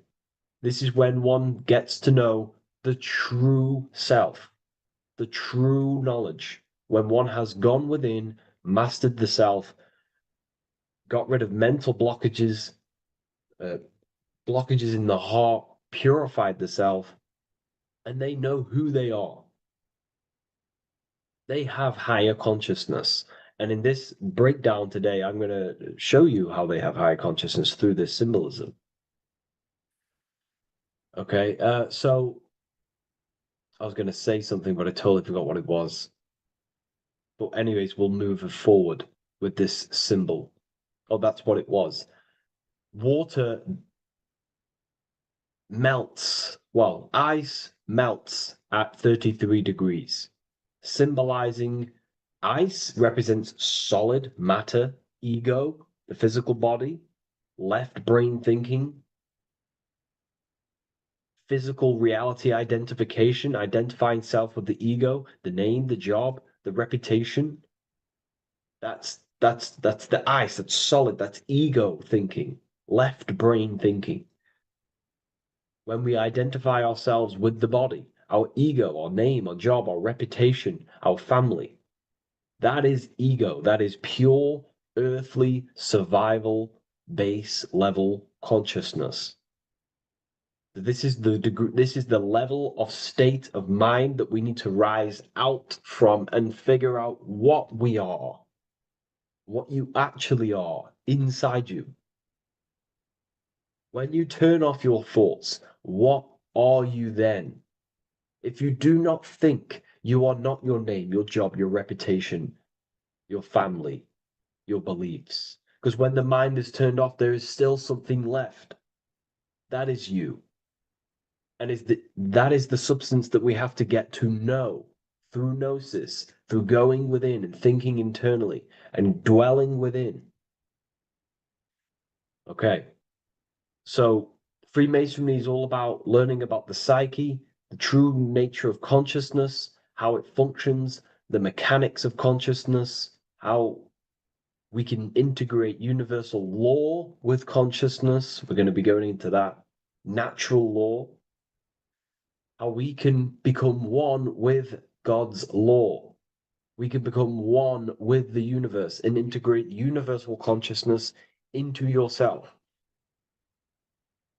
Okay, so the first thing I'm going to say about this symbol, straight away, the first thing you probably notice about the symbol is the eagle. The eagle is a bird. Okay, what do birds do? They are high in the air. They are above the earth, which represents rising, rising consciousness, rising the mind out of the lower mind, earth-based survival, impulsive, reactive, egotistical mind. And we're pulling us up, we're rising from that. The earth represents that lower base survival consciousness, ego-driven thoughts. And we're rising up. The bird is free. It's free from the earth. Okay? It's free. It's elevated. It looks down upon the earth. So the eagle is a bird which represents higher view of self, a higher understanding of the self. It's elevated. We have a higher view of myself when I reach the 33rd degree. That is what it's showing you. That is what it's symbolizing. Okay? It's above the earth. It is free. It looks down. When you have higher consciousness, you become enlightened. It's impossible not to look down. You do look down on people, but not in a bad way. Not in a bad way. That sounds bad. I understand if that sounds bad, but that's not a bad way. I don't mean that in a bad way or a bad-hearted way. I mean that as when you have higher consciousness, you can see people who are living and dwelling in zombie mode, low level earth based consciousness. They think they're the body, they think they're their name, their job, their reputation, their family. So it represents looking down because I have higher awareness of myself. I know what I truly am. The water is flowing at the 33rd degree. The water melts at the 33rd degree, representing the flowing of consciousness, the flowing of the mind, flowing of light energy entering the body. Because when we reach higher consciousness, when you raise your consciousness, which is just an easier way of saying mastering thoughts, mastering yourself, we no longer give attention to negative thoughts because we understand what thoughts are and why would you let your own mind take away your own power? So again, Freemasonry is about gaining personal power, not in a bad way. Well, it can be used for bad. Gaining mental power, a strong mind. Most people have very, very, very weak minds in this world. Very weak minds. This world is a mental world. We have to gain strength in the mind. It's a mental universe. The stronger the mind, the better your reality. The less affected you are by external things. Nothing external should ever bother you. Okay? uh, so it's about gaining mental strength, mental clarity. So again, the bird is elevated, it looks down, it has a higher awareness, it sees things from above, it sees the world for what it truly is. That's the eagle. Okay? It's the higher view. This is the illuminated degrees. So we're looking at now the sword. The bird, the eagle, the double-headed eagle is standing on the sword. Very symbolic. The sword is not above the eagle. The sword is below the eagle. The sword moves through the air. On a basic breakdown of the sword, it represents power. Power. Because if I have a sword, I hold the power over you. That's what it symbolizes. In war, you have a weapon bigger than someone else and more destructive than someone else, you hold the power. So it's a power symbol. To go even deeper on this, on its true meaning, the sword, I've already broke this down plenty of times. It moves through the air. It cuts the air. It's the mind. Air represents the mind. Water is emotion. Fire is the spirit. Earth is the body. So we're looking at the mind, the power of the mind. And the eagle is standing on top of this, representing I am conquering my own mind. I am conquering my mind. My mind does not conquer me. My mind is truly mine. I hold the power over it. I stand on top of my mind. The mind does not rule me. Thoughts do not enter my mind that take away my power. I think it, I feel it, I act towards it. It's unity. My mind is the monarch. It is the command center. It is mine. I'm above the mind. That's what it's showing here. I hold full control over this mind. I hold the power. Okay? And I have an elevated view of the mind. The eagle is elevated. It looks at the earth from above. It's the higher perception of the mind. The mind has a higher view of the self. It is conscious. Most people are not conscious. Okay? Most people walk around, they act unknowingly, they don't even know they don't even know they exist. They don't realize they have consciousness. They think they grew from a monkey. They're born on a spinning ball in the middle of space, and they think they're the body. That is the level of earth-based consciousness. And it's saying, I hold the power. I hold my mind to what I want to direct the mind's forces to. I create with my mind. I carve reality. I shape my reality with my mind and thoughts and my intellect, my communication. Okay? That is what we're looking at here with the sword. It's on top, meaning I control it. When you stand on top of something, you are the top. You are on top of it. You hold the power. You rule over it. When you are the boss of your business, you rule the business. That's what we're looking at here. The sword needs sharpening. It always needs sharpening. You can't use a sword forever. You need to sharpen it. The mind will not stay powerful and strong and and aligned with what you actually want unless you continuously refine the sword. The mind needs to be refined or reminded.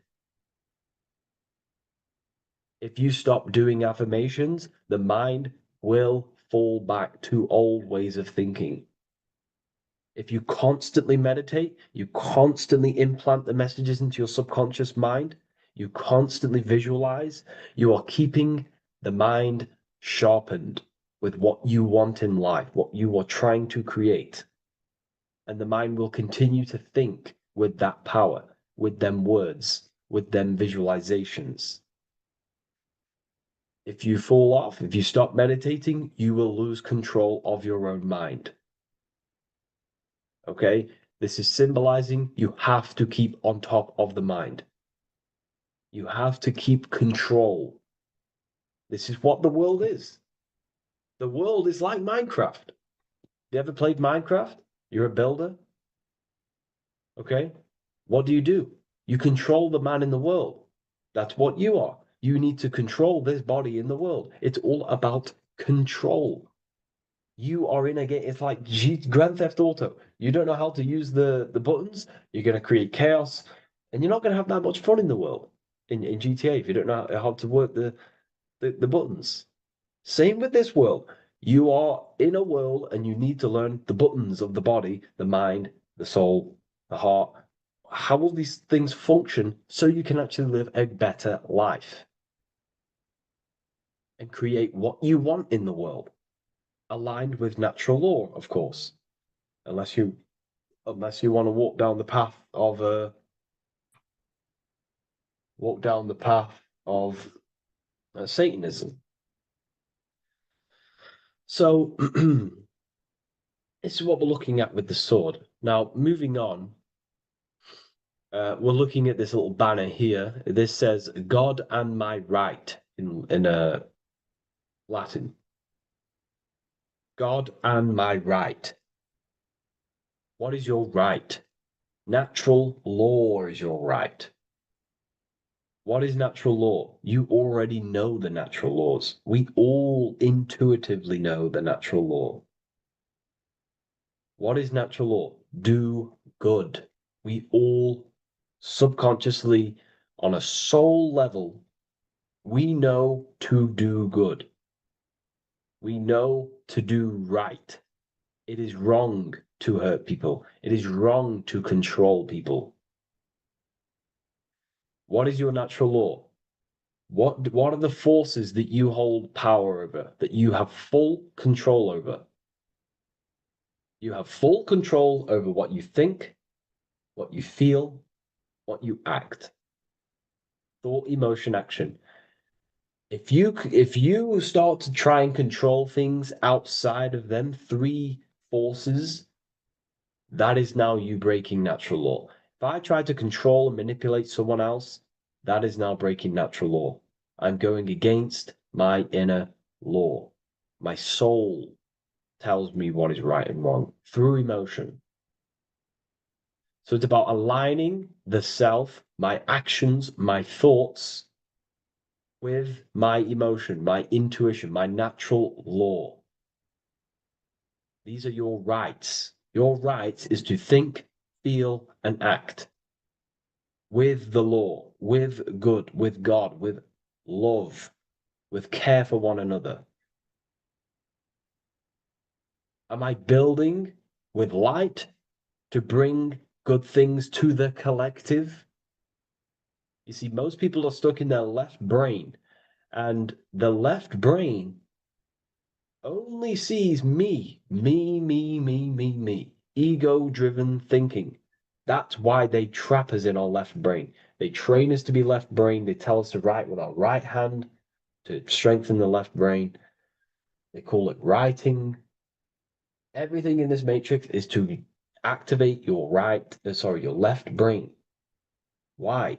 They need you in ego consciousness so you can be controlled and manipulated. So you do not recognize patterns. That's the right brain. The right brain recognizes patterns, symbolism, metaphors. They don't want you reading between the lines. They want you logical. They want you divided because the right brain sees the whole. The right brain sees the woods. The left brain sees the trees. And that tree is your ego. And the woods is the collective consciousness. They want you only thinking about you. Because that way you are divided from the collective consciousness. And we're all one consciousness family. We're all God. We're all God experiencing himself.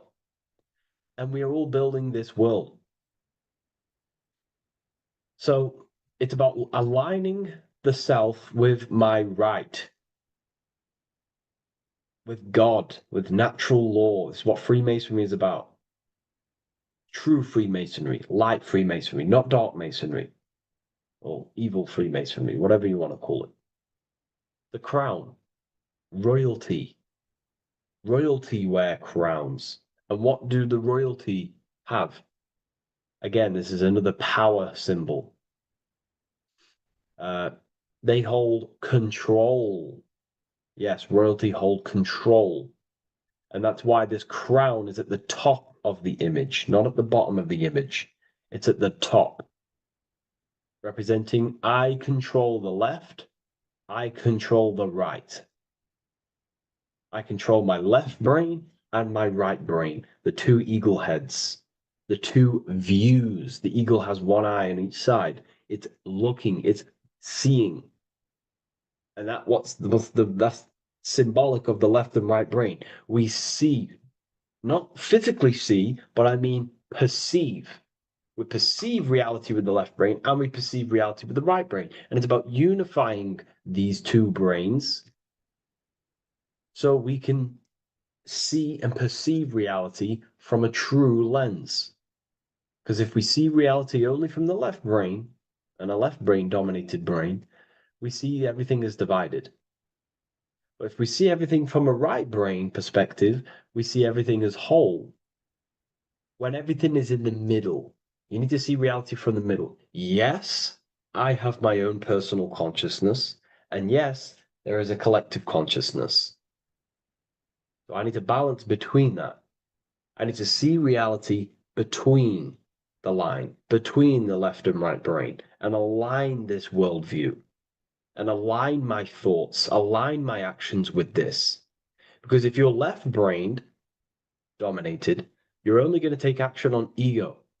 You're only going to take action on me. You're only going to think about me.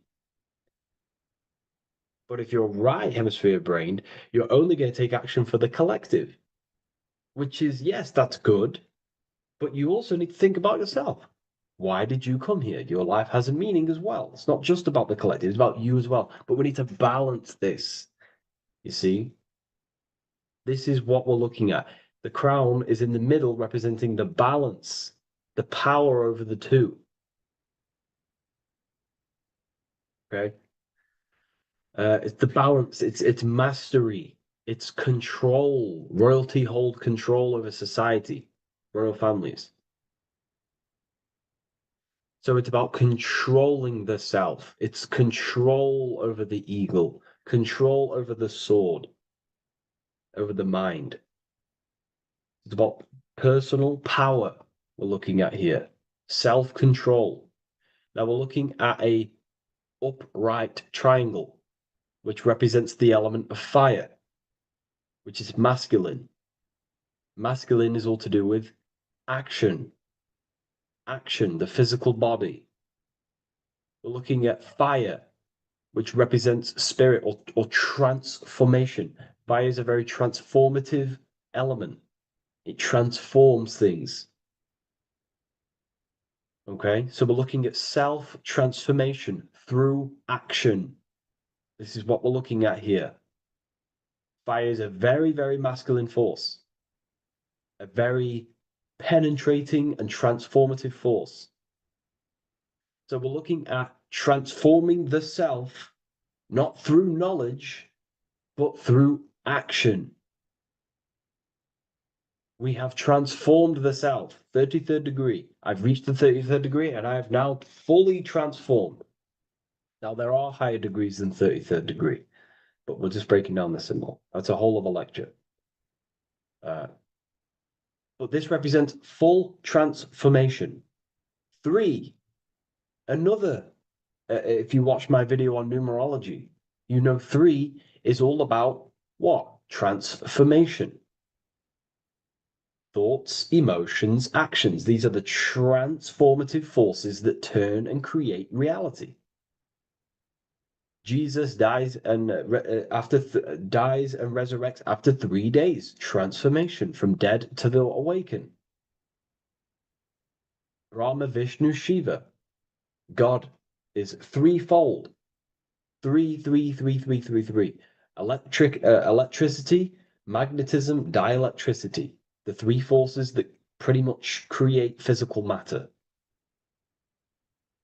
Transformation is 3. So we're looking at transformation through action. Action is a very transformative force. There's no point learning this knowledge if you're not going to act upon the knowledge.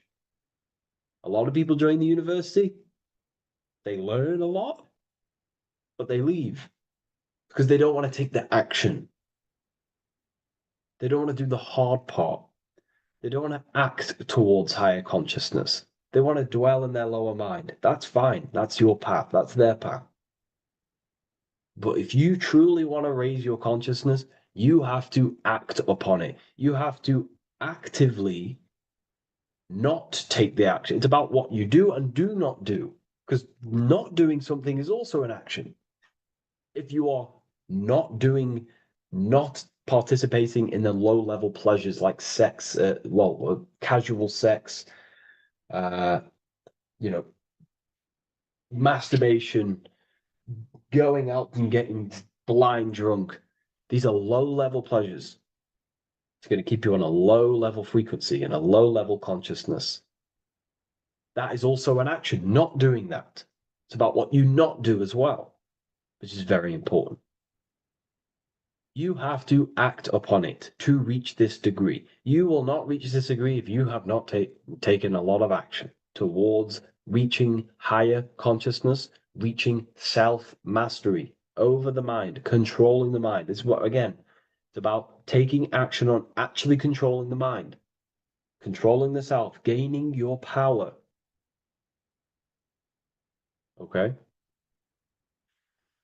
Okay. This is another fascinating part about the eagle head and wings. It also represents the past, present, and future. The crown is, again, symbolic of the crown chakra. This is all to do with knowledge. So we're looking at knowledge of the past, the eagle on the left looking behind, and the eagle on the right looking forward. So we're looking at the crown, knowledge of the past and the future. looking at your past is very powerful. What has led you to this very point in your life? What actions have taken you to this point? And not only you, remember, there is a collective. Remember, you always have to keep that in mind. Every action you take, you have to always align it with the collective consciousness. It's not just you in the world. We have a collective. So, how did you and how did the collective get to this point in life, in this present? How did we get here? How did we get into this mess? Humanity is in a mess. A straight up chaotic mess. And if you think everything is perfect and everything's divine and everything's just, there's some people out there in the spiritual community saying, everything's divine, everything's meant for this purpose. No, there are people actively manipulating and using mind control methods to control this reality. How have we got into this mess? So we have to look into the past to analyze patterns so we can take action now in the present to change the future of the collective and your personal life. That's what we're looking at here. So the eagle looking left is looking in the past, representing analyzing the past, analyzing the actions in my life and the collective life. The actions that led to this mess now, to this state now. And what can I do now with my knowledge to change the future to a better future aligned with, again, natural law, aligned with goodness, aligned with God, aligned with care and love for one another and the self. So it's all about knowledge of the past and knowledge of the future. And what I can do now to take action, the triangle pointing at the middle, which is the present, what can I do now to change the future? To create a better future, to transform the world. 33, transformation. To transform the future. Okay, this is what we're looking at here with the two double-headed eagles as well. Again, this is more art. This is a lot more complex symbolism here. But again, we have the Earth hemisphere here. And what? The eagle above. It is raised above the earth, above material pleasures, above the material thinking self, above the ego. Not to say get rid of the ego. We need the ego, but balancing, control, power over the ego, power over the two hemispheres of the brain, power over my past and my future, power over time. What am I using my time towards? Time is your spiritual currency. Okay? It's elevated. It sees things from a higher perspective. It is higher consciousness. We're also looking at the astral body. Birds on a deeper level represent the astral body. So symbols have layers of meaning. The deeper you get into the occult. So when you join the first degree, you get, a good interpretation, and the higher degree you go, the more deeper the symbol reveals, as the more deeper you know yourself. So we're looking also at the astral body, the light. What is the light? Light is a massive symbol in Freemasonry. It's knowledge, gnosis. When you're very intelligent, you call someone, they're a bright child. They have enlightenment, light in the mind. Looking at light, a lot of knowledge, a lot of self-knowledge of the self, of the psyche, how I function, what I am. knowledge of the astral body, rising above the earth, astral projection, exploring your true nature, exploring consciousness. This is what we're looking at here. And in order to explore your astral body and explore the astral realm, you have to control the sword, the mind. And you can then explore. You are free like a bird to fly. This is all symbolic of rising consciousness. All symbolic. So I hope this video has gained a bit more clarity on this symbol and giving you some insights. And I will see you in the next one. Thank you for tuning in today.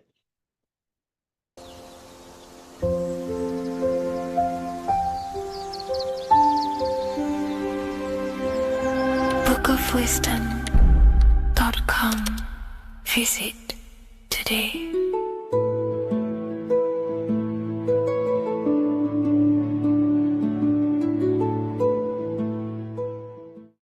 Welcome to Revival of Wisdom. What is good, people? It's Revival of Wisdom. We're back with another video. Today we're going to be talking about the importance of Saturn and the occult. Let's jump straight into this. So Saturn is the god of the earth, right? It's the time of God, change, destruction, physical matter. He creates and destroys because the energy of Saturn is the key to crystallization. It wraps things in physical matter, right? He creates everything, all life forms, and he takes things back because the day that you're born, that's the day that your expiry date is coming. The time is ticking until Saturn takes your life. This is why he's known as the Reaper. Okay? As he's personified as eating his child here in this ancient Roman painting. As you can see, he's eating the child. We are all children of Saturn, right? He creates physical matter, our physical bodies, right? He's the god of time because he's the slowest moving celestial body. He's the Lord of the Rings, as you can see here. He's the last one on the ring. He's the slowest one moving, okay? So he is the Lord of time, destruction and creation, okay? This is why his name is Saturn, Satan. He's the devil, okay? But I'm not saying Saturn's evil, guys. It's a part of life. Everything lives and dies, right? He's the key to crystallization. Now, as we have the clock here, our god Saturn, or Chronos in Greek, just means time. He's also the god of time, as I've already said. 60 seconds in a minute, 60 minutes in an hour, 24 hours in a day. Add 2 plus 4 equals 6. 60 seconds, 60 minutes, 2 plus 4 equals 6. That's 666. Okay? And as you see on the clock, 6 take away 12 equals 6. 7 take away 1 equals 6. 9 take away 3 equals 6. 6 is the number of Saturn. It's associated with Saturn, right? He's the god of time, of justice. Everything goes back to the Reaper in the end. Everything lives and dies. Now, the artwork of him, he's always got the Reaper staff. You see, it's personifying death. Now, when you see this, the Romans were not saying Saturn was a real person, a real god in human form. No, this is personification. This is what the ancients always did. They personified, just like the Bible. It's all personification. So the personifying Saturn eating its children because it eats, it's the Reaper. No one can escape the Reaper. No one can escape death. Now, Saturn is 666, which is in the Bible, the number of the beast, right? The number of the beast, Satan, 666, right? So on the North Pole of Saturn, you have a hexagon which makes a cube, right? Now this hexagon, when you join up all the corners, creates the six-pointed star known as the Star of David, right? In the Jewish religion.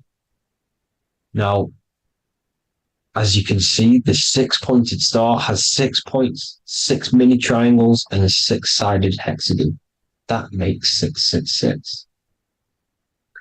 And also, your Saturday is named after Saturn, the sixth planet, the sixth day of the week, and has a six-sided polygon on its north pole. That's also 666. Now, this Star of David, this symbol goes back thousands of years, and it originates from Saturn. It's not the Star of David, right? It originates from Saturn. It symbolizes the physical and spiritual aspect combined into one, which makes us humans, right? Also symbolizes the male and female combined into one. These two sacred energies create the human. We consist of both male and female energy, also known as the Seal of Solomon.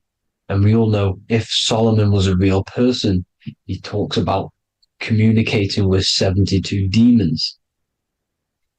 He could apparently, in the text, he could communicate with 72 demons, and this is sorcery. This is black magic. Now, this symbol is associated with hexing people. When you place a hex on someone, that is a form of witchcraft, which a hex is just a curse. When you're cursing someone, this is black magic. Now, the black magician would stand in the middle of the symbol and cast his spells onto other people. Now, this symbol is obviously on the $1 bill, twice on the $1 bill. And it's very, very ancient symbol. And it originates from Saturn. And let's keep going. So the cube. So I've just said how you see the cube on the North Pole of Saturn, right? The cube is limited. It's a 3D shape. It symbolizes limitations to the physical 3D dimension, the third dimension, the physical realm which we are in. Now, as you can see, the color associated with Saturn is black, right? Black is infinite potential. Black is the creation of all things before there was light. Light is born out of blackness, darkness, okay? Now, black is physical matter. And as you can see, the black cube, black symbolizing physical matter, the cube being limited, as the physical realm that we are in is limited. It's not like the fourth dimension where everything can exist in a thought. The third dimension is limited, right? And this is what Saturn is. It limits you to the 3D 666. Your body limits you to your physical body. Now, these black cubes are placed everywhere. As you can see, Australia, Denmark, Manhattan. There's one in New York. As you can see, the Apple have a cube. The Nintendo GameCube. Trump Tower is a black cube. This is worshipping the energy of Saturn, the god Saturn. Okay, it's not a god, it's a celestial energy. However, it rules over Earth because it pretty much created the physical realm. Now, as you see, when you go to a funeral, you wear black, a black suit symbolizing Saturn, which is the color associated, black. And as you see in Mecca, they walk around the black cube in rings. As you can see here, they're stood around in rings, like the rings of Saturn. The Mercedes symbol You probably wouldn't notice that, but yes, it's Saturn. And when you graduate from university, you wear a black cube on your head. This is all symbolizing Saturn. Okay. Now, as you can see, the Jews here have a black cube on their third eye whilst they pray. Notice how he's shutting his eyes into blackness, darkness, and he's wrapped around a black strap around his arm. This is symbolizing the wrapping of physical matter, of how physical matter wraps things into existence. And as we all know, the Star of David is a Jewish symbol. So he has the black cube and the Star of David, right? So all of these religions are secretly worshipping Saturn. Okay, this is all Saturn worship, Kronos, the god of time and destruction, the physical reality. Now, as you can see, it's symbolized everywhere in all major corporations. Pepsi, internet, that's obvious. NASA, of course, NASA. NASA means to deceive in Hebrew.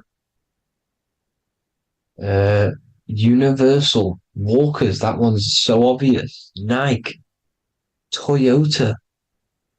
So many different ways they symbolize it. You either see the rings of Saturn or the black cube, as I just showed you here, the Nintendo and the Mercedes, right? It's absolutely everywhere. Now, they also use 666 to symbolize it, as I've just broken it down to you. 666, the World Economic Forum. We all know how they're trying to enslave us into this new world agenda. Google Chrome, CERN, Disney, Coca-Cola, Cadbury's, all of these have 666. Now, every UPS barcode has 666. And even www. Is Hebrew for 666, as you can see here. Monster. It's the same Hebrew letter that means 666. Drake, 6 God. That's his God, Saturn. Why? Because they love physical realm. They love the physical dimension, the third dimension. Because they can rule here through riches. They can build an empire here. It's not like the fourth dimension. They don't want to ascend. They want to stay down here in the physical realm. Okay? Now, this is why they're cloning. They can move their consciousness into other clones to live forever. This technology exists. This is why they love the third dimension. As you can see, all of these sellouts here, Drake, Leonardo DiCaprio, you know, all of these people doing 666 because this is their God. This is their God. They love the physical realm. They sold their souls for wealth and fame in this physical realm. So why would they leave? You see? Now, this isn't all just evil, okay? So you have 7 chakras, right? You have 7 days of the week, 7 solfeggio scale notes. These are frequencies, the solfeggio scale. Now, it's called the Saturn Moon Matrix because the moon symbolizes your mind because you're created out of the Holy Trinity, which is body, mind, and spirit, right? That's the triangle, the equal triangle, body, mind, and spirit. Now, the 3 main celestial bodies are Earth, Moon, and Sun. The Earth being your physical body, the Moon being your mind, and the Sun is your soul, hence why it's called solar. It's a solar soul. Now, these symbols are alchemical symbols. So when you're doing alchemy, you use these symbols to obviously symbolize what we're talking about. Now, as you can see, these are all the symbols of the planets. Now, Saturn is created out of the moon on top, the moon on the bottom and the earth on top, as you can see here. You see? And this creates the number 5. Now, with the moon being your mind and the earth being your physical body, This is mind over matter, because the earth is your body's matter. This is a matter over mind. You don't want to be matter over mind. This is low states of consciousness. You won't be mind over matter. You see, to manipulate matter, to create your own reality. Now, obviously, we all know Saturn is associated with the lowest chakra, which is the root chakra. This is to deal with your animal instincts. When you're down here, you identify as the physical body. You don't know anything spiritual. You're pure a physical, you have a pure physical mind. You don't believe in anything spiritual. This is survival mode, consumption. They want you trapped down here, which is matter over mind. They don't want you to create your own reality, which is mind over matter. You see? Now, that's what Jupiter is. Saturn is the moon on the bottom and the earth on top. But Jupiter is the moon on top with the earth on the bottom. That's mind over matter, you see? So, these chakras are an ascension process from spiritual, from matter, physical matter to spiritual. This is the ascension. This is the stairway to heaven. This is Jacob's ladder. You see? Now, the number 5, which is obviously associated with Saturn as well, which create the symbol for Saturn, created the number 5. You have 5 senses, 5 elements, 5 physical elements. As we all know, Saturn crystallizes everything into physical matter out of the 4 elements. 5 fingers and toes, 5 points of man. Okay, the number 5 is the number of justice. Saturn holds things back. He restrains things from you, makes you learn the lesson. Now, 666 is not all evil. 666 is the atomic structure of the carbon atom. 6 protons, 6 electrons, 6 neutrons, right? We are carbon-based life forms. All life forms are based on the bonding properties of the element carbon. Because Saturn crystallizes everything into physical matter. Now, the Masons symbolize this with the checkered boards. They have the black square, which is obviously matter. As I just said, the black cube. And spirit is the white square. Because white is eternal light. White and light. You see? Black is physical matter. Now, this is what we are. The point of our soul is to transmute from matter to spirit, but these are interchangeable. This is the constant cycle between spirit and matter, spirit and matter. High vibrational matter turns into spirit. Low vibrational spirit turns into physical matter. You see?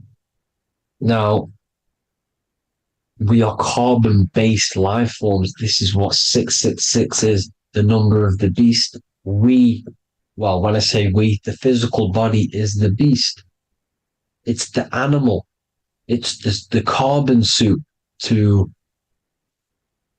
operate in this physical dimension, in this physical realm. See? It's the vehicle used to operate in this physical realm. But your mind isn't from this physical realm, you see? The brain is the physical manifestation of the soul. Okay? So, as you can see here, the spine is an extension of the brain. Everything goes back to the brain. This is literally what your physical body is. You see, this is the nervous system, and everything reports back to the brain, and everything's controlled from this control center. And this spinal column, at the top of the spinal column, is your third eye, which is known as the pineal gland. And this is the seat of consciousness. It's the center of consciousness. That is your true self, pure consciousness. This body is just a physical body. This body is mortal. This body runs out, but your consciousness lives forever. They don't want you knowing this. This is why they keep you down here in your lower chakra. They want you to believe everything is just physical. They don't want you to believe in the spiritual side of reality. Because this way they can manipulate you, right? They want you matter over mind because they know your mind creates reality. They know your mind is the root cause of reality. You manifest your own reality from the inside out.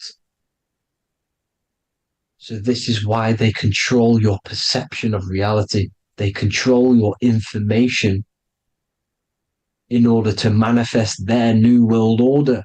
You, who are ignorant to knowledge and wisdom, you who are ignorant are manifesting their agenda because you accept their information and their perception of this reality. Now, this is why they tell you the globe model, the heliocentric model, to trap you into physical matter. Now, if you understood about this true form of this realm, you'd understand that there's a spiritual side behind everything. The spiritual side, something has to exist. The root cause of reality is higher planes of existence.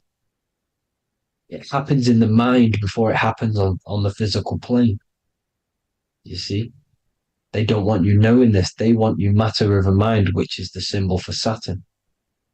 Moon over Earth. The Holy Trinity.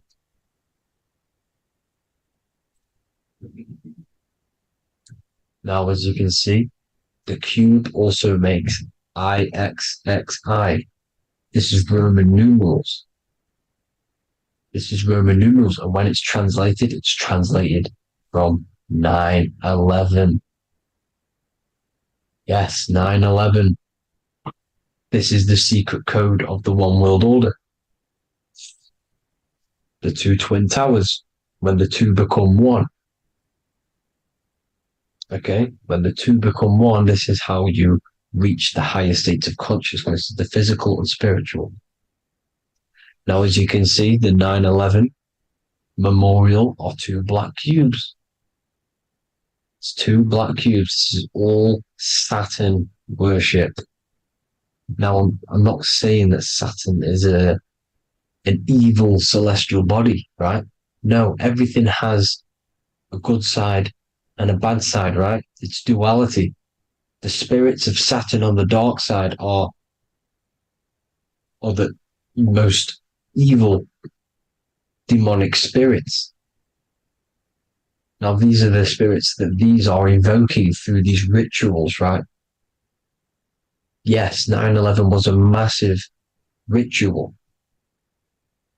It's a satanic ritual, okay? Now, we all know Elon Musk. Elon Musk is coming with the mark of the beast. And English gematria, this equals 666, right? 666, as I said, is the number of the beast. You are the beast, your physical body. You see how the Bible twisted things up to make things more confusing, right? But it's there. You just have to have the knowledge to be able to read the Bible properly. As we all know, we had this virus. I'm not going to say the name because I'll get flagged. This virus adds up to 666 because this is all part of the New World Order. It's all part of keeping you in this physical dimension. Okay? Now, as you can see here, Novus Ordo Seclorum on the back of his shirt, on Elon Musk's shirt. This is also on the $1 bill. Novus Ordo Seclorum. This means New World Order. Yes, New World Order. This is on the back of Elon Musk's shirt. And as you can see here, he owns Neuralink, which is the brain chip, which they're going to be putting into implanting this onto your brain. This is the New World Order to connect you and merge your consciousness with AI. Neuralink and Meta, he owns Meta as well, which is the metaverse. These are going to be linked in, hence why they have the same symbol, but just in a different format. It's the infinity symbol. And the infinity symbol comes from the torus field, as you can see here, your electromagnetic field from around your body. Now, the end goal is for this New World Order is to trap your consciousness inside of an alternative reality being projected from the metaverse. Because the metaverse will be the reality. Neuralink will be the brain chip inside of your brain, projecting your consciousness into an alternative reality while they harness your energy of your physical 666 body. Now, this stuff gets real deep, people. Now, this is the end goal of the New World Order, is to connect you with AI. This is why they're trapping you and keeping you in these lower states of consciousness in the Saturn-associated root chakra, so you don't find out about the spiritual side of reality. Because if you knew the truth of this reality, you wouldn't connect to AI. You see, you have the power within you to travel to other worlds, the astral plane, for example. You travel to different worlds when you are sleeping. Okay? They want you to know it's just a dream. However, their end goal is to trap your consciousness and feed off your energy, spiritually and physically. Okay? I don't know why these people are just pure evil. As I said, evil love bondage. They love the physical dimension. They don't want to ascend to other realms. These evil love the third dimension. This is why evil spirits will inhabit bodies, exorcisms, because they miss being in the physical realm. They miss it. Evil love bondage. So this is why they're cloning and putting their consciousness in clones to stay in this third dimension, to stay as further away from the source as possible. Okay? This is why they're doing it. And this is how it's all linked in. So I hope you all enjoyed this video. Hope you gained some wisdom. Please feel free to join the Telegram. And please leave a like and a subscribe. Thank you all, people. God bless.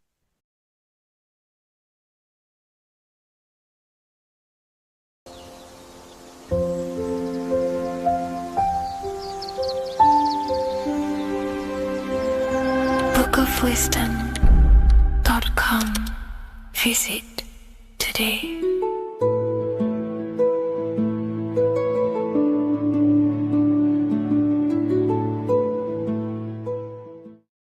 What if I told you that the Egyptians were trying to give you instructions on how to not reincarnate and come back to this material world and ascend your consciousness, your soul, to a higher plane that exists in the various dimensions of consciousness? This is Anubis, and this is his scales. You can find this image in the famous Book of the Dead, which is a famous Egyptian book and text talking about death, reincarnation, and the different things that go into death and how to prepare our mind, our souls for death. The Egyptians saw this as a massive thing in life. We must prepare our consciousness for the transition from a physical reality to a non-physical, tangible reality. The first thing we must understand in order to understand death is the term as above, so below. We die every single night. Consciousness goes to sleep, which is the withdrawal of consciousness from the material body into the inner realms of the mind. At night time, becomes the darkness, and consciousness goes within itself. When the daytime comes around and the sun becomes more powerful, the rays of the sun increase the brain waves, and the body becomes active again, and consciousness manifests things externally. So the nighttime is the internal world, death or sleep, and the daytime is life, the external world. When we die, it's just a bigger version of sleep. We enter into our inner realms of consciousness. However, this transition needs some preparation. In order to understand the universe, understand what happens after we die, we have to understand that life is mental and the mind is not the brain. The brain is just a physical computer for the mind to operate the physical technology of the physical body. What you are seeing right now in your eyes is a simulation produced by your brain. Light waves entering in your eyes and the visual cortex at the back of the brain producing an image of what you call reality. Therefore, reality is not outside of you, it's a simulation produced by the body. The five senses are just electrical threads of light, all sending information back to your brain, and your brain is interpreting these electrical signals as senses: touch, taste, smell, and hear, and see. So everything you're experiencing right now is a simulation produced by the brain and the nervous system, but you are the observer of that reality, of that simulation produced by the technology of the body. So when you die, the technology,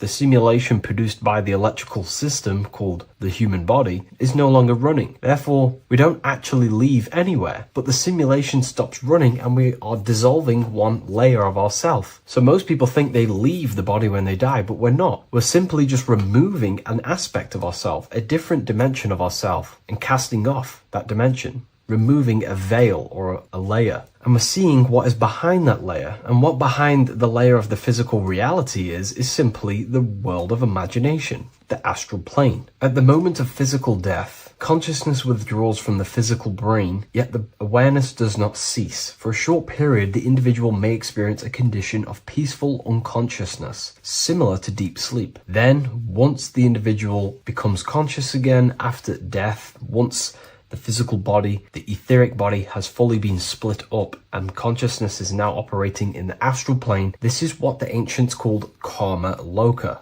Arthur E. Powell mentions this. C.W. Ledbetter mentions this place as well. Karma loka is a place in the astral plane. The astral plane is the realm of imagination. It is where the forces of the mind manifest desires as imagination. All of your desires, your desired realities, the screen that you have in your mind, that screen you manifest a visualization on, exists in the dimension of the astral plane. It is a realm made of thoughts. It is an object made of thoughts. If you think of a chair, for example, and imagine that chair in your mind's eye, that screen you are seeing in your mind's eye is a thought animated. That thought is an animated desire, and that exists in the realm of the astral plane, a realm of subtle thought forms. Therefore, the physical world has an exact copy of this world, however, in the astral plane. Just like how if you remember the house that you grew up in as a child, if you could sit down right now, wherever you are, and you can imagine, walk around that house in your mind. You can imagine the layout of the street of the house. So in our minds, we have our own layout and map of our house, but then now connect all of the collective consciousness's minds and memories of places on the earth come together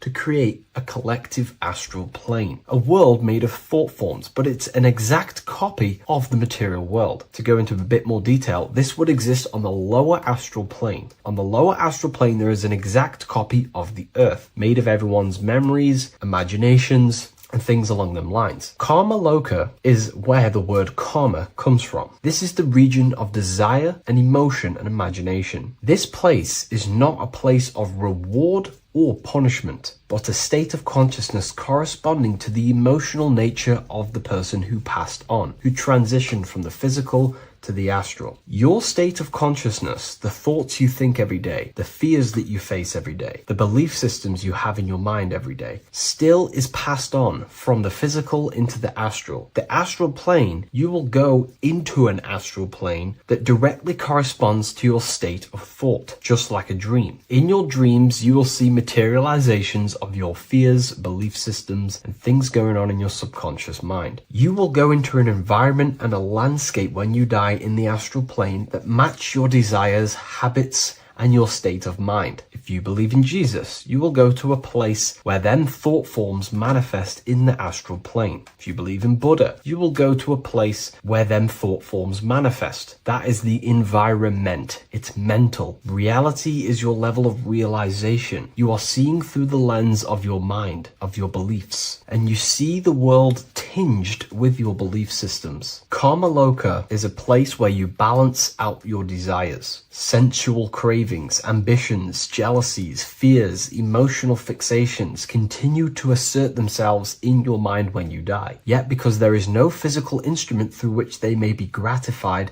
they gradually burn themselves out. These desires start to be balanced out again, and your mind becomes more balanced. The more refined the individual in physical life, the shorter and gentler this stage becomes. The more desires you have for material things, sex, whatever it is, the longer it will take to balance out the forces in your mind in Karma Loka. Desires weaken through repetition without fulfillment. Emotional attachments lose their magnetic hold. The astral body sheds its lower layers. It's like you're stripping away aspects of yourself. When that last personal desire dissolves eventually in the astral plane, consciousness can no longer maintain cohesion in the astral vehicle. The astral body disintegrates naturally and awareness withdraws into the mental body. The mental body is what the Christians call heaven. The mental plane is heaven, the realm of creative thought forms, the realm of pure mind, pure thought. The mental plane, also called the Devachanic plane, is a realm of blissful, creative, and luminous consciousness. The Devachanic plane is not an illusion, but subjective yet intensely real world, constructed by the individual's highest thoughts, ideas, loves, and aspirations. How does this link in with Anubis? Anubis is trying to give you instructions on how to prepare for life after death in this image. If we take a look at Anubis in this image, we have to understand this is symbolism. This is metaphorical. Anubis is known as the god of the underworld. He symbolizes the transition from awake to death. He is not a real god that you will meet when you die, but he represents the process of death, transitioning consciousness from physical to astral. He's giving you instructions in the Book of the Dead to make your heart as light as a feather, as this is a scale. So he represents death. Your heart needs to be as light and balanced as a feather. The heart is the emotional vehicle of consciousness, as I just explained that emotions are subjective to the astral plane or Karma Loka. We do not want a heavy heart before we die. We do not want addictions to smoking, addictions to pornography, addictions to status, the ego, material gain. If we die with these things, this means we have a heavy heart, and this will manifest in the astral plane when you die and take longer to balance out them emotions and desires. So this is telling you to remove any addictions, any emotional attachments, mental attachments you have to the material plane. This does not mean go full monk mode and don't have anything physical, don't chase after anything material. We should definitely have material things as we are spiritual and material. However, do not place your heart on it. We should all aspire to have the best possible life, have the most possible resources as possible in our lives, have an abundance in everything. That's completely fine. But placing our soul on it, your desires on the material world, will only pull you down in life after death, take you longer to balance out them forces and desires. This is why transformation during physical life is essential. We need to release attachments to master our thoughts and emotions and align with truth. We don't want to die with false identifications, that thinking and believing that we are the physical body. We need to balance out our heart. Yes, have material things. Yes, chase the best possible life for ourselves, but also have connection with the divine and practice detaching from the material world. Maybe even fasting from any addictions that you have, the phone and things along them lines. When this is achieved, when you are fully balanced and have no more addictions and attachments to your mind and consciousness, The scales are balanced. The soul becomes free and rises beyond the lower planes of existence when you die. It transcends the physical body and more than likely enters the mental body. We can't take anything physical after this life. The only thing we can take is spiritual things such as wisdom, understanding, and connection. We can only take internal things. So we have to master our internal world before we pass on to a world where we cannot fulfill our physical desires. Now, this is kind of what heaven and hell is. There is a hell realm in the astral plane. If you desire horrible things, you desire to kill people, or you desire to do horrible things, then you will manifest in a place where that is taking place, with people, with entities that assimilate with that vibration. You might have to watch this video a few times to get a full understanding of this, but Anubis is trying to teach you, make your desires as light as a feather, purify your heart, purify your soul, and place your heart on the spiritual things, knowledge, information, connection, thought. Because if you desire material things, then you will more than likely desire to manifest yourself back into the material world and reincarnate. If you've read the Book of Symbolism, you already know this information. You can now find this book in the description of this video. Please leave a like, comment, and subscribe to the channel if you like this information. And we also have the Book of Symbolism available on Amazon.com now. Take care, everyone. I'll see you in the next video. The scariest thing about having your first out-of-body experience and leaving your body is the realization that you have after. You realize everything you've been told about yourself, reality, the earth, what you're doing here on earth is a complete, utter lie. Your self-belief of what reality is and what you are is completely shattered. You now fully understand that you are more than your physical body that you inhabit. My first out-of-body experience happened a few years ago, but before all of that, I remember being a child, going to bed and closing my eyes, and I remember as a child feeling like I was floating above my body and moving. And maybe subconsciously this has led me into knowing intuitively that there is more to reality, and I've gone down this path of esotericism, occultism, consciousness. Maybe that has led me to this, I don't know, but I've always had this subconscious intuition in my mind that there's more to reality than what we've been told. And maybe it came from having these experiences as a child. And I'm pretty sure some people in the comments will also have that experience, feeling like you're floating when you close your eyes in bed as a child. I remember this very vividly. But a few years ago, I had my first out-of-body experience, and it completely shattered everything. And it confirmed to me that I am eternal, and there is so much more to the self, to consciousness. I then realized after my first out-of-body experience that our self is not just here in the physical dimension, it's existing in every dimension there is in the universe. However, our mind is focused primarily on this physical time space. When your mind is totally giving its attention and time to this particular time space, it locks in the mind or consciousness into that particular body of consciousness, such as the physical body, right? But for example, let's say you have a daydream and your full focus isn't in the present moment and your environment that you're in physically. Your mind kind of wanders off into a daydream, what we like to call it. That again is shifting time space. Your consciousness is 40% here in the physical plane because your body's there, but then the other 60% is in this daydream, this imagination. So you're shifting time space, and what an out-of-body experience does is allow your mind to reduce that attention to the physical body and access attention to this altered body or dimension of consciousness. So I'm going to give you the story of my first out-of-body experience, because I know when I was researching this, I was always looking for personal stories about someone's out-of-body experience, and there's not many out there, to be honest with you. Well, based off my research, I couldn't find many. You know, you find a few, but I'm going to give you my experience of my first out-of-body experience that happened a few years ago. It was early in the morning. I kept on waking up and falling asleep to my alarms. I went back to sleep after waking up for like the third time in the morning. When I fell back to sleep, that is when I had my out-of-body experience. It's also good to mention that I have been listening before that about podcasts, books about our out-of-body experiences, astral projection, and things along them lines. So this was stored in my subconscious, this topic. And I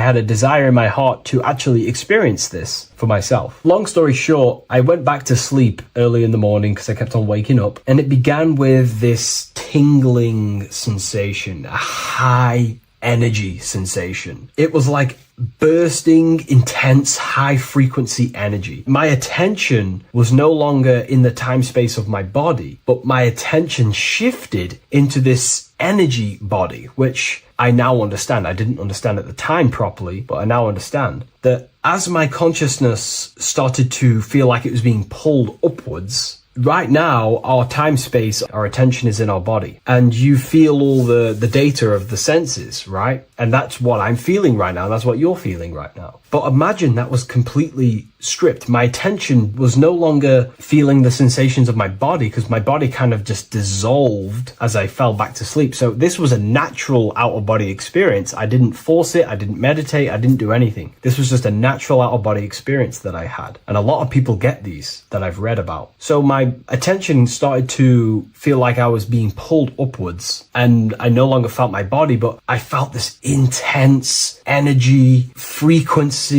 sensation all around my body. It felt like this, it felt like illuminating energy that's moving very, very, very fast. So my conscious awareness was now shifting. I now understand. My whole body faded into this sensation. My whole mind faded into this energy sensation, this tingling, free. It was very, very intense. I was not feeling my normal senses anymore, only this energy. This energy was also pulling me up. The more I was lifted up, the more intense the frequency became. So think of it like just a frequency resonator, how it just goes up and down, up and down. But then imagine the frequency resonator just going higher and higher and higher frequencies, and it would just get more and more and more intense. The energy was moving faster. This tingling was faster and faster and faster as I was being pulled up. Part of my mind began to fear this. My arms and legs grew very tense. I started to tense up because at this moment in time of the experience, I was very vaguely conscious. I was half there, half not. And as I was being pulled up, my physical body started to tense. And this is again when I started to feel my body again. But then I remembered what I heard out of body experiences is that you have to submit to the process. If you try and force an out-of-body experience, it will never happen, because an out-of-body experience is not truly out of body. What we're trying to do is trying to find a needle in a haystack. If you're trying to find a needle in a haystack, you don't go rummaging through the haystack to find the needle. What you do is you burn the haystack and then the needle reveals itself. It's the same with an out-of-body experience. We dissolve the senses of the body, so the body falls asleep, but the mind stays awake. As soon as I let go of this fear and I let go of the tensations in my body, I started perceiving through another state in this energy body, but I didn't see my body. It was just like perceiving and seeing, but no body, like a camera. When you look at a camera view, you don't see what the camera looks like. You're just seeing through the camera. It's the same as that. I had no form, but I was just seeing. I was just like a floating eyeball, seeing into this altered state of consciousness. I was just seeing. I first saw my street outside my house with lots and lots of people walking on the street, but I could not see the people directly. Everything was black and green. The background was black, but I couldn't see the people. I could just see a glow of light around the people, like an egg shape. They were just walking on either side of the road, other directions. I could just see more and more people moving faster and faster and faster. I didn't realize then, but then I did start to realize later on in my journey that that was more than likely the etheric plane that I saw. The etheric plane is the plane of life force and vitality and electromagnetic auras. So that was my awareness shifting from physical into then the etheric plane, the plane of life force and energy. Now, the etheric plane is very, very, very difficult to actually access consciously. The etheric plane acts as a bridge between the physical body and the astral body. To actually access the etheric plane alone is very, very, very difficult, and only certain trained individuals can do that. The etheric plane is not really a conscious plane where you can stay there and be conscious. It acts as a bridge between the physical and the astral plane. I could see the glowing auras around people moving along the pavement. The people moved faster and faster until the scene started to just dissolve as these people were just moving faster and faster. It was not very clear at first, but I subconsciously knew that I was having an out-of-body experience. This is when I really started to realize that I'm being shot out my body. When I realized this, I submitted even more. I started to just let go. The more and more I let go, I kind of like split through a veil, and everything became super clear. Before, in the etheric plane that I think it was, the ethereal plane, things weren't very clear. I could only just see glowing auras. However, as I split through the veil of the etheric, this bridge, this place that I was going to, I then split and everything just came super, super clear. I was floating in the sky. I subconsciously knew that I was having an out-of-body experience when I realized this. As I was still being lifted upwards, I then split through the layer where everything just suddenly became super clear. But then I was awake, fully conscious, but I was not in my body. I was just like a camera in the sky. I had no body, no form. I could just see. When I entered this plane, there was some sort of voice guiding me through this whole process. It was a male voice, and it was basically guiding me where I was going. It was telling me what I can do here. This voice was pretty much saying, you can fly, you can think things into reality, you can do this, you can do that. While he was saying this voice, there was no being around me, but I felt a presence of another being. But this voice was just speaking to me mentally. Like, you can't hear it, but I just knew what it was saying. It was so weird to describe. It was like telepathy. You couldn't hear it, but I just knew what it was saying. But it was a male voice. It's so hard to describe. I still could not see any form of myself. I was not seeing my astral body or any shape. I was just perceiving a point of awareness like a floating eye, like I said earlier. While this voice spoke to me, I saw fractal patterns as he was saying, you can do this, you can do that. And while he said, you can fly, I remember just seeing this line like splitting and creating fractals. It was like this black line that was just splitting off into duality, creating fractals. But then my physical body just went through this line, split, and then split into fractals again. So strange, very difficult to explain because it's four-dimensional. To explain it in physical language, it's very difficult to actually explain what was going on. So as he was saying what you can do, I was seeing these fractals dividing and then creating fractals. When he says you can think things into reality or something along them lines, my awareness just did a full 360 as if I did a backwards flip. I had no conscious control over this. That's something that you later develop as you keep having these out-of-body experiences. Your first out-of-body experience, you probably won't be able to control what's going on, but you will have an out-of-body experience if you seek them. I could see all around as I rotated. I looked all the way down and then back to my original angle and point of awareness. During that rotation, when I started to turn upwards to do the backflip, I looked up and it kind of looked like the sun in the sky. It was very dark and gloomy. Now I know that was more than likely the lower astral plane because very dark and gloomy, and it was very kind of dense there. I looked up and I could see this. It was like the sun, but it was white, pure white light, and it was shining down over the astral plane. And that was the only light in that place. That's why it was so dark and gloomy there. And I then realized in that particular state, at that time, I thought that was God. I don't know what it was, maybe it wasn't. Maybe it's the light of the higher mental plane shining through into the astral. But I looked up at it and I realized that was God, that was the source, that was the higher dimension beyond the astral plane, which is the mental plane, the higher astral planes and then the mental planes, the planes of thought. Then once I saw that, I was in complete shock. As I rotated backwards even more, I then get the view of seeing down, completely down, like a bird's eye view. And I could see like an old medieval gloomy town. It was dark, almost night, with very little light. The only light present was the light from above. The town was old-fashioned, gloomy, misty. I looked over it from above. Then the experience began to fade. I don't remember anything after that process. But I'll be honest with you, the process of leaving my body for the first time was extremely intense. The frequency, the energy were overwhelming but powerful. powerful. Letting go and choosing to have no fear was the key to that experience. Just to give you a little bit more wisdom on what I actually experienced now, what I realized what was happening, I now understand that the voice that I was hearing was not an external being guiding me. It was actually a higher aspect of myself, a part of my own consciousness that is not focused in the time space of the physical world. My physical mind is focused here in this timeline, but once I exited this timeline and focused elsewhere, the higher part of myself guided me towards that experience. This higher version of ourselves that we call the higher self is a higher dimensional being, but we're just unconscious of it. This being exists beyond our ordinary thinking mind. Our self exists everywhere in the universe, and we can unlock higher versions of ourselves as we progress on our journey of awakening and self-realization. Because let's say right now, only 10% of your awareness is actually in the physical plane. Science tells you that 90% of you is actually in your subconscious mind. 10% of your awareness is your conscious mind. So there's 90% of you that your conscious mind is not aware of. But our conscious mind becomes so addicted with the physical world and distracted with the physical world, it just gets totally locked in with the physical.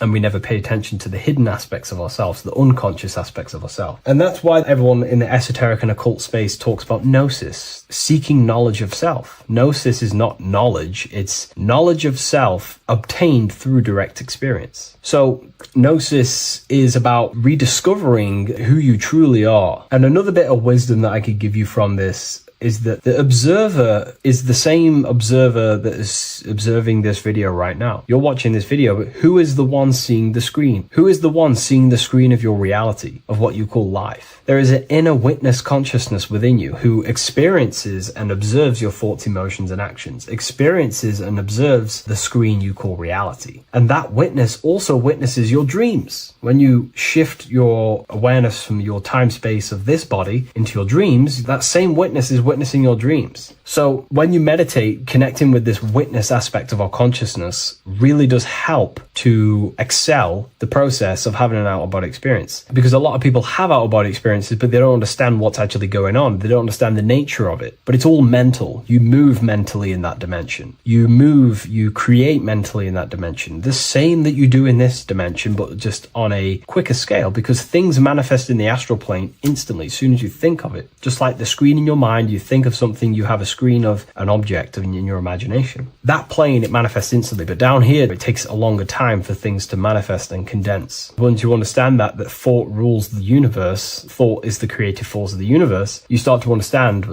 these different dimensions and these experiences that you have. But really connecting with that witness consciousness, that part of yourself that observes everything, really does help with excelling the process of having an out-of-body experience, or mystical experiences, or lucid dreams. Because connecting with that witness consciousness just makes you more conscious. Even in your physical life, staying conscious. Most people aren't conscious. They think, feel, and act unconsciously throughout their day, and they unknowingly create their reality. Connecting with that witness consciousness allows you to actually stay conscious over your thoughts, emotions, and actions, because they are giving birth to realities. That's pretty much my experience, my first out-of-body experience. What that did for me was make me so much more confident and powerful. Most of my fears just disappeared overnight. The fears of death, the fears of unknown, the fears of that I had of things shattered, disintegrated, because I understood that I am eternal. No one can use death against me to control me, because I know I am eternal. I now take riskier actions because I know I am eternal. I know that I will never truly disappear or die. So it really, really does help you, and it gives you a lot of internal power, because no one can make you scared of anything. You should not fear someone who can hurt you physically. You should fear someone who can corrupt your soul. That is the worst thing, who can corrupt your internal world, because that is what truly matters. So I hope this helps you understand out-of-body experiences. Hopefully this can help you move along in your journey. It's good to hear other stories, because this is exactly what I was seeking when I was researching this stuff. Maybe in the future I can share some more stories about my out-of-body experiences now I'm a bit more advanced. But yeah, please leave a like, comment, and subscribe on the video, and thank you all for watching.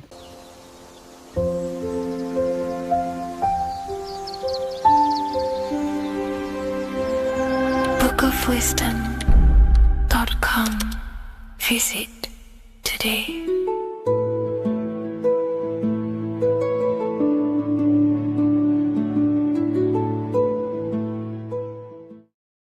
666 is a code, and this code needs to be broken down to fully understand what 666 truly is. In an esoteric view of 666, it represents a state of consciousness, a way consciousness functions within the individual. Now, if we look at the Bible in Revelations, it says that the mark of the beast, 666, is going to be placed on the right hand or on the forehead of an individual. The forehead symbolizes the mind, while the hand represents action or behavior. The forehead represents a belief or a mindset, a way consciousness functions. Therefore, the mark of the beast is not something external. It is actually a way consciousness functions within the individual. But the code reveals the darkest secret about 666. 666 is 3 sixes. The number 6 in esotericism and occultism represents the cube, because the cube has 6 sides. And the physical dimension, everything has 6 sides. Up, down, back,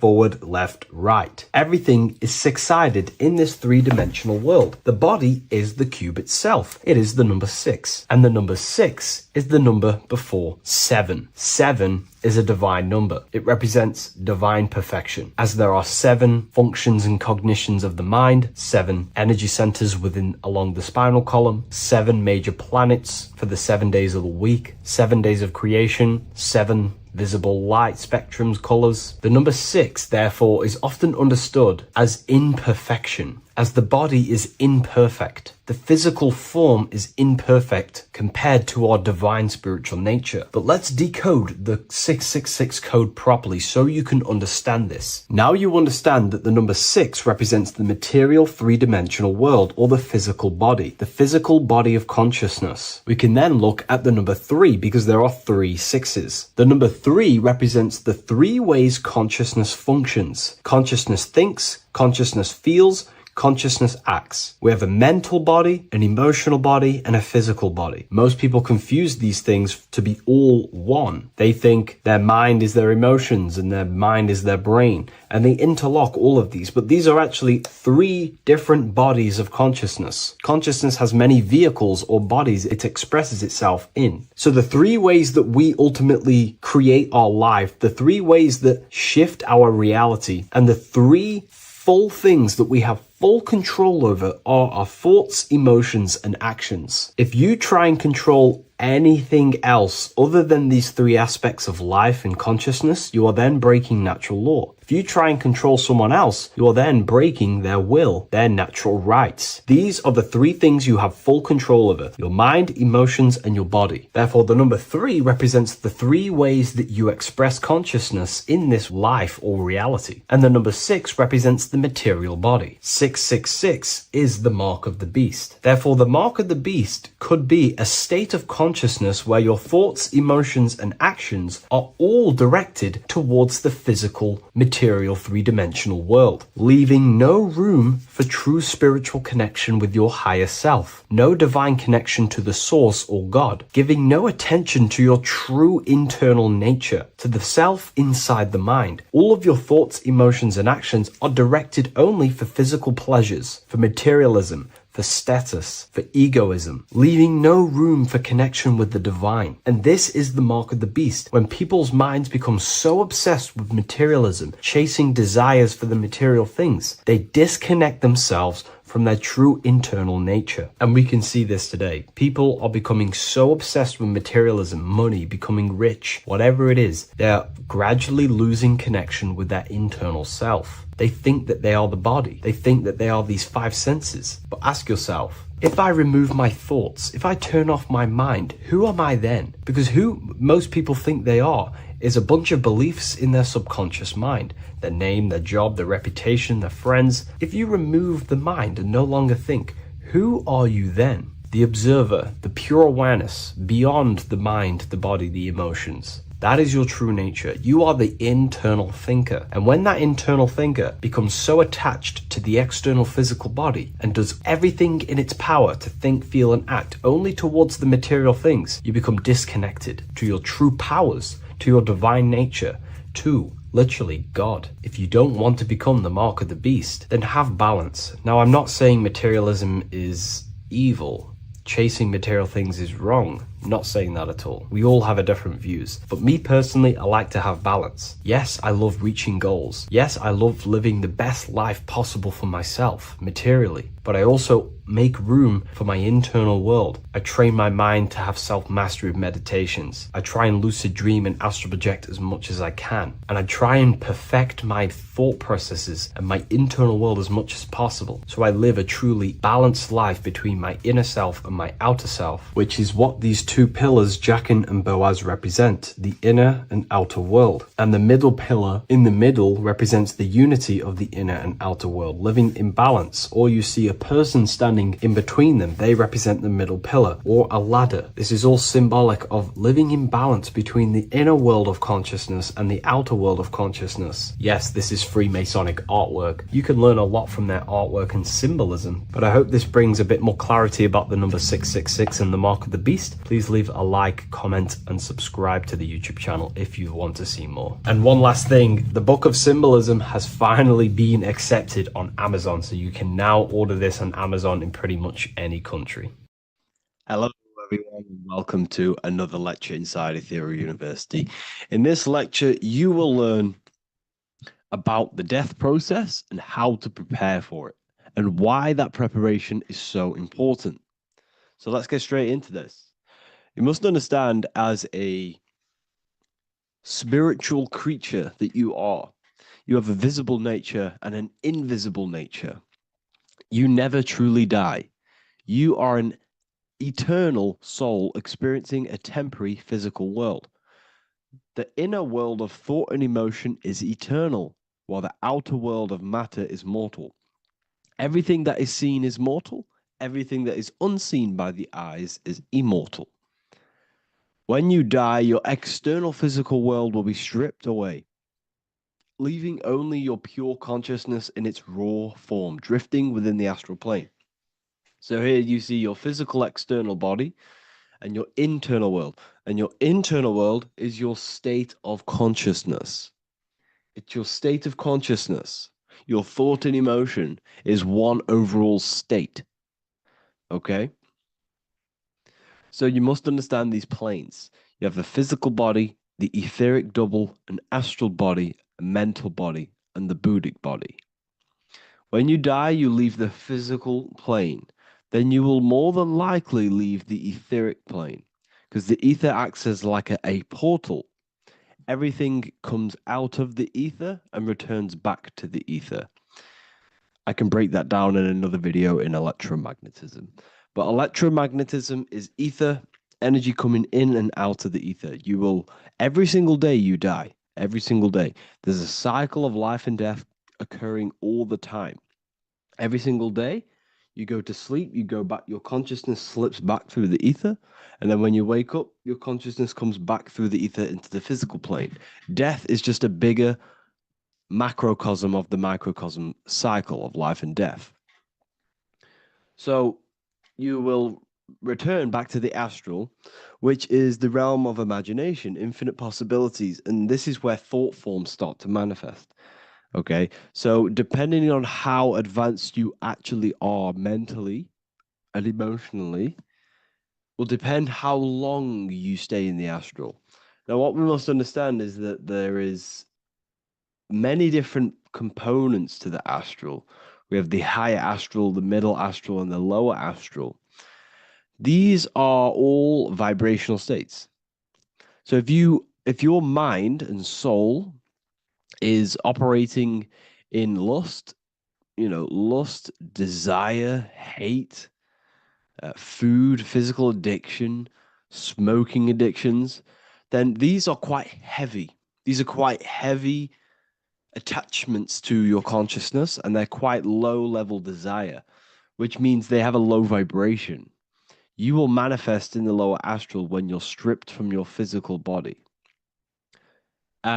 The lower astral is not inherently evil. However, there's just low vibrating things going on there. Low vibration does not mean evil. Okay? So, just like bad doesn't mean evil. Okay? In the lower astral, you are going to see lower astral beings. You're going to see spirits, souls with low level desire. Okay. People who are attached to the physical plane, people that lust, people that do these things.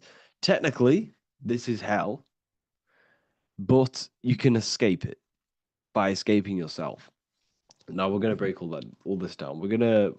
I'll break all this down properly once you understand the full context. So depending on your level of desire, you will manifest in a corresponding layer of the astral plane. If your mind is still attached to the low physical desires, you will find yourself in the lower astral realms. But if you have few desires and have detached from the worldly attachments while you are encased in a body, then you will rise into a higher or middle astral plane, mainly the middle. Okay. The higher astral plane is very formless. So as I broke down here, this is the physical plane is the lowest dimension. This is the most form, the most matter. It's quite heavy. The higher you go, the lighter it becomes, the more fluid, the more formless it becomes. So you see here it says denser down and lucidic up. So this is more lucidic in these higher realms. This is more dense in the lower realms. So this is why the ancient Egyptians were always talking about, I'll show you this. This is showing you death. So first of all, we have Anubis, which represents death. Here you have the heart, which represents the soul. And here you have a feather. And this is a scale. You see how this is a balanced scale? So what this is symbolizing, this represents death. This represents your heart, and this is a feather. So when you die, your heart must be as light as a feather, which means your emotions, your soul, should have no attachments to the world. It should be light. It should be detached. This is why the word light and light are the same. Light is in heavy and light is in very bright. Because when you're less attached to the things, your soul shines. You're authentic. You're light. You're very bright soul. And you have no attachments. Your light is in not heavy. So you must detach from the worldly desires. We have to detach from the smoking, the food. This is why we should fast. Smoking, this is why we should detox. We should also meditate. We should also be able to sit with ourselves for long periods of times. Okay, I'm going to break all this down properly. But that's why the Egyptians show you the symbolism here. Okay. So you're stripped of your material body. So that state of consciousness you're in right now, your inside world, if you shut your eyes, that state you're in, that is what you're going to experience when you die. Okay. And you're going to be manifested into the astral. In the physical plane, you can mask or hide almost anything. But in the spiritual realm, you cannot. The astral body, your thoughts and emotions directly shape your spiritual body, your astral body, revealing your true inner state. So your desires that you can hide in the physical plane, your emotions, your thoughts, you can't hide any of that in the spiritual plane, in the astral plane. That will directly shape who you are, your color of your astral body, and your astral body as a whole. So here we have Kim Kardashian. If you could see this lady's astral body, you would run so far that you would be horrified for the rest of your life. If you could see their spirit, their astral form, it would be horrific because their mind is so attached to, physical things, so attached to desire, money, fame, worship, power. These people do not want to die. These billionaires and millionaires will never want to die. They will do whatever they can to stay alive because they understand what when they die, they have to face themselves. They have to face their inner world. And their astral body, their true authentic self on the inside, is horrible and horrific and so low vibration. So this is where it comes in. You must be as light as a feather. This is what the Egyptians are showing you in their artwork. Your soul must be as light as a feather. In order for the soul to ascend to a higher plane and not look at that physical plane and say, I want to go back or I want to desire things down there, you must detach now and prepare for death. Hell is not a place, it's your own personal suffering born from within. If your mind and soul are deeply attached to mental fixations, emotional wounds, and physical addictions tied to the material world, that pain will follow you into the astral. This is your true judgment day. You judge yourself when you die. You see your authentic self. There's no hiding. Right. Imagine right now that you that everything you cling to was stripped away. No matrix, no electricity, no food, no TikTok, no phone, no possessions, no distractions, no one else. Could you sit alone with yourself for just 1 hour? Could you sit alone with your thought and emotion? That moment of truth is what you must begin to prepare for. Could you sit alone with yourself? Can you sit alone for long periods of time and just think? And if you cannot, then you're running from your internal world. You're running from your thoughts. You're distracting yourself from your thoughts. This is what we must address. Now, don't feel bad if this is you. We've all have problems. We all have internal problems. But this is what we have to face directly in order to prepare for life after death. We must meditate for long periods of time. Not even meditation. We should be able to sit with ourselves with no distractions and just think. This is what the people of the past used to do when we had no technology. People would sit and think for hours. This is what we need. Because if you cannot sit with yourself, imagine sitting with yourself with no physical body. That's the level that's going to happen. And we need to prepare for that. The soul and mind must become as light, as weightless, as radiant as a feather to ascend to a higher plane and move beyond the physical life. To rise, they must release heaviness, attachments, burdens, fears, and desires. The lighter and brighter your inner being becomes, the more freely it can rise into a higher state of existence. Ascension is not about going somewhere, it's about becoming something pure, clear, and luminous. Okay, this is very important. Very, very important. We must detach from the worldly things. So, enough of that. How do we do it? How do we attach? How do we prepare? Number one, you must detach from the material things. Start loosening your grip on things, possessions, titles, even identities. They are temporary. Appreciate them, but don't let them define you. Let nothing outside of you define you. Nothing. Your name is not you. Your job is not you. Your reputation is not you. Your bad past is not you. Your good past is not you. Your business is not you. Everything outside of you is not you. Now, what I'm saying is, I'm not saying go full right hand path and never care about anything physical, never care about your family, don't love your family. I'm not saying that. What I am saying, love these things, love these outside things, but do not become attached and do not let them define you. You must be okay with losing anything that is outside of you. You must be okay with that because you must understand the physical plane it's promised that everything is temporary.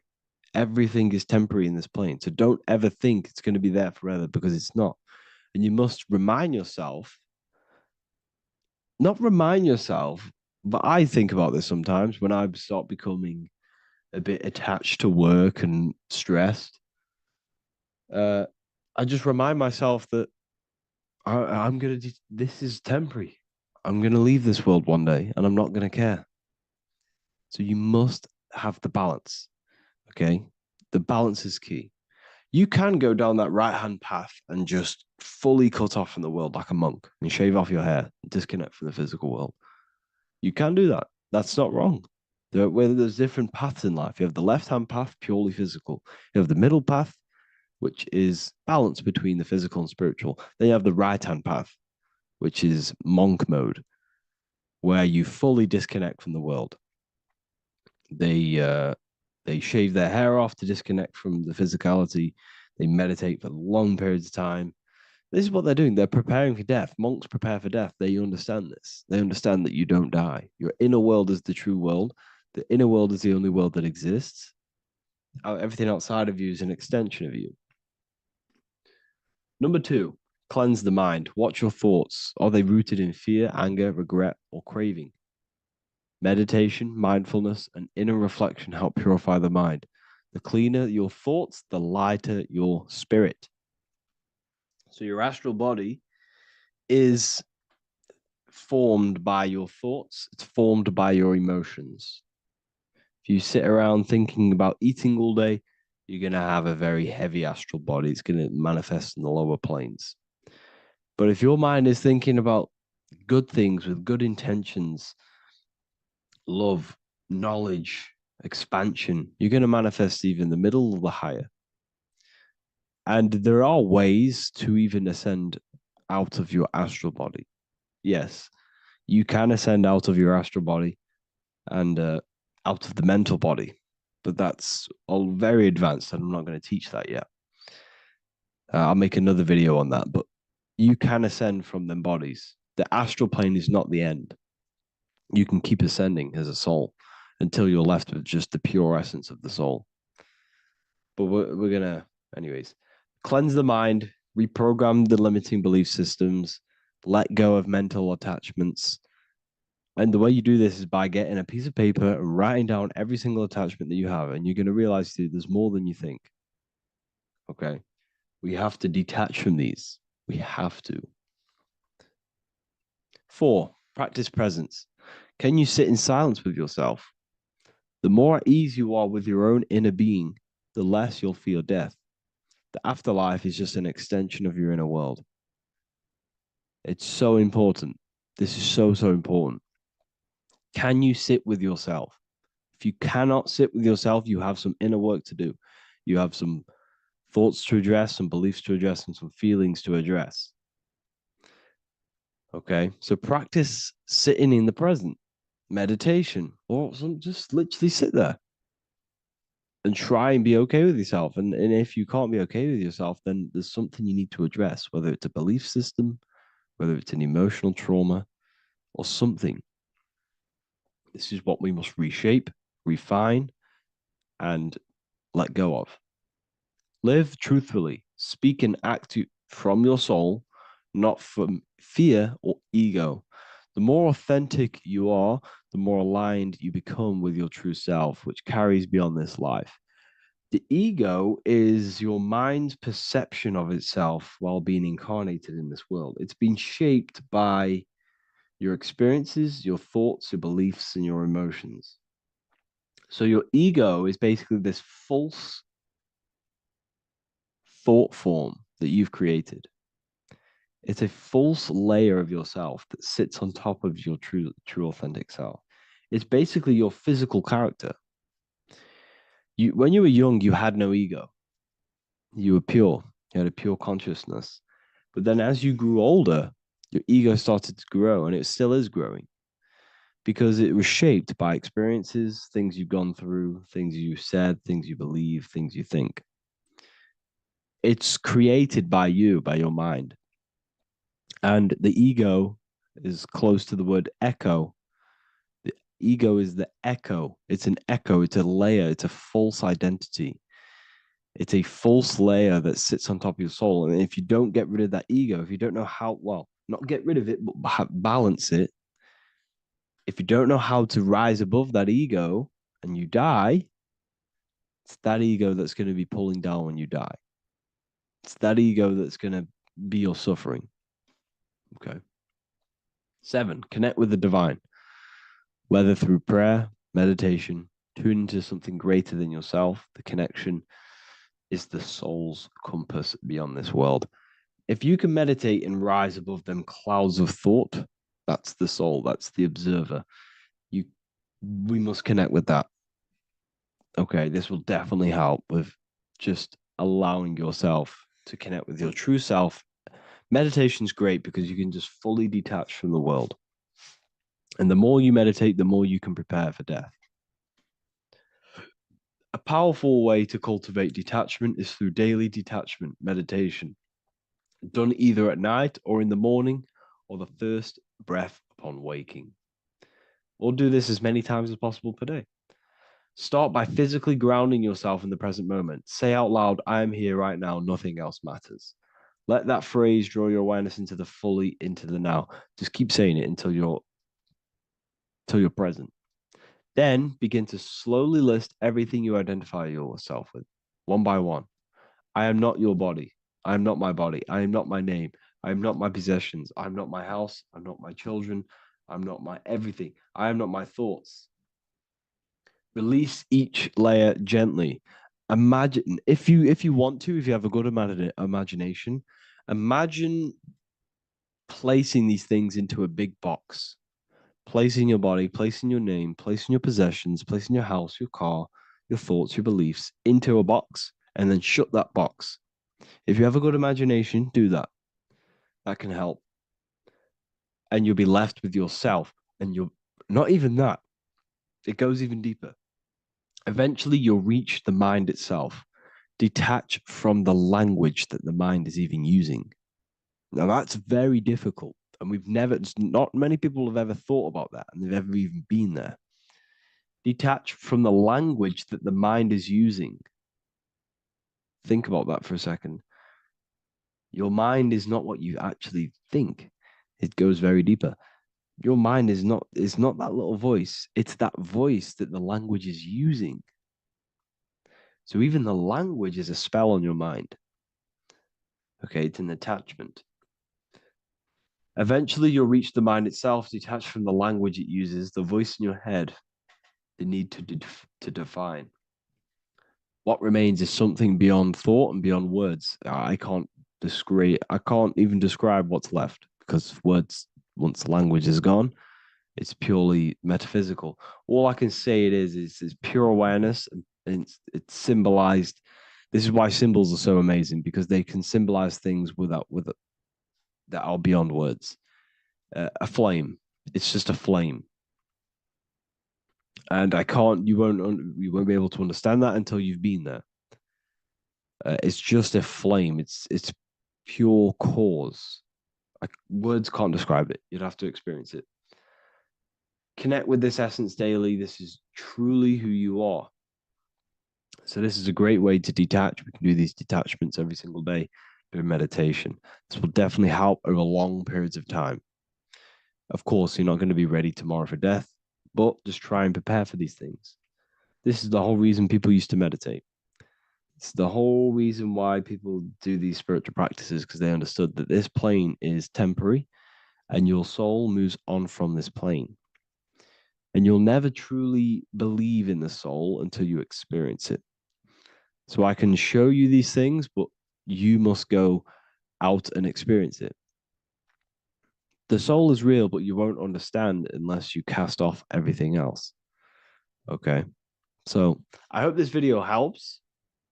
It's a very deep video. I'm going to be making more of these stuff, of more self-mastery. And of course, we've made the self-mastery section now. So I'm going to start filling up this place with lectures. And I think it's a great time to start this, because a lot of people have been asking on how to master yourself, prepare to death. So hope this video helps. See you in the next one.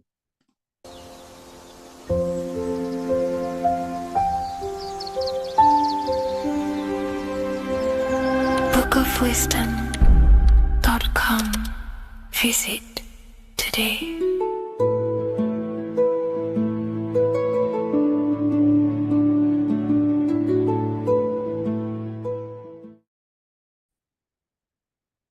Hello, Seeker. Welcome to Revival of Symbolism, a channel devoted to the language of esoteric symbolism, guiding you to discover yourself and expand your consciousness into deeper realms of thought.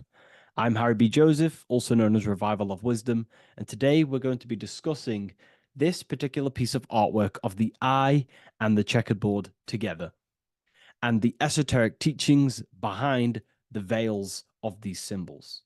So the first thing we must look at is, of course, the eye. The eye being a symbol of consciousness. The eye is the inner witness inside of ourself. This eye is referring to the internal eye of perception inside of our mind, the mind that gives us the ability to perceive and to understand things internally. This is also the eye we use to vision things through our internal vision, what we like to call imagination. The screen in our mind that allows thoughts to be projected into a particular form. So this eye is talking about the internal eye of perception inside every single individual and form of life. Dogs, cats, squirrels, humans. Every single form of life has this internal dialogue, the inner being that no one else can listen to but themselves. This is a symbol of consciousness. And together, these two symbols reveal a grand teaching and understanding of the world and the universe, of how the universe is one consciousness, one observer. This is symbolizing the observer witness consciousness. Consciousness holds many vehicles and many dimensions that it exists in. As I've talked about previously in my previous lectures, we have a physical vehicle of consciousness, which expresses physical actions through the physical body. We have an emotional vehicle of consciousness, which is our emotional body or the astral plane. We have a mental vehicle of consciousness to express thoughts inside of, the thought body of consciousness. We also have a witness side of our consciousness. This internal witness, like who is the one seeing the screen of your reality right now? Who is the one seeing it? Not looking, who's perceiving the screen of reality through your eyes? Well, that would be the inner witness. And that inner witness is also perceiving your thoughts. A lot of people become identified with their thoughts, and they let the changes, the ever coming, unfolding changes in their mind, world, become a part of who they are. And they get caught up in the world and the changes that happens to them. And a great teaching that I've come across this last year is to never identify with the ever-changing circumstances that happen in life. When things are tough, when things are bad, always remind yourself that you are the witness of your thoughts and you are the witness of this reality. You are the one witnessing your thoughts, emotions, and actions. You are the one behind them. So when things get tough, try not to get too indulged in these negative things. The eye is the witness. Connect with the witness. And this is the same eye that sees the screen of your reality, and it also sees the screen of your dreams. So this witness consciousness is transcending your physical day life and reality, and it's also witnessing your dreams. It's the same observer who's observing your reality now, but also observing your dreams. So this witness consciousness transcends all forms of bodies of consciousness. It is essentially the highest aspect of ourselves. And it is literally the thought voice, the inner thinker, because you are not the external body. You are not the being outside your mind. You are the being inside your mind who is actively thinking.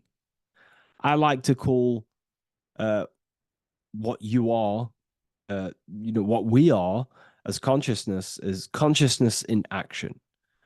We are the thinking inner thinker, the inner being. And it's about becoming into contact with that inner being again to unveil who we truly are. You know, if we sit back and truly have a thinking session of, closing your eyes and going inside yourself, and you ask yourself, who am I truly? Who am I beyond all of my beliefs, memories, my body?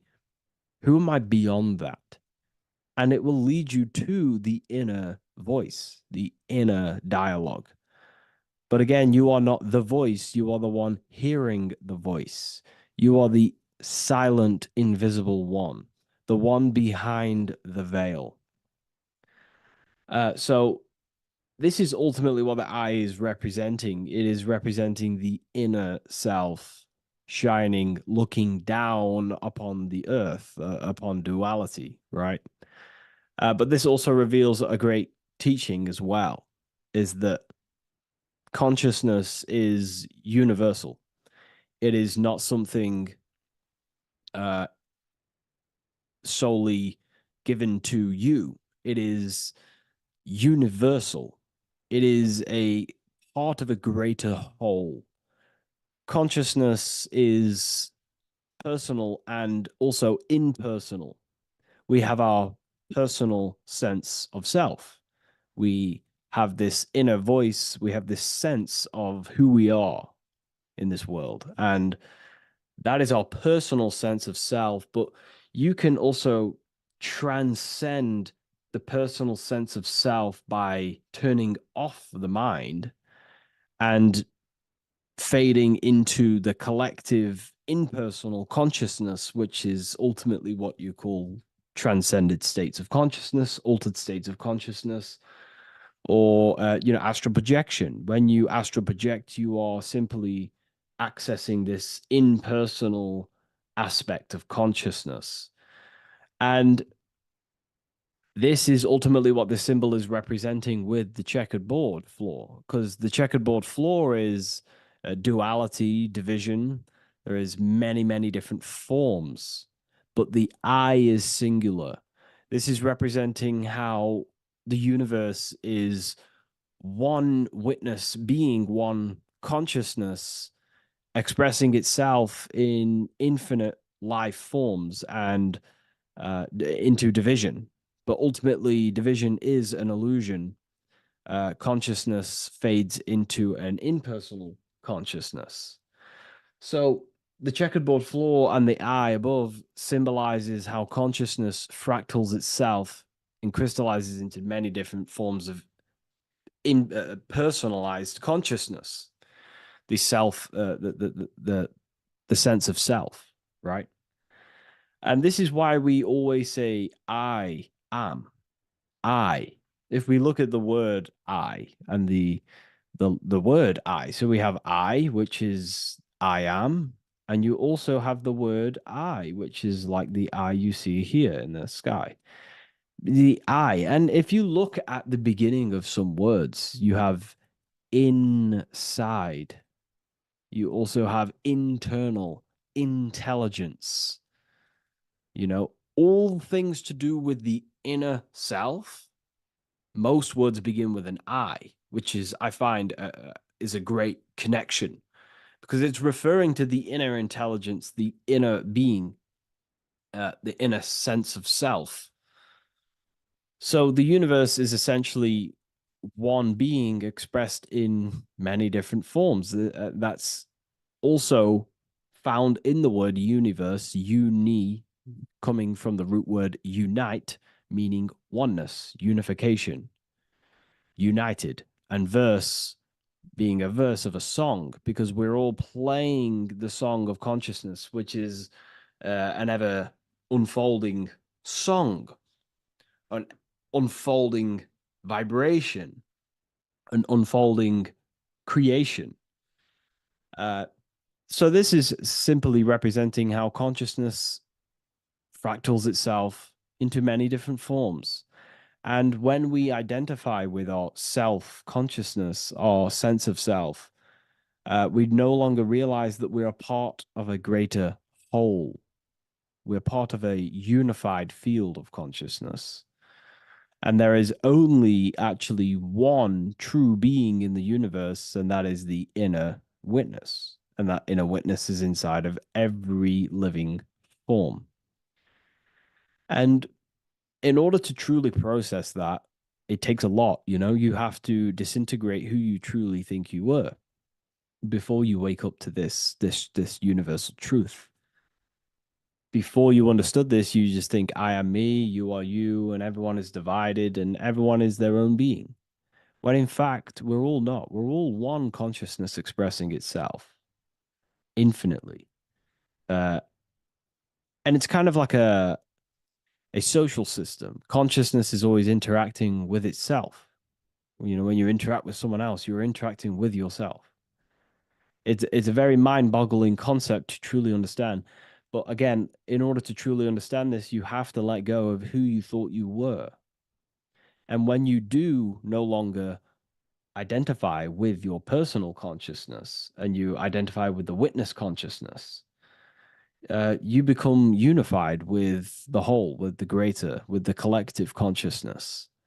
And this changes the way you think, you feel, and act, because you then realize that we're all playing a part of creation on this earth. We're all contributing towards the building project of Earth.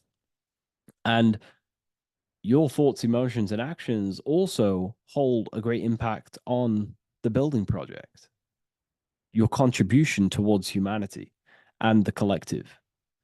And you start to have empathy for other people and you start to care for other people naturally by understanding this concept. And it's a very important concept because if the whole world truly understood this, we would live in a better reflection in the material world. The world would be reflecting a better place because the world is simply just a reflection of consciousness. And the world today is so bad because people's thoughts and consciousness is not in the greatest state of mastery, of self realization, and people don't understand who they truly are. And a religion plays a massive part in this. Our whole lives, we're stuffed with someone's going to come and save us. Jesus will return and save the whole world. It's to me, to be honest, it's complete utter nonsense. We have free will. We are the ones holding we hold responsibility for the creation that unfolds on the earth. Us as a collective consciousness are God manifesting, unfolding this creation and steering it in the present moment. And that's another thing. Reality was never created thousands of years ago. God is creating the world right now through the present moment, and it's unfolding. It's in a continuous state of becoming, just like you are in a continuous state of becoming. Time is evolving. Time evolves our minds. It evolves our sense of self. And we evolve over time as an individual and as a collective consciousness. And so does the earth go through this change as we change. So it's important that we are becoming more self-aware in the world so we can actually start to reflect a better world. But the checkerboard floor, again, it's just reminding us of the duality and the illusion, because it looks like an illusion, a checkerboard floor. It's an illusion. The physical world, if you only look at the world through the eyes, you will live in the veils of illusion and never see the light, the higher understanding of the world. You will see everything as divided. You will see everything as I am me, you are you, and live in division. But in truth, we are all one. We all come from the same source, and we're all the same infinite witness expressed in different forms. And this brings me back to the concept of love. Love is the force that unifies consciousness. It unifies yourself. It unifies your relationships with people. If you love your partner, you love your brother, your sister, your whoever it is in your life, it unifies. If you have a care for someone, it brings you two together and you grow the relationship by expressing care into the other person and it grows. So love is a very expanding It allows things to grow, and it unifies things. And when you start to love yourself, you start to unify with yourself. And when you start to when you start to love nature, you start to unify with nature. So if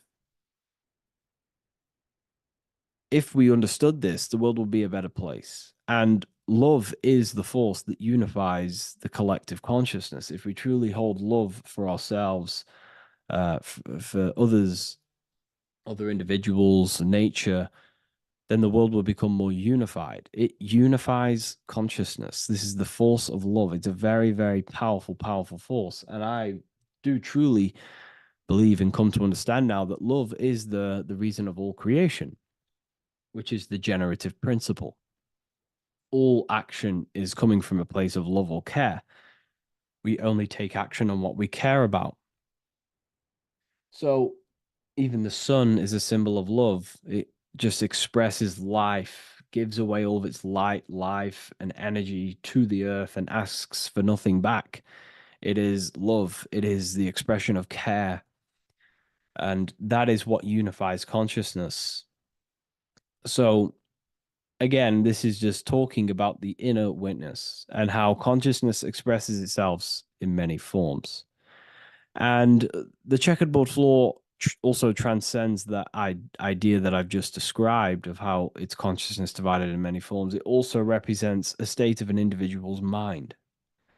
The checkerboard floor is symbolic of being divided, you versus me thinking, walking down the street and thinking everyone's a threat.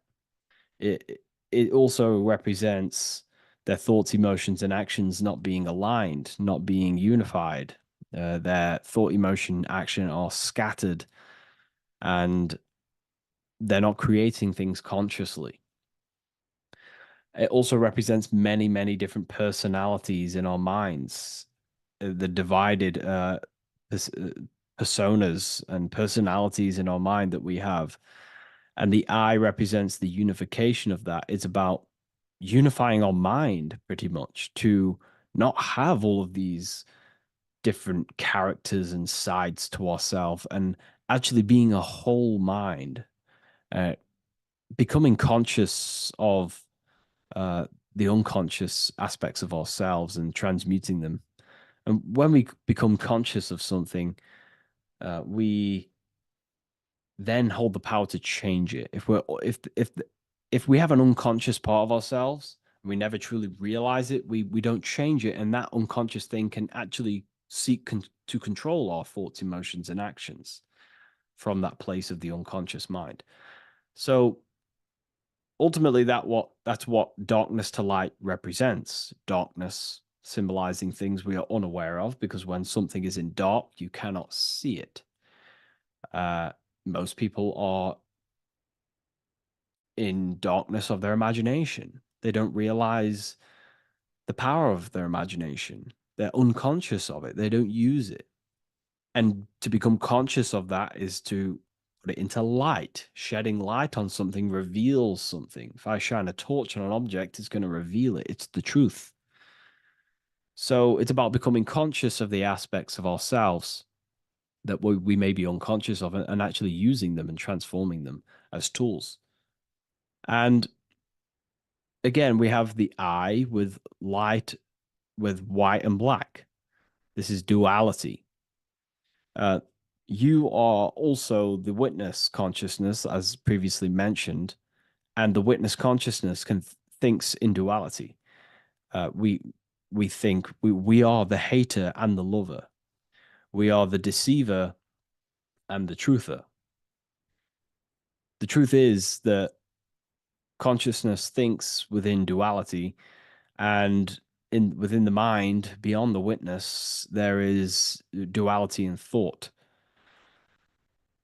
But in truth, you are not either. You are neither the positive or negative thought. You are the witness of it. There's a great saying in the Gospel of John, and I can't remember exactly the words, but it goes something along the lines of, lift the wood, I am there. Lift the stone, I am there. It's basically saying that everything is the I am, everything is the same consciousness. No matter where you go in the universe, you're talking to self, you're talking to the same thing, you're seeing the same thing. It is the same consciousness that is everywhere. So consciousness thinks within duality, and it is the light and the dark, and we have the ability to transform between them. And some people think that, darkness is all evil. Darkness is not inherently evil. Darkness is not inherently evil. There are dark aspects of the world that help you actually progress into the light. Without the darkness, consciousness can't move into the light, into knowingness. Without bad, there is no evil. They are needed. Both of them are needed. So, in order to understand the light, you have to understand darkness. And there are some forces of some forces of darkness in the universe that are purposely there to cause certain things to then push you and activate the good or the light. Some Gnostic texts talk about how there are beings that, very powerful beings, that purposely descend themselves into darkness on purpose to make things happen in certain people's lives, so it actually pushes them towards the light, towards the good. So, this is ultimately what the whole allegory of Satan is. Satan was created by God, and Satan is necessary, which is symbolic of darkness. Is symbolic of evil, the evil forces of the universe, because the universe is simply just one force of consciousness, and that one force can express itself in good and evil. The power of the mind can be used to kill, or the power of the mind can be used to create amazing things. So there is only one force in the universe, symbolized by the one eye, the one force of consciousness, and that one force can be used for light and dark, which is the checkered board. It's also symbolic of the checkered board being on the ground, symbolizing the earth, which is base awareness, duality thinking, base consciousness, stuck in division consciousness. And the one eye symbolizes unification of the mind, a balanced internal perception. We're rising from the ground to the sky, symbolizing from heavy to the light, from darkness to light. The eye is also symbolizing perception, what we perceive, and this is ultimately the end goal of all occult and esoteric research, is to gain more light, to gain a higher perception of the self, to gain a higher eye, a higher perception. That's why the eye is always raised above, symbolizing you're chasing the eye, you're chasing a higher perception of yourself and reality and the universe. It also reveals the teachings of the eye that is always watching you. There is an eye always watching you, and then that eye is the laws that governs consciousness. Consciousness, or your mind, is governed by certain laws that your mind cannot escape, such as cause and effect, vibration, mentalism, correspondence, rhythm. The 8 universal principles that pretty much crystallize consciousness into a reality. Your mind cannot escape the law of cause and effect. That force is too powerful to escape. Therefore, this is the eye watching you. This is the eye that has governance over you. It is the laws. But then again, on a negative context of the eye can then become a symbol of surveillance. Hence why certain organizations and companies in the world use the symbol of the eye, symbolizing surveillance, gaining, manipulation and surveillance over humanity and certain things and data. So there's light and dark of every symbol. It's just depending on how you use it. But ultimately, that is the teachings of the checkered board and the eye in the sky. If you wish to learn more about yourself, because that is the only thing that matters in the world, learning about yourself, the only thing you take with you after death is the knowledge that you hold in your mind. You can't take your car, you can't take your possessions, you can't take your money. The only thing you take is your consciousness, your level of mastery, and the things you know. With that being said, I'll see you inside Ethereum University if you decide to join, and I'll see you in the next video.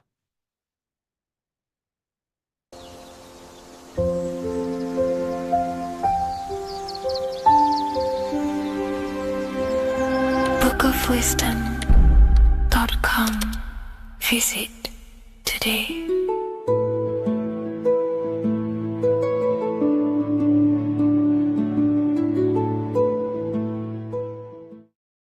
Neo is plugged in on the back of the neck, which is the reptilian brain stem. The reptilian brain is all to do with survival mode, survival state.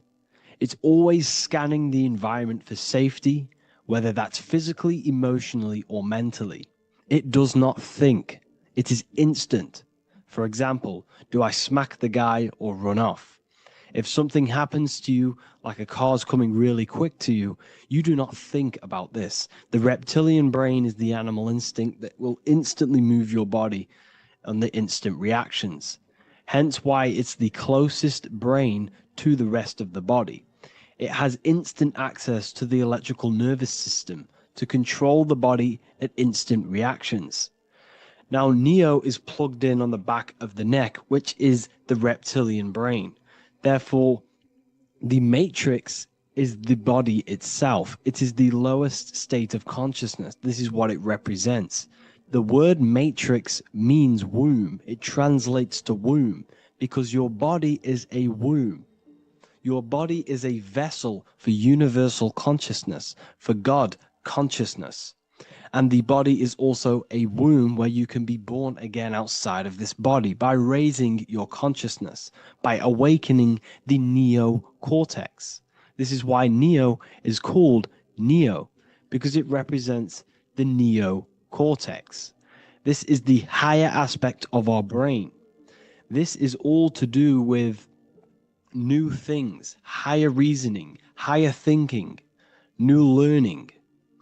You see, the brain is a receiver for universal consciousness. Now, what do I mean? It is a radio receiver.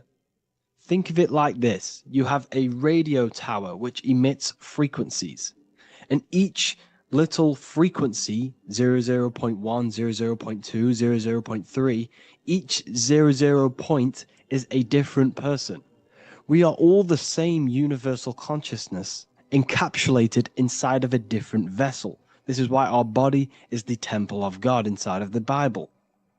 Your body is a sacred temple of the divine essence of the universe. However, consciousness is controlling this physical body. And I'll show you this diagram here. Consciousness consists of imagination, emotions, thought, and memory. All of these things are not physical. They're not made out of atoms. You cannot think with atoms.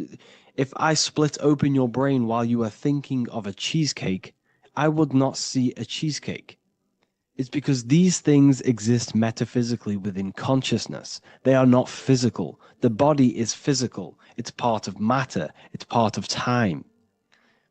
You see the Leonardo da Vinci, the circle and the square. The square represents limitation, beginning and end, because when you draw a square, there is a beginning and end.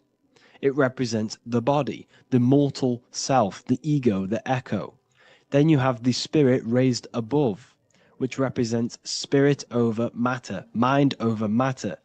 Invisible forces create physical forces. Everything physical exists in non-physical.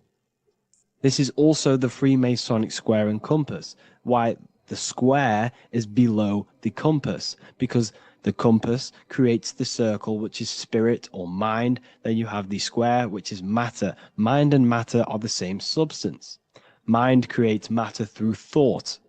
Everything in this physical universe manifested through thought. Everything began as thought. So you are spirit and matter. You have a material body and a spiritual body. And you are right in the middle. This is why humans are very, very important. Because we have an animal nature, the reptilian brain, and a higher consciousness, the neocortex.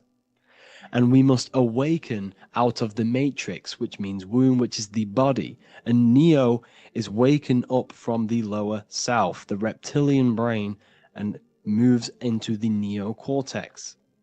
Because the brain is a radio receiver for consciousness. Now, what do I mean?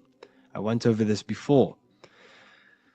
Your consciousness is controlling the brain. The brain is a computer. And when our consciousness, our imagination, our emotion, our thoughts, and our memories are all contributing towards just survival things, food, safety, fear, all of these things, and our consciousness is locked into a survival state, we are using the reptilian brain. We're no longer thinking. You don't think with the brain, but the consciousness is thinking, which activates the different parts of the brain. When we think for higher reasoning, we use the neocortex. It stimulates the neocortex. When we think about survival, we're using the reptilian brain. So therefore, when Neo wakes up, he wakes up to the higher aspects of consciousness, which is only utilized by the neocortex, by learning new things and expansion of the mind and expansions of consciousness. Okay?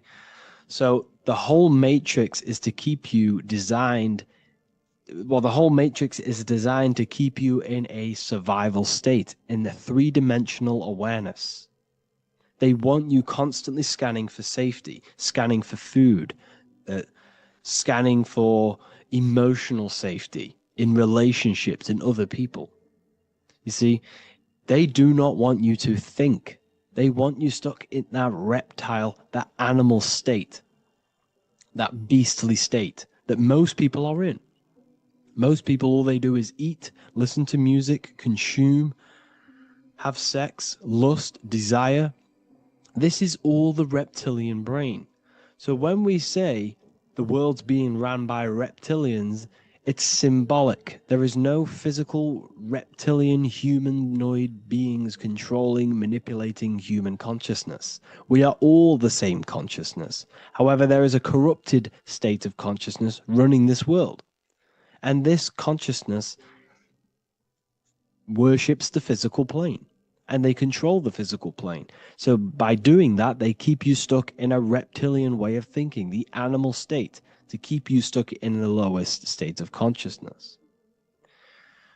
Now, this is the god Osiris, which represents the reptilian brain. None of the Egyptian gods ever existed. They are all symbolic for the brain and anatomy of the human body. Osiris represents the reptilian brain. As you can see, this anatomy compare to the brain stem and Osiris statue found in Egypt. And we also see an ancient artwork of Osiris with green skin and two reptile crocodile alligators next to him, which also symbolizes the reptilian survival state of human consciousness and the activation of the reptilian brain. This is what it symbolizes. Now, this is what the Matrix is all talking about. It's talking about the awakening, the expansion of consciousness. The word divine is dive in because you connect with the divine by diving inward. There is no man in the sky going to save you. You must connect with the self. Know thyself. Truth comes from within. All of these things I'm telling you comes from within you. I'm just pointing it out. All of this is self-realization. A lot of people say, well, what are my sources? My sources is knowing thyself, observing thyself, using the neocortex of critically thinking, sitting down and thinking about yourself and having deep realization of yourself. You can realize that your thoughts are not of this physical world. It's quite simple. The brain does not think. The brain does not imagine. The brain does not hold memory. All of these things exist in consciousness, the one consciousness, but we are all fractal, infinite parts of. This is the eye on the triangle, consciousness being given down to the rest. This is separate. Consciousness is separate from the rest of the pyramid. The pyramid is your body. Neo is the one consciousness. This is the Egyptians symbolizing the one consciousness giving Ankh, which is life, to all the different life forms. However, you can see that the central sphere is giving a big Ankh to the humans, because humans, like I said, possess the advanced consciousness, an advanced brain that allows us to turn above our reptilian animal self. For example, we can go against our reptilian lower animal nature and turn to our godly nature. Animals cannot do that. They are stuck in instinct. They are stuck in a reptilian animal way of thinking and operating. Everything they create is to survive. We can turn against our lower nature and create for amazing things like buildings, architecture, technology. We can use our creative consciousness for anything we wish, not just survival needs. And it's the same with your spiritual journey. You can raise your consciousness beyond this animal state that they try to keep you in through fear, consumption, food, and the reptilian brain. We must awaken, start to think critically, and awaken to our divinity. Because the mind, the consciousness within you has infinite potential to expand. There are infinite fields of knowledge that you can explore. The mind can never be filled. It can never ever be full of knowledge. It always expands, and that's why you are alive. That's why you are part of this universe. That's why the science always says the universe is always expanding, because the universe exists in your mind, and the mind is always expanding into new fields of thought, new fields of knowledge and information. And that is your whole sole purpose of expansion of mind and expansion of consciousness and the exploration of the mind of God. We are living in the mind of God. You are a thought in the mind of God. You must awaken out of this body. This is why Jesus says you must be born again to see the kingdom of God. You must be born again. You must raise your consciousness beyond physical limitation and awaken to your divinity. And this is pretty much it for this video. I hope you all understand this, that this is all symbolic for consciousness.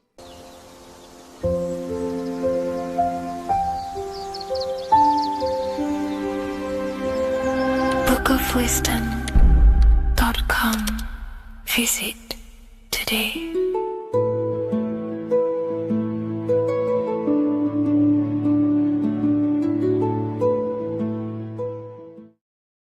What if the word Yahweh is proof that God is embedded in our very own being? Stay with me, because what I'm about to show you might change the way you see yourself forever. Today's topic is decoding the mystery name of Yahweh, the sacred name of God from the Hebrews. By the end of this video, you'll uncover the true meaning of the word Yahweh and how your connection to it unlocks your own personal power. When we look at the word Yahweh in Hebrew, we flip it on its side. We're actually looking at the human body. These are the legs, this is the torso, here are the arms, and here's the head.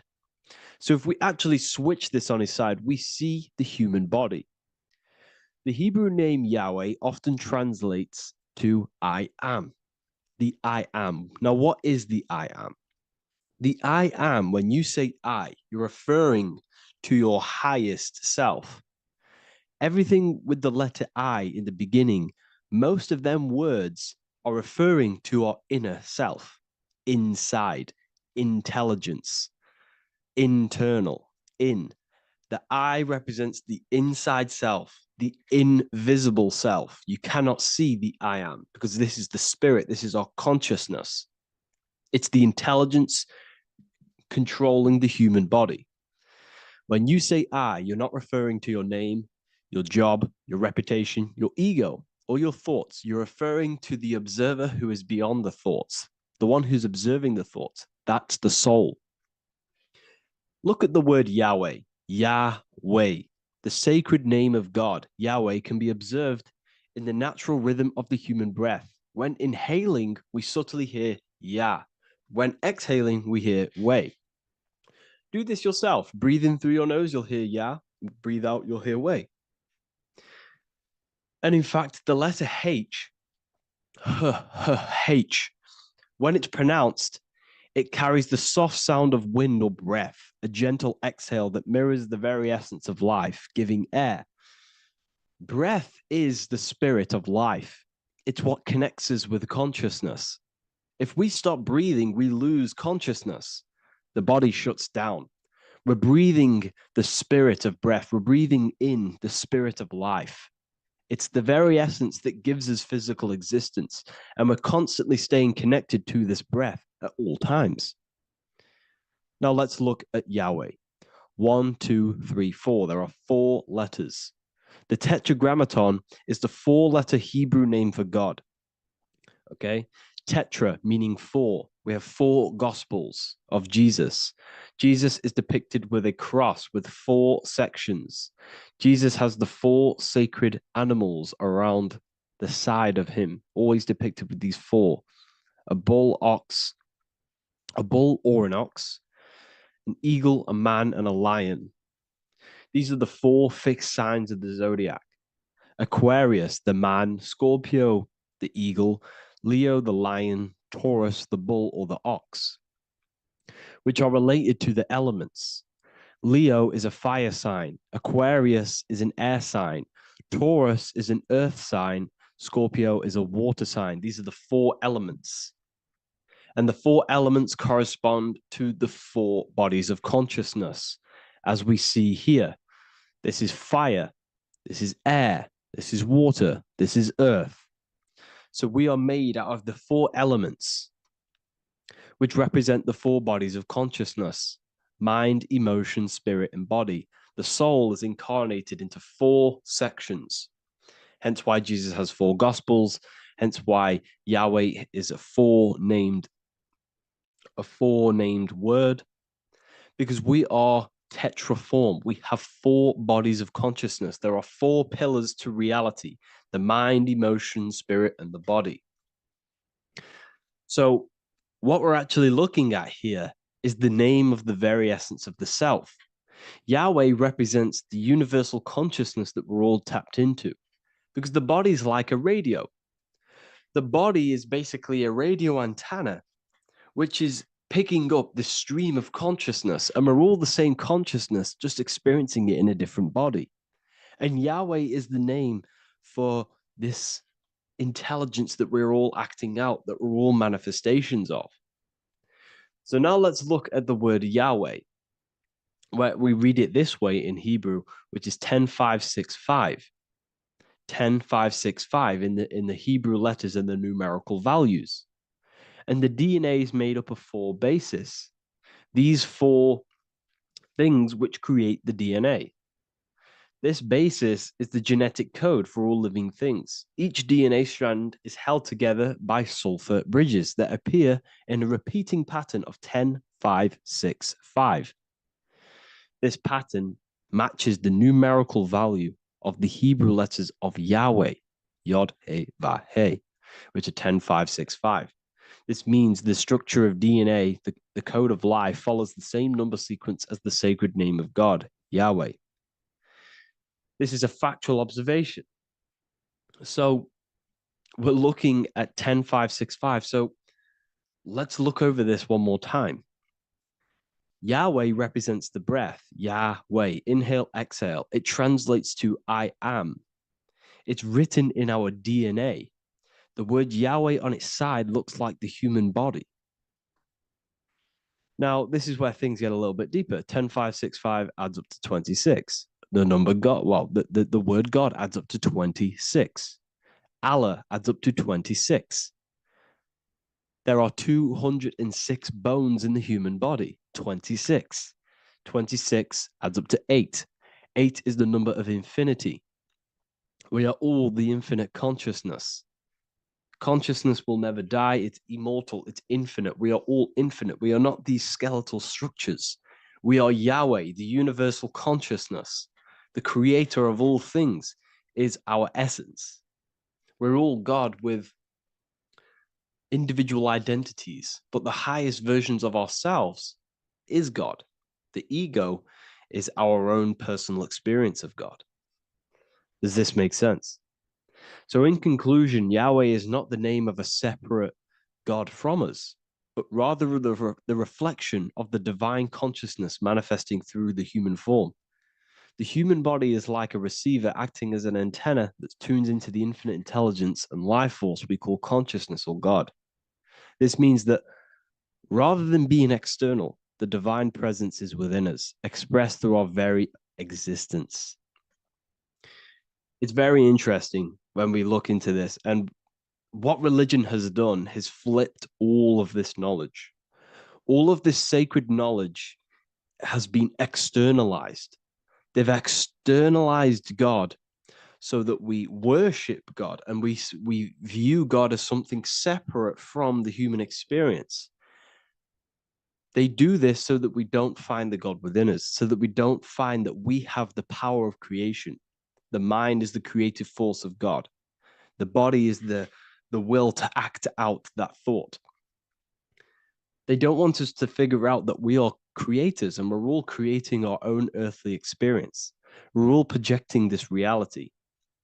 And they don't want us connecting with the divine intelligence within us because they want to be the creators. They want to keep this knowledge. They don't want the masses to wake up to this powerful knowledge. So what they've done is that they've taken the scriptures, they've externalized it so that we start worshiping and giving away our power to these external things. And when God is external, we start to fear God because we start to think that God has power over us. He can send us to hell or heaven. So this is what's going on. They've been externalizing this for thousands of years to keep us in a suppressed state. Okay? Humans are very advanced because we possess self-awareness. We possess the ability to move our awareness and our thoughts outside of the instinctual nature. For example, a cat or a dog. These things can only live in their instinct. They live based on instinct. They smell, they eat. That's pretty much what they do. But humans, we have the ability to rise above that nature and turn to our infinite selves, our higher selves. We can move beyond our instinctual nature and create very advanced things. That's why humans are made in the image of Yahweh. We are literally God in human form. So this is what we all need to realize. And I hope this video has helped. Please leave a like, a comment on inside of the description. I'll have some links to my books and my university. The people who have read them have just absolutely changed their lives. You could probably see that in the comment sections if someone leaves a review of the book. We also have Trustpilot. But yeah, I thank you all. And I'll see you in the next one.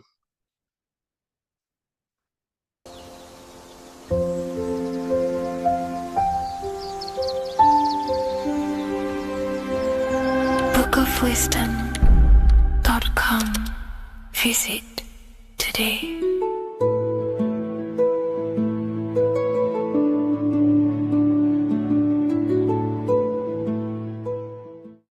What if dreams aren't random at all, but messages from a deeper part of yourself trying to show you things? In this video, you're going to learn exactly what dreams are from an esoteric view, how to control dreams, and how to dream more frequently. Dreams are not nonsense. They are expressions of the subconscious mind. In the daytime, we're using our conscious mind, what we are aware of. This represents the daytime, the sun, the external world. We're operating in the external, outside the body in the day. But when we go to sleep, we return inward. Everything does this breath. We breathe in through the nose and out through the nose. Everything does this in and out process in the universe. We live, we die every single day. We wake up, we express things in the external. Then at nighttime, we return back to darkness, back to the internal. This is the breath of the universe. We have summer, we have winter. This is the breath of the sun and the seasons with the earth. You have an internal world and an external world. External is physical, the internal is spiritual. Like I said, when we go to sleep, we are returning back to the internal world of your own consciousness and subconscious mind. Your subconscious mind holds everything about you,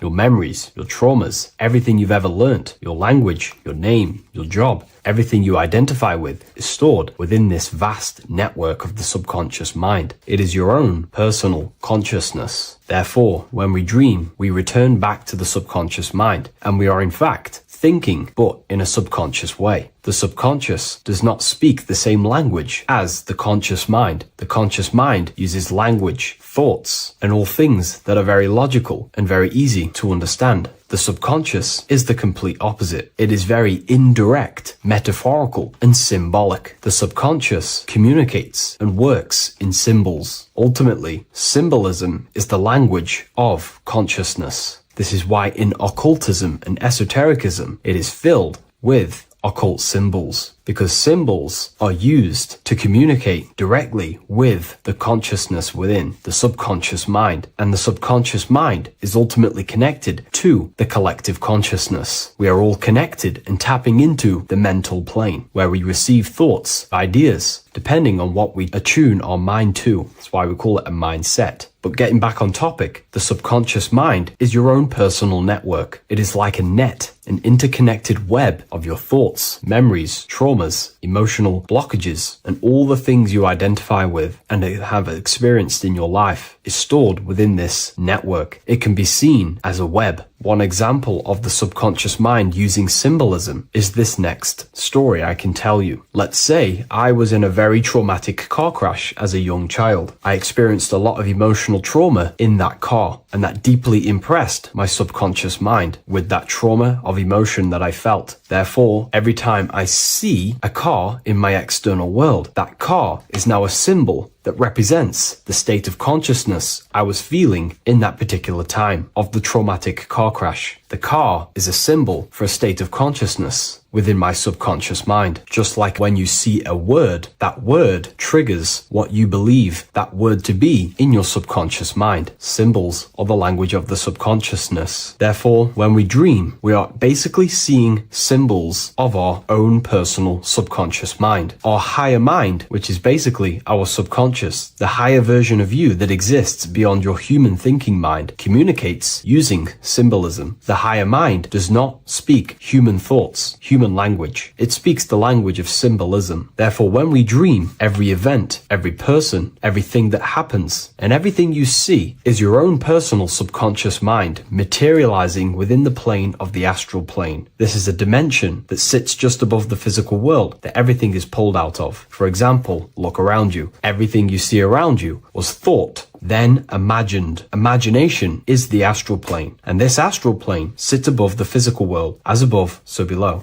These objects were thought, imagined within someone's mind, and then pulled into a physical reality. Therefore, the imagination is what you're experiencing within a dream. It is your subconscious mind thinking and materializing within the imaginative plane. For example, let's say you are a Christian, you believe in Jesus your whole life, you have lots of emotion towards Jesus. This deeply impresses your subconscious mind. You believe in him so much, you go to sleep, you have a dream that you meet Jesus. You did not meet directly with Jesus. You met with your own belief. It was your own belief materializing within the imaginative plane and revealing itself to you. Dreams are materializations of your memories, your subconscious beliefs, traumas, and anything that could be inside the subconscious mind. It is your subconsciousness revealing itself to you in a material form. Let's say you have a nightmare. There is a big dark figure chasing you and you are running away in fear, away from this dark figure chasing you. That dark figure is not an external entity. It is not a spirit or a jinn or a demon. It is in fact an aspect of your own mind. It is a symbol that represents maybe a fear, a trauma, or something you are running away from internally, inside your subconscious mind. Something that you are not addressing, but something that is fearful, something that can be controlling you on a subconscious level. Let's say you have a fear to address something in your personal life. You want to address someone who is getting on your nerves at work. You continuously put this off and you fear doing that situation. Over a long period of time, this can slowly control you subconsciously. You start to avoid the person, avoid any contact. It is subconsciously controlling you. This is not the best example, but you can see what I mean. Hidden fears and traumas in the subconscious mind can subconsciously control your actions and ultimately lead you to low states of consciousness, keep you from reaching your higher potential, and ultimately create blockages within your own consciousness. That figure in the dream is a materialization of something that you are fearing and running away from and not addressing. This is why people always have dreams of traumas that they have experienced as a child or when they were younger, or maybe from a year ago or two. It's because that emotion is deeply impressed in the subconscious, and the subconscious is always trying to reveal things to you, communicate to you that you need to change, purify, and maybe heal within your own consciousness. This is how the higher self communicates to you, through the language of symbolism. Once you understand this, dreams can become a very powerful tool, not just entertainment at night time. Your consciousness never rests. Your consciousness is eternal. It is the very spark of the divine. Your body needs rest. Your consciousness is not physical. It does not need rest. So this is a way you can identify what your dreams are trying to show you is by writing them down. A dream journal. Every single dream that you have a book placed near your bed. Every time you wake up, first thing you should do is pick up the book and write every single detail that you can remember about the dream. The people that you met are all symbols or aspects of yourself. Maybe it is a friend you saw in your dream. That friend represents a state of consciousness that is within you and is trying to reveal something to you. It's about making the subconscious into the conscious, to become conscious of the unknown. Write down every detail, everything you saw, every event that played out, even the details of the clothes that they were wearing. Everything is symbolic within dreams. Write everything down and then analyze the dream. Don't analyze it from a logical mind. Analyze it with the right hemisphere of the brain, which allows you to see metaphors, read between the line. Try and gain the message that it's trying to show you. What does this overall mean to you? And what could this reveal about aspects of yourself that you need to heal or maybe take action in your life and world? Because your higher self is always guiding you towards awakening and fulfilling your mission in the manifested physical world. Dreams speak in symbols, not logic. Ask about your dreams. What is this trying to tell me? Don't take things literally. Look for an emotional tone and symbolic resonance. With practice, you'll begin to understand the personal language of your subconscious mind. Now that you understand that, again, please leave a like or a comment on this video. This is now a technique for lucid dreaming and dreaming more often. This is not going to happen overnight. This is not an easy method. It simply takes practice and dedication. Every morning, choose 3 time slots. For me, I choose 4:30, 5 a.m. and 6 a.m. 3 alarms that are going to go off at these 3 times, half an hour apart from each other. Each time you wake up, stay awake for 5 to 10 minutes. Turn off the alarm. Try and keep your conscious mind awake, but drift back into sleep. There's no other better way for me to explain that. It's very difficult, but try and keep the mind awake, but the body falling back asleep. More than likely, you will drift off back to sleep. Then the next alarm will go off half an hour after. This will wake you up again, guaranteed. You will probably drift back to sleep by repeating this process. After the 3 alarms go off, each one of them times, you're either going to have a dream or a lucid dream, but definitely you will have a dream. And if it doesn't work one time, keep trying it. I've been using this method for a very long time, and I can tell you 70-80% of the time it triggers a dream, and a very vivid dream. And it's ideal for lucid dreaming because keeping the conscious mind awake while letting the body fall asleep, you can become conscious within these subconscious realms of your mind. But when you are conscious inside the dream world, you can do what you want, but you also want to let the dream naturally unfold. If you try and take too much control, then you will wake back up. If you feel any fear in your dream, you will wake back up into the material world. Another tip to dream more often is to meditate before bed. Simply close your eyes and think about nothing for 5 to 30 minutes. Detach from everything outside you, your name, your job, work, thoughts. Mentally detach from the world and the physical pleasures and become pure awareness before you try and go to sleep. This will help you become conscious while being within the self. If you wish to learn more about consciousness, yourself, the Book of Wisdom Volume 2 can definitely help you. I'll leave a link in the description. Thank you for watching this video, and I'll see you in the next one.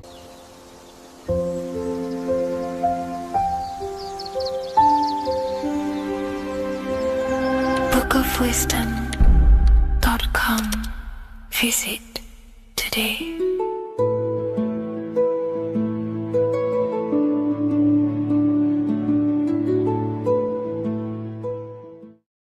What if God is not watching you every move, not judging every mistake that we make, not deciding in real time who goes to heaven or hell? What if reality does not work through God micromanaging everyone in his creation, but through a law? And what if you are not separate from those laws, but an active expression of them? Once you understand this, everything in your reality will shift. The idea that God micromanages everything and does everything by himself to hold up his creation is illogical. It makes no sense. There are billions of souls and living people in this world. There are plants. There's no way there is an intelligence out there micromanaging everything. If you die and pass on, there's no one waiting in a queue to be judged by God. This is totally, just religion creating up their own version of the Bible or whatever holy book it is. We have to remove that system out of our mind that's being heavily implanted into us. If God were personally judging every soul the moment they died, there would be an endless queue of people waiting to proceed, punish, or rewarded. Reality does not operate like a courtroom with a single judge overseeing every case. Instead, reality operates through systems, through structure, through law. God does not intervene moment by moment. God sets laws into place, and creation unfolds by obeying them laws automatically. Think of like a video game. Reality works like a code, not a control. When someone creates a video game, they do not sit there creating and controlling every character, every movement, every outcome. They write a code. They define rules, gravity, collision, cause and effect. Once the code is set, the game runs on its own. Reality functions the same way. God is not micromanaging existence. There are laws that were written into the fabric of reality itself, and everything operates through them. And these laws are not just in the fabric of reality, like I just said. They're literally ingrained into your own mind. Your mind cannot escape these laws, are pretty much creating everything you call life. We see some of these laws in nature. This is where geometry comes important. Geometry is not random decoration in nature. It is a law made visible. Spirals, symmetry, ratio, structure appears everywhere because geometry follows rules. These rules govern how plants grow, how crystals form, how cells divide, how planets rotate around the Earth, never ever falling off track. The sun rotates around the Earth. The moon rotates around the Earth. What is the order? What is the law that these intelligences are following? Why do they never distort? Why do they do the exact same thing every day and never fall off path? There is an order. And in fact, the word cosmos comes from Greek, and the word cosmos in Greek means order. This is why we call cosmology or the cosmos, the universe. It is order. It is an ordered, structured creation which contains and recycles and regenerates itself.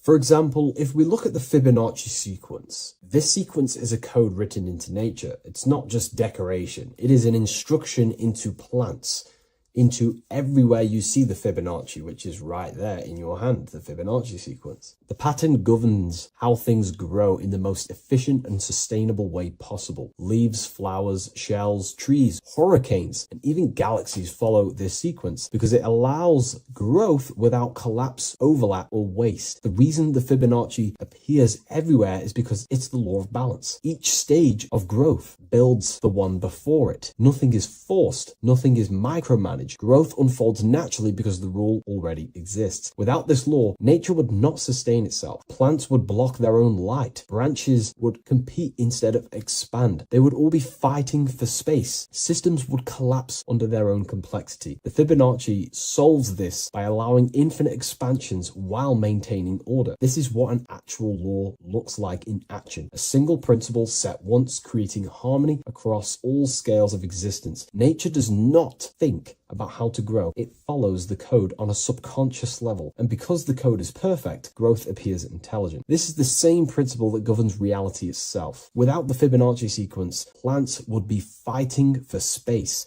fighting for light, that it would be pure chaos. The reason why there are laws in place is because it allows everything to self-sustain itself, to grow infinitely. These laws, such as the Fibonacci sequence, is pretty much a code to ensure that plants, nature, are eternal and they keep recycling themselves without a being micromanaging these things. Just like how your body works. Your body is running off subconscious programs. You don't tell your heart to beat, you never have. You don't tell yourself to breathe, you never really have. You don't tell your digestive system to digest food. These laws are already in place before you even become conscious as a baby. Who is the one telling your body to grow, to regenerate itself when it cuts? Who is this intelligence? What is this intelligence? Well, this is what we call the universal subconscious mind. The universal subconscious mind, the same power that is making the planets rotate around the earth, the same power that's telling the seed to grow into a plant,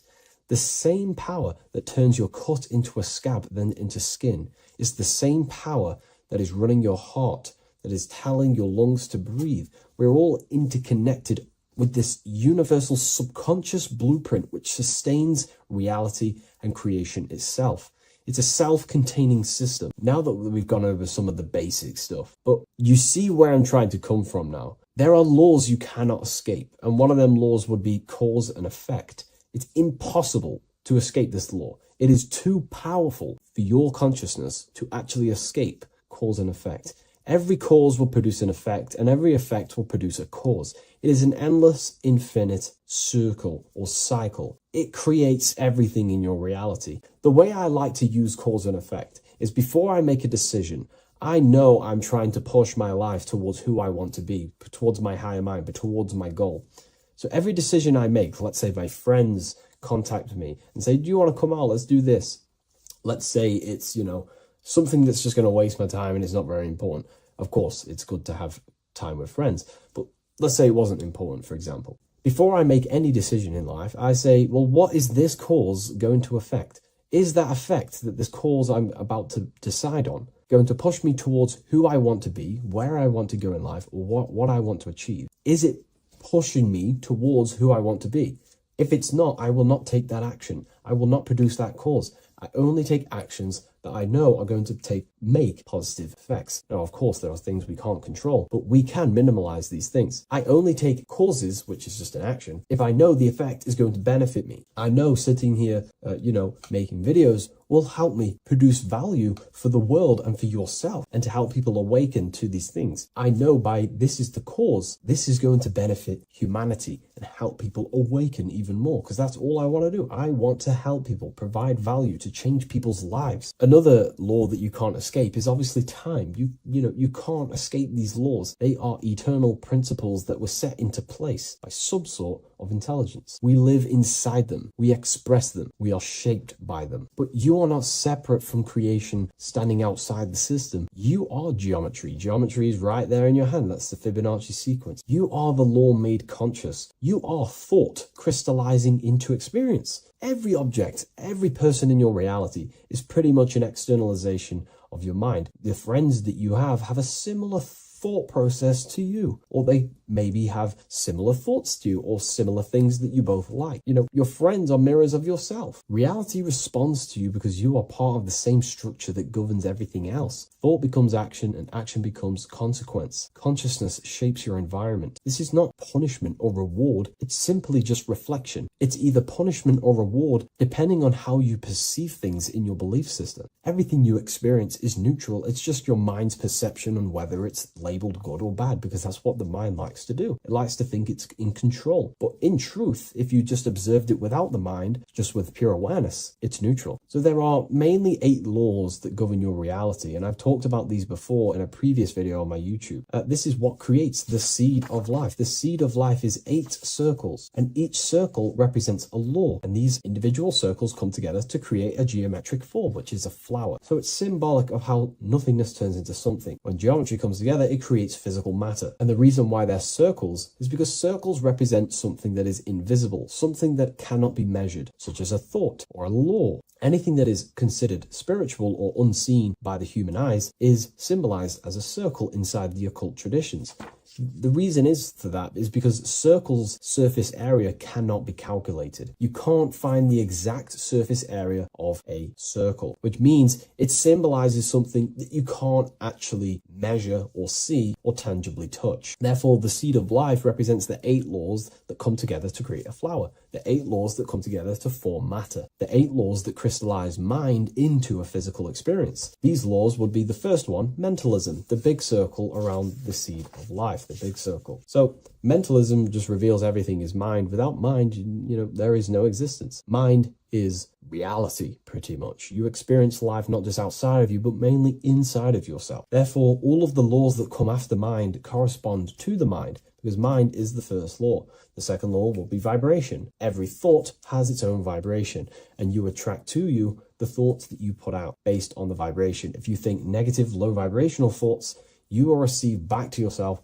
more negative thoughts. If you think positive, you will receive more thoughts. If you think about football, you will receive more thoughts based on that vibration that you put out into the mental field. The third law will be correspondence. Everything corresponds, which means everything is just a reflection of something. Your reality is an externalization and a reflection of your mind. The things that you possess, the things that you've achieved, all comes from the internal mind. Everything corresponds to everything. As above, so below. Your reality is just an externalization of the thought loop that you live in every day, because thoughts work in cycles.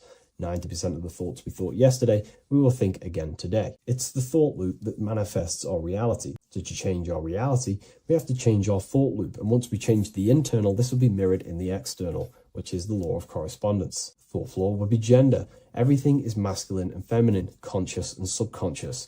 These two work together to create your reality. You have masculine and feminine forces of consciousness.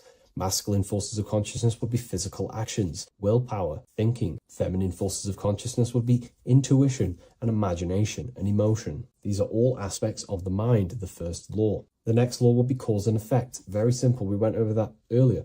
Every cause produces an effect, and every effect will produce a new cause. It's an endless cycle. The next law would be rhythm. Rhythm is everything is in cycles, like I just said, day and night, winter, summer. The universe works in cycles.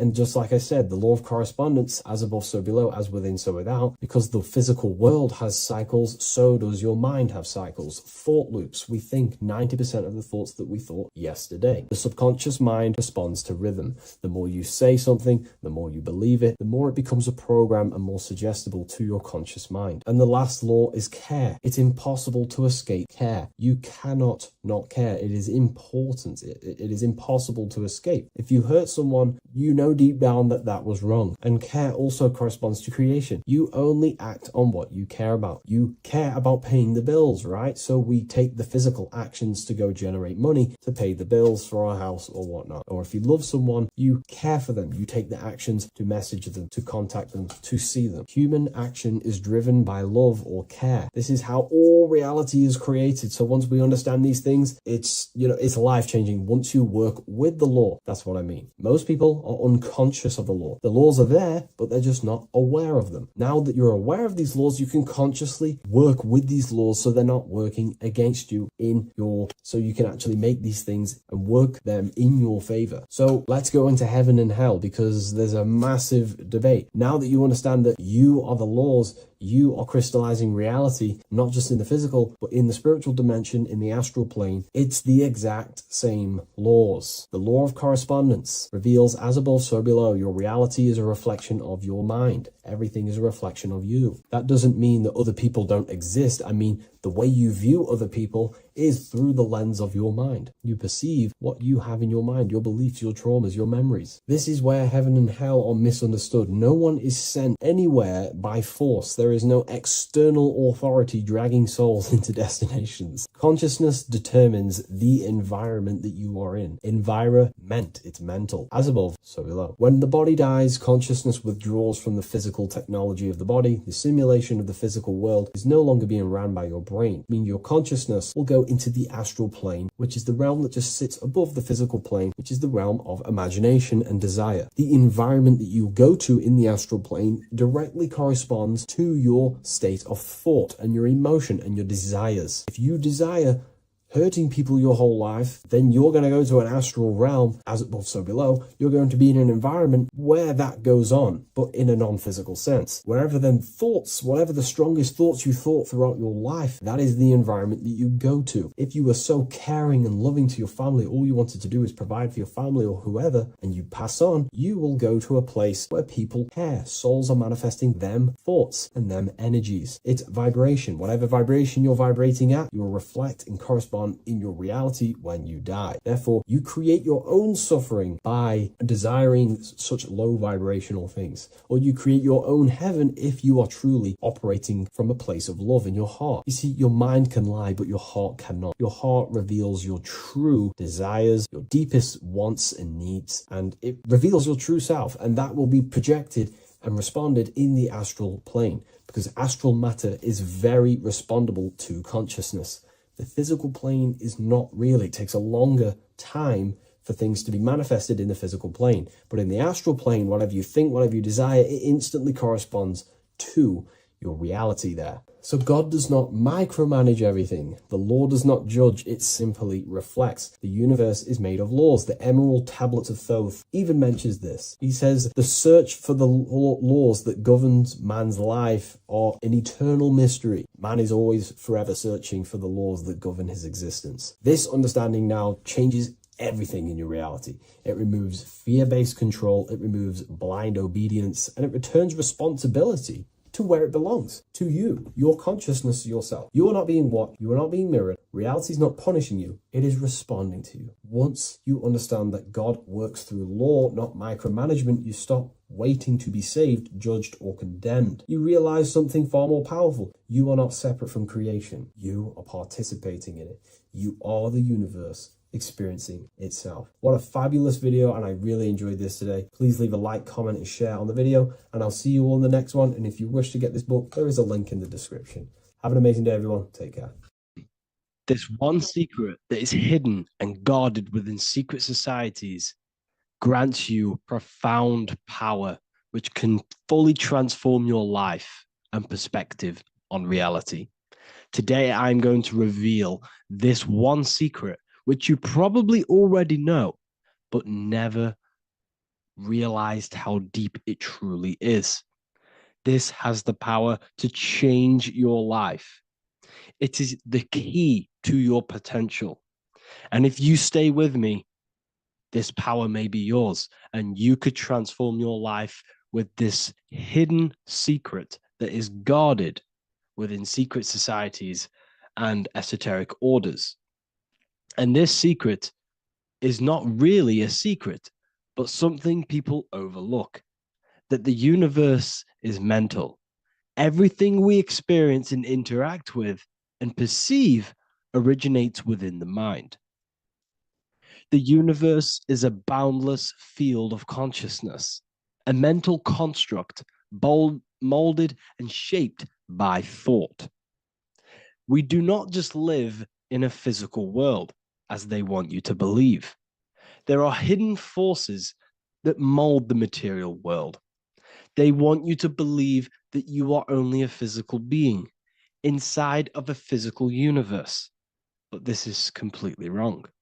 You are the architecture of the universe. Your consciousness is the very fabric of reality, and you create your own universe. The universe is an infinite field of consciousness, a vast and limitless mental construct, intricately woven and shaped by the power of thought. It is a dynamic and ever-evolving field where the interplay of awareness and attention gives form to existence. Within the boundless realm, every idea, perception, and belief contributes to the creation and transformation of reality itself. Each thought holds the power to transform reality. Your consciousness is the very fabric of reality. And this is shown in the symbol of the flower of life. The flower of life is a symbol.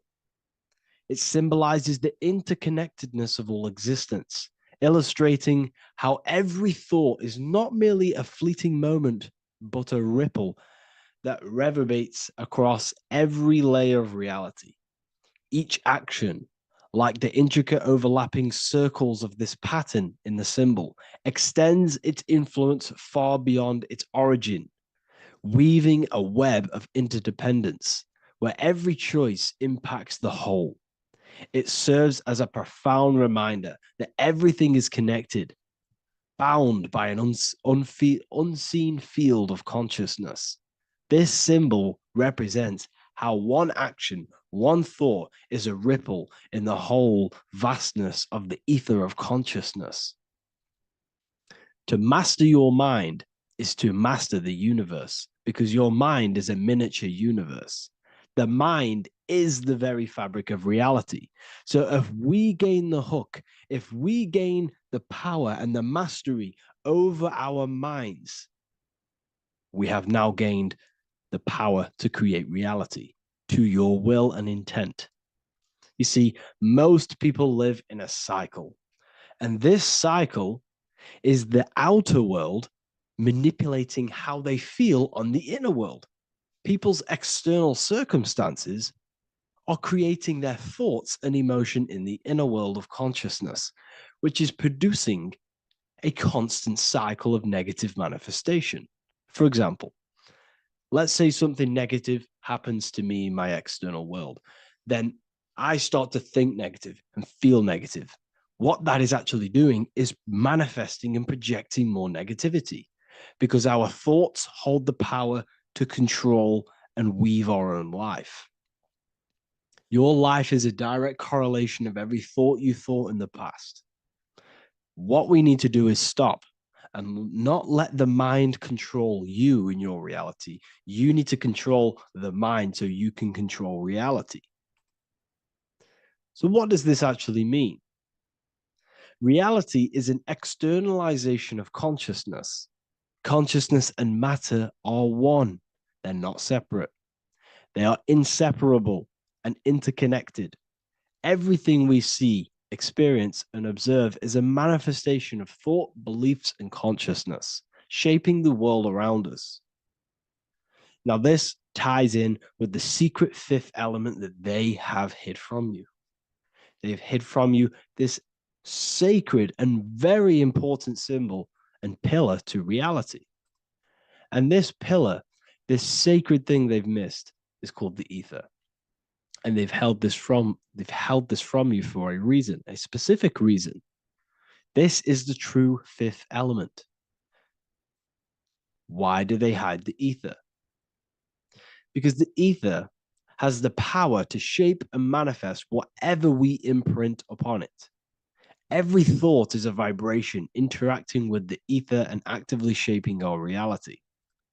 The ether, you could see it as the codes to physical reality. It's like an energetic blueprint which surrounds all physical objects. It is the life force that gives life to all things. All energy comes out of the ether and returns back to the ether. Energy, it's 0 point energy and it is an infinite source of energy. So this is why they hide the ether, because whatever our mind can imprint onto the ether, we can create into a reality.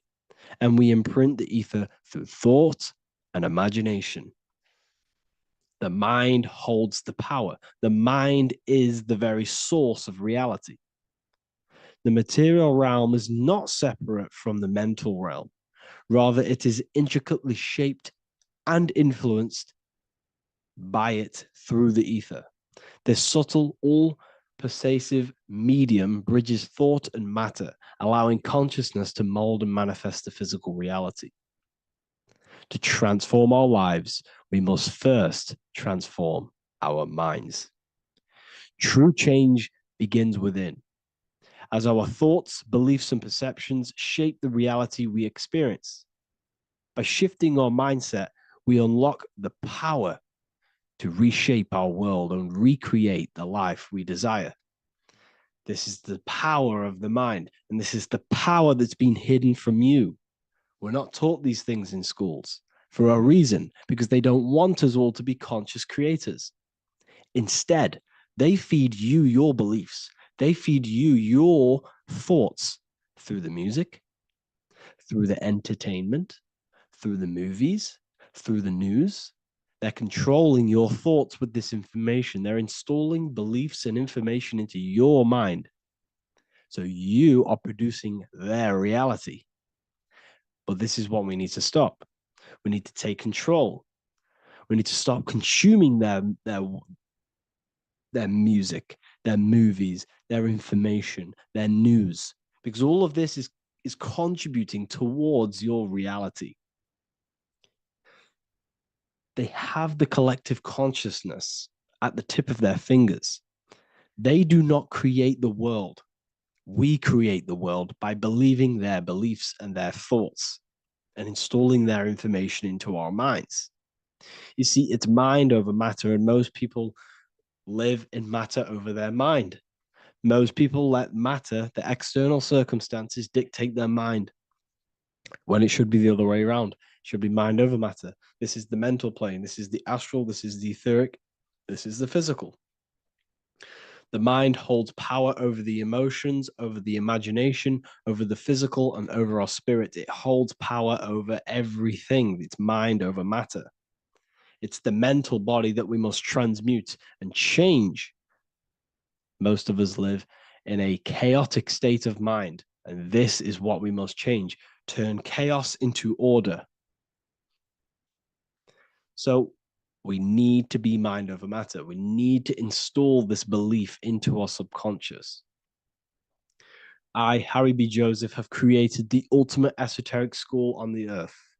As a member, you'll gain access to live mentoring calls twice a week, along with new lectures, books, and exclusive content released every week. Additionally, you'll have a full access to all my life-changing programs. If you're ready to transform your life and start your journey today with me, join Ethereal University. These are the campuses. We have the real lecture sections filled with lectures that you can watch. Manifestation Mastery, which teach you exactly how to reprogram your subconscious mind so you can live that reality. Sexual Alchemy, the path to empowerment of how you can transmute your sexual energy. The Real Library, where you gain access to powerful esoteric books, PDFs. Symbols of Secrets, an amazing course. The course that allows you to see beyond the veil that has been pulled over your eyes, the language of symbolism that secretly rules the world. I teach you how to read symbolism. Esoteric Exchange, live calls. You get to rewatch all of the old live calls. Mindwave Hub, this is a place of binaural beats where you can listen to infinite amounts of binaural beats. So you can meditate to them. Meditation section, numerology, health section, and electromagnetism. This is a life-changing place. And if you are serious, we only accept serious about changing your life and studying the occult and esoteric, this is the place for you. I've been there. I've been on YouTube looking around for valuable information, trying to find good accounts, good channels. It's very hard. I had to go through years of trying to find good information on YouTube. But what I've done is, instead of you searching around everywhere for bits of information and connecting the dots, I've put it all into one big place. You get your binaural beats, you get all the programs you need to walk the path of enlightenment to transform your life. I will connect with you on the inside, and I hope this lesson, this lecture, you gained some information, you gained some power from it. Please like and comment, or don't. It's up to you. If you have any reviews, if you have any ideas of lectures that you know, if you don't understand certain things, make sure to leave a comment and I can make a lecture about it. I can make a video about it for sure. I don't mind taking recommendations for videos. So I thank you all, people. Have an amazing day.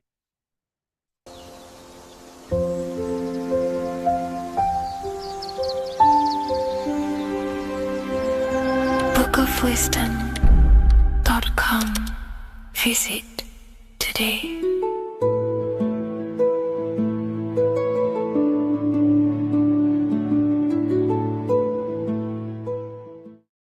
Do the elites actually worship Saturn? In this video, we're going to be discussing the occult and esoteric meaning of the 7 planets and the abuse of the Saturnic energy within today's world. This will help you gain a deeper understanding of reality, yourself, how you create reality, and what these 7 planetary energies actually truly are. In order to understand anything within the universe, we have to understand the law of correspondence, the law of as above, so below. There is one consciousness expressed in infinite forms. Me, you, the squirrel, everyone who possesses consciousness within this universe is an expression of the one divine consciousness, what we like to call Source, God, or the grand architect of the universe. We have to understand there is a large scale, but the large scale is mirrored in the small scale. If we look at lightning, this is a large scale. This is the macrocosm. Then we go a bit smaller to the trees. We see the same pattern. Then we look a little bit smaller into the human body. We see the same pattern of the nervous system. Then if we zoomed into the microcosm, brain cells, we still see the same pattern. This reveals the universe is a fractal universe. The large is reflected in the small. And this is the symbol of the Fibonacci sequence, which represents this as above, so below principle. The big spiral represents the macrocosm, but then this spirals into the tiny spiral. This symbol goes for eternity, never touching, never finishing. The large is mirrored in the small. With understanding this, we can realize that we are a microcosm of God. We are our own universe. We are our own world. Your body is the earth. Your mind is the mind of God, just in a smaller version. You are a drop in the ocean of the vast collective consciousness. With that being said, everything you see outside of you is inside of you. As above, so below. The 7 planetary energies on a macrocosmic scale are the 7 energies that form the physical world. The physical dimension is crystallized thought. Everything you see around you was thought made manifest. Thought imagined, then created in the physical reality. Therefore, these 7 planetary energies are 7 astral forces that create and weave the material existence. For example, if we look at a tree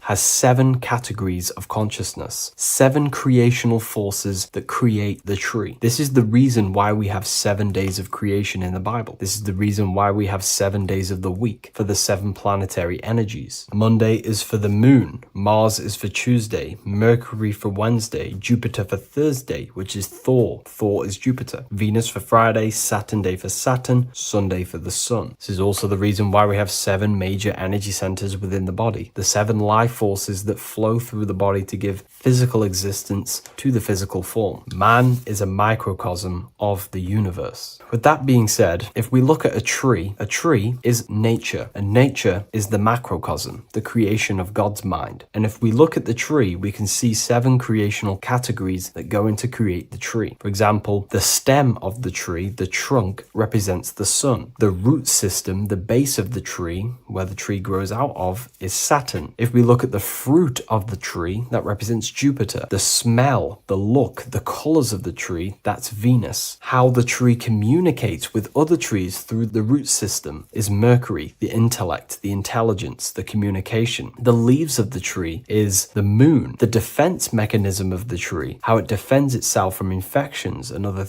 territories, is Mars. So we can see all physical matter, all physical creation demands these 7 categories of consciousness, these 7 planetary forces. But again, that is the macrocosmic scale. The macrocosm is reflected in the microcosm, which means you have access to these forces, these 7 planetary energies, and you use them to create anything in reality. You've been using them maybe unconsciously your whole life. For example, this book that I've created, the Book of Wisdom Volume 2, you can find it in the bio if you're interested in reading it. It has the 7 planetary forces that go into this tree, into this book. I used the sun, which is my passion and my drive to take actions. I used Mercury, which is my intellect, my thinking, my communication. I used Venus, the layout, the look, of the book. I use Mars, my defense of my work, my trademark, my copyright. I use Saturn. Saturn is my time, my discipline, my attention. I use Jupiter, which is the why, the reason why I created it. I used the moon, which is my care. My care is the generative force. Whatever you create in your reality is because you care. You care about keeping a house above your head. Therefore, you go to work and earn money. Care is the driving force to create anything in reality. What you see right now watching this video is because you care about watching this video. If you lose care about watching the video, you will turn it off and continue to do something else. All creation demands these 7 forces, hence why we have here a midsection. Sometimes we see the symbol of the earth, which is a circle and a cross in the middle, because these 7 forces create earth. But again, this video is specifically aimed to Saturn. We're going to be discussing Saturn's Saturnic energy because there is a lot of misunderstanding in today's world. And I'm going to give my perspective and my research on the energy of Saturn and how we use it and how it's being abused in today's world. Saturn externally, because remember, we have an external world, an internal world, a macro and a micro. Saturn externally in the material plane governs the foundational and enduring aspects of existence, such as the roots of plants, the bones of our body, even the insects that dwell beneath the ground. It represents the dull, hard, unyielding forces of life, symbolizing structure, limitation, and conditioning. Under Saturn's influence, things become rigid, bound by the god of time, bound by restriction and boundaries. In Roman mythology, Saturn is revered as the god of time, ruling over the cycles, beginnings, and endings. This connection with this emphasizes Saturn's role in marking the passages of life, aging, and inevitable constraints we all face. Internally, inside yourself, the microcosm. Internally, Saturn embodies the conditioning within our own consciousness. When Saturnian aspects of consciousness dominates, we become overly rigid, fixated, restricted in our thinking and actions. For example, Saturn's influence is strongly felt in today's world, where many people's minds are confined to societal norms and conditioned responses. The pervasive control Saturnian energy can lead to the sense of limitation, as people become trapped within structure imposed by society and power structures. However, we have to remember that limitation, there is dark and light. Limitation is not bad. This is why Saturn is connected to the god Satan. They are the same being. It's something that restricts, holds back, and keeps you limited, conditions and limits consciousness to its lower power. Saturn is a great teacher, guiding us through difficult life lessons that ultimately lead to growth and expansion and power. Although Saturn's energy is harsh and often challenging, it helps us to develop resilience, discipline, and wisdom. Yet in modern age, this energy has overpowered the minds of the masses, fostering excessive rigidity and limitation. Instead of being ruled by Saturn's constraints, we should seek to embrace more freedom, love, joy, balancing Saturn's lessons with openness and fluidity in our life. So like I said, Saturn rules law. Anything that is limiting or holding back, something that is a restriction or a wall. This is why we see judges wear black robes. The color black is associated with Saturn because Saturn rules over the nighttime and the winter time. Capricorn, they wear black robes. A graduate also wears a black robe with a black square cap on its head because black is associated with Saturn, restriction, limitation. University graduates wear this. Personally, not to offend anyone, these educational systems that we have in today's world are not here to give you power, to find you the power of consciousness or yourself. They are simply to restrict you, to keep the mind limited in a certain belief system. That's not to say the things in university are completely useless, but what I'm saying is it is a conditioning by the educational system. And if we actually look at the top of the hat, it's a square over a circle. And in Freemasonry, we see the compass on top of the square. In Freemasonry, we see the square underneath the compass on top of the square. The square creates squares and the compass creates circles. So this is symbolizing the square, which is matter, the circle, which is spirit, matter over spirit when it needs to be spirit over matter. This is a symbol of conditioning, limiting the mind into being being locked in the five senses and base consciousness. Saturn's energy is keeping people restricted. This is why there is so much Saturn symbolism in today's world, because Saturn is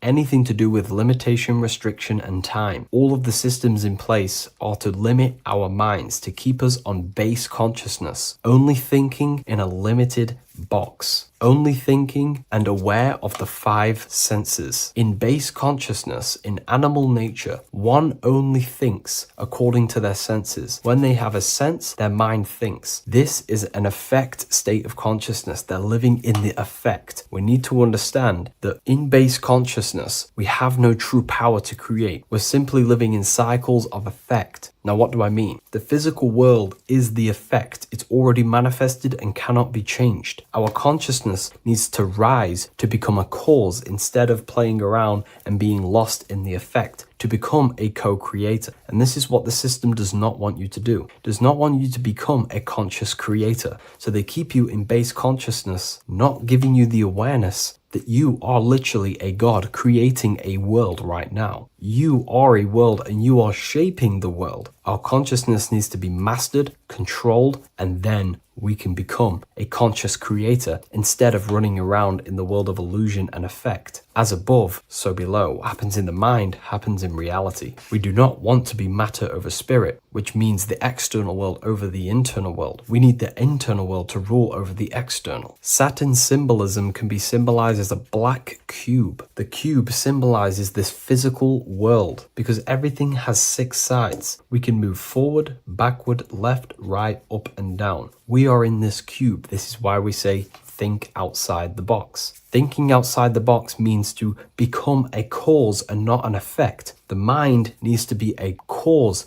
an instruction center, and not just thoughts that are reinforcing the effect and lost in the effects of the material world. Instead of reacting, we need to become a commander. This is a symbol of conditioning and the physical plane. Black is dull, lifeless. The physical world is lifeless. It has no power to create. It has no power to do anything. It is simply a projection and an effect. You, the mind, consciousness, are the cause. You can create the effect. In today's system, Saturn's energy is heavily relied on, which is just simply man-made laws, restrictions, time wasting, and keeping people in base consciousness, only aware of the physical 5 senses. Let's get something straight about the elites. They do not worship Saturn. There is nothing to worship. They simply use the energy of Saturn to keep people limited. They're not using the planet Saturn, but they're limiting people in their belief systems and physically where they can go, restricting boundaries, countries, restricting people's minds through mass media, which is all symbolism of limitation and restriction of Saturn. They're not worshipping it, they're using it and abusing it. Saturn could be anything in your mind that keeps you limited. If you have a limited thought that does not allow you to take action on something, that is a Saturnic energy within your own mind. Anything that is indoctrination, anything that is boundaries on you, that is a Saturnic energy. Some people say that the Saturn and the moon are working together to trap our soul. This is highly symbolic. Saturn and the moon are not forming a matrix to trap your soul and keep you reincarnated. Again, this is symbolic, and in the esoteric version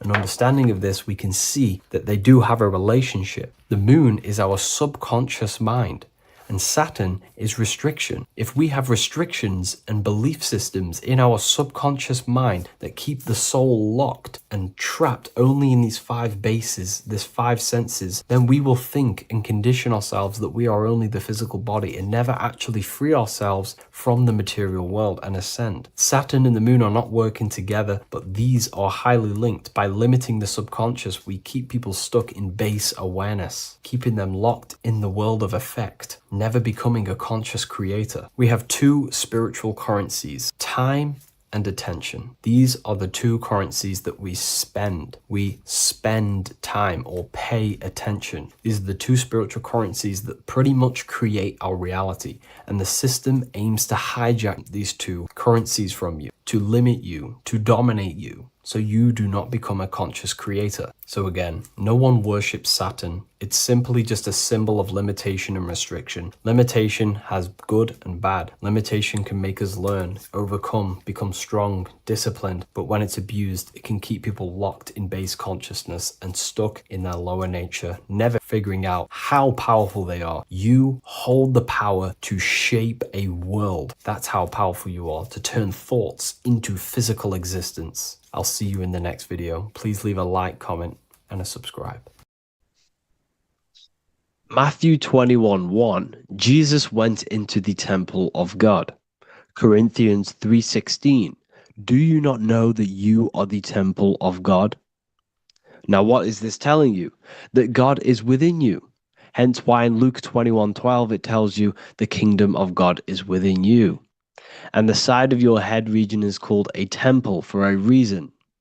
Because the brain encapsulates the mind. The brain is a physical manifestation of the mind. The heart is a physical manifestation of emotion. So we have these different layers of our consciousness. We have an intellectual, communicative aspect of our consciousness, which we would call the mind. We have an emotional aspect of our consciousness, which is the heart. And to communicate with the divine, it's all to do with the mind. Hence why the ancients always symbolize the mind being God. This is why Michelangelo always placed God inside of the brain on top of Sistine Chapel in the middle of the Vatican. He understood that God is in the brain. God is within you, not outside of you. The church tells you that God is in the sky because they are creating a externalization of the truth to create a business and a distraction so that you don't find the divinity within you, so that you don't find your power. Now you have Adam, the physical man, the physical body, the ego, the lower self. And he is resting. He's not trying to reach to God, but God is reaching because the higher consciousness within you is always trying to communicate with you. It's always trying to wake you up to your divinity. But the lower mind, the lower self, Adam, the physical self, is always in ignorance of truth, always in ignorance, and stays in a materialistic way of thinking, which is the lower animal self. And this is what we call a sleep or an NPC. This is the lower mind of man. But all you have to do is to move your finger to touch God. You have to look within yourself, within the brain, meditate, and you can find God.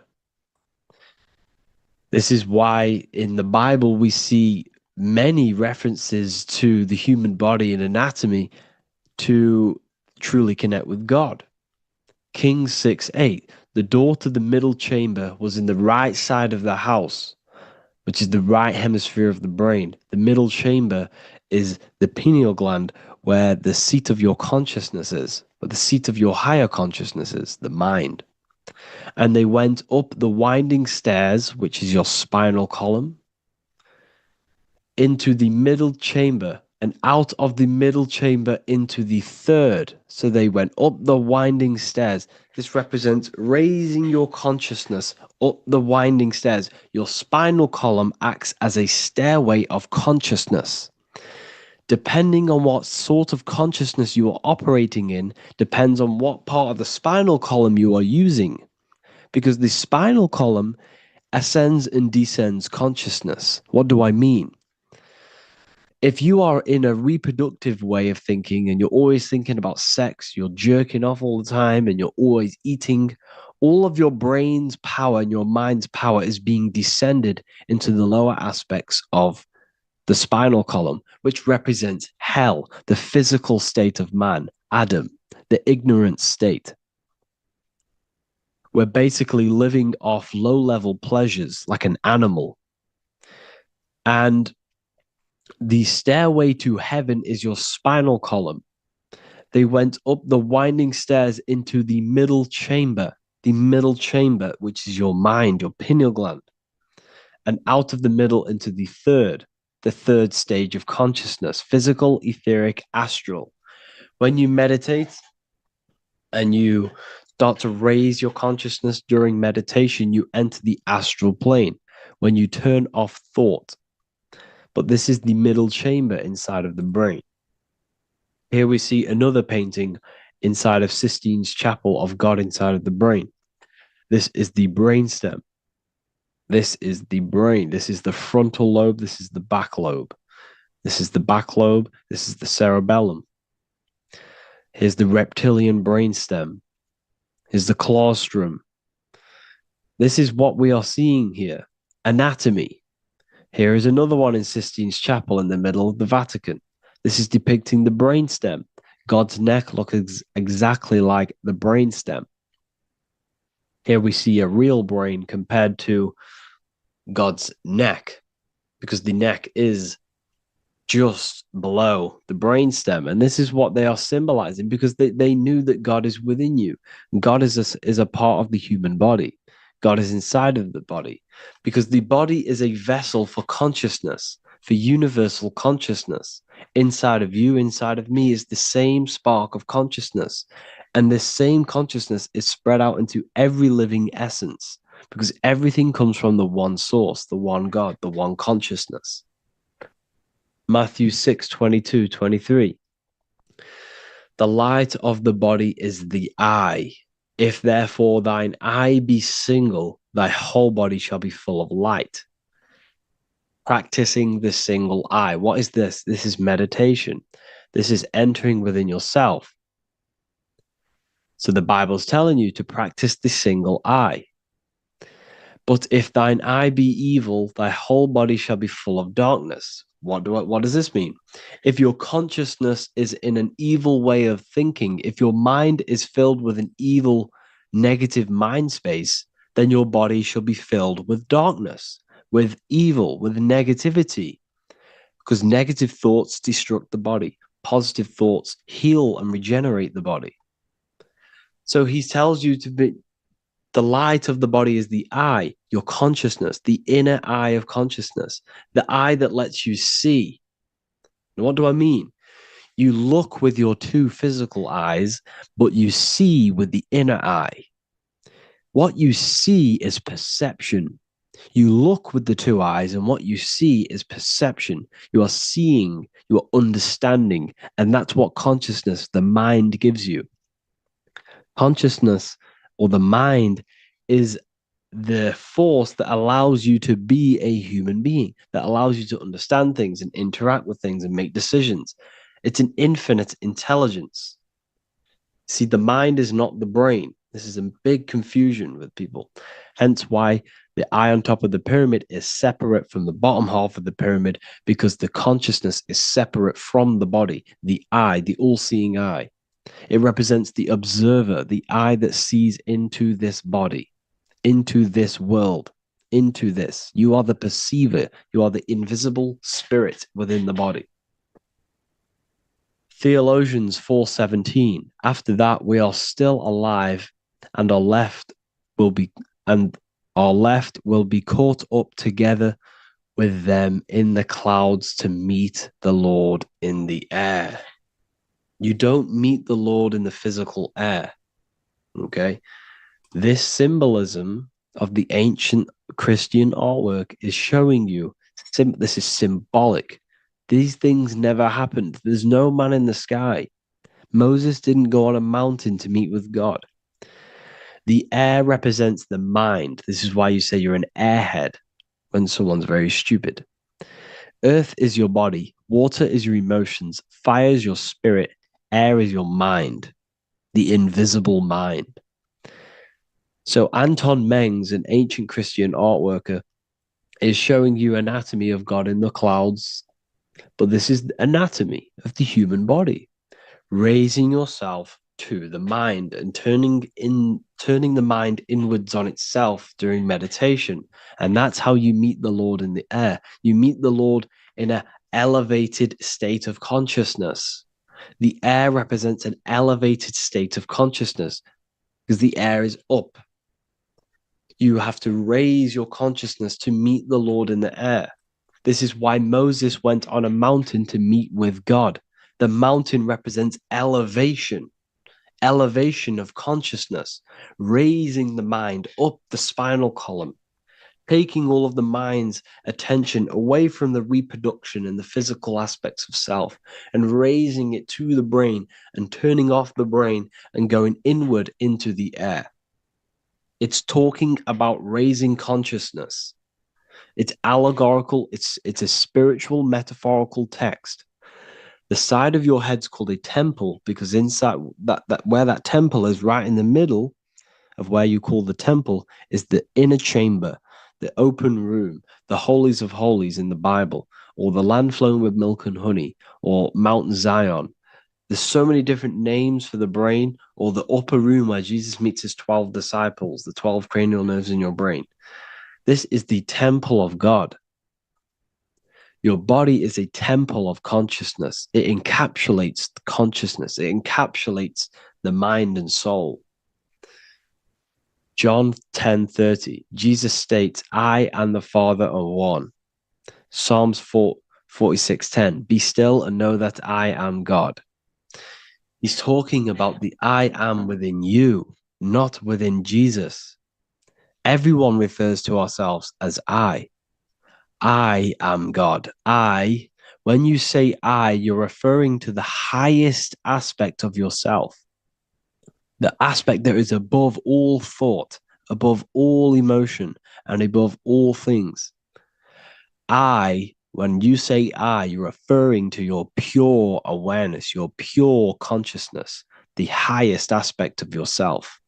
And anything after I is egotistical. I is God. The letter I is the Roman numerals for one, because there is one God, one consciousness.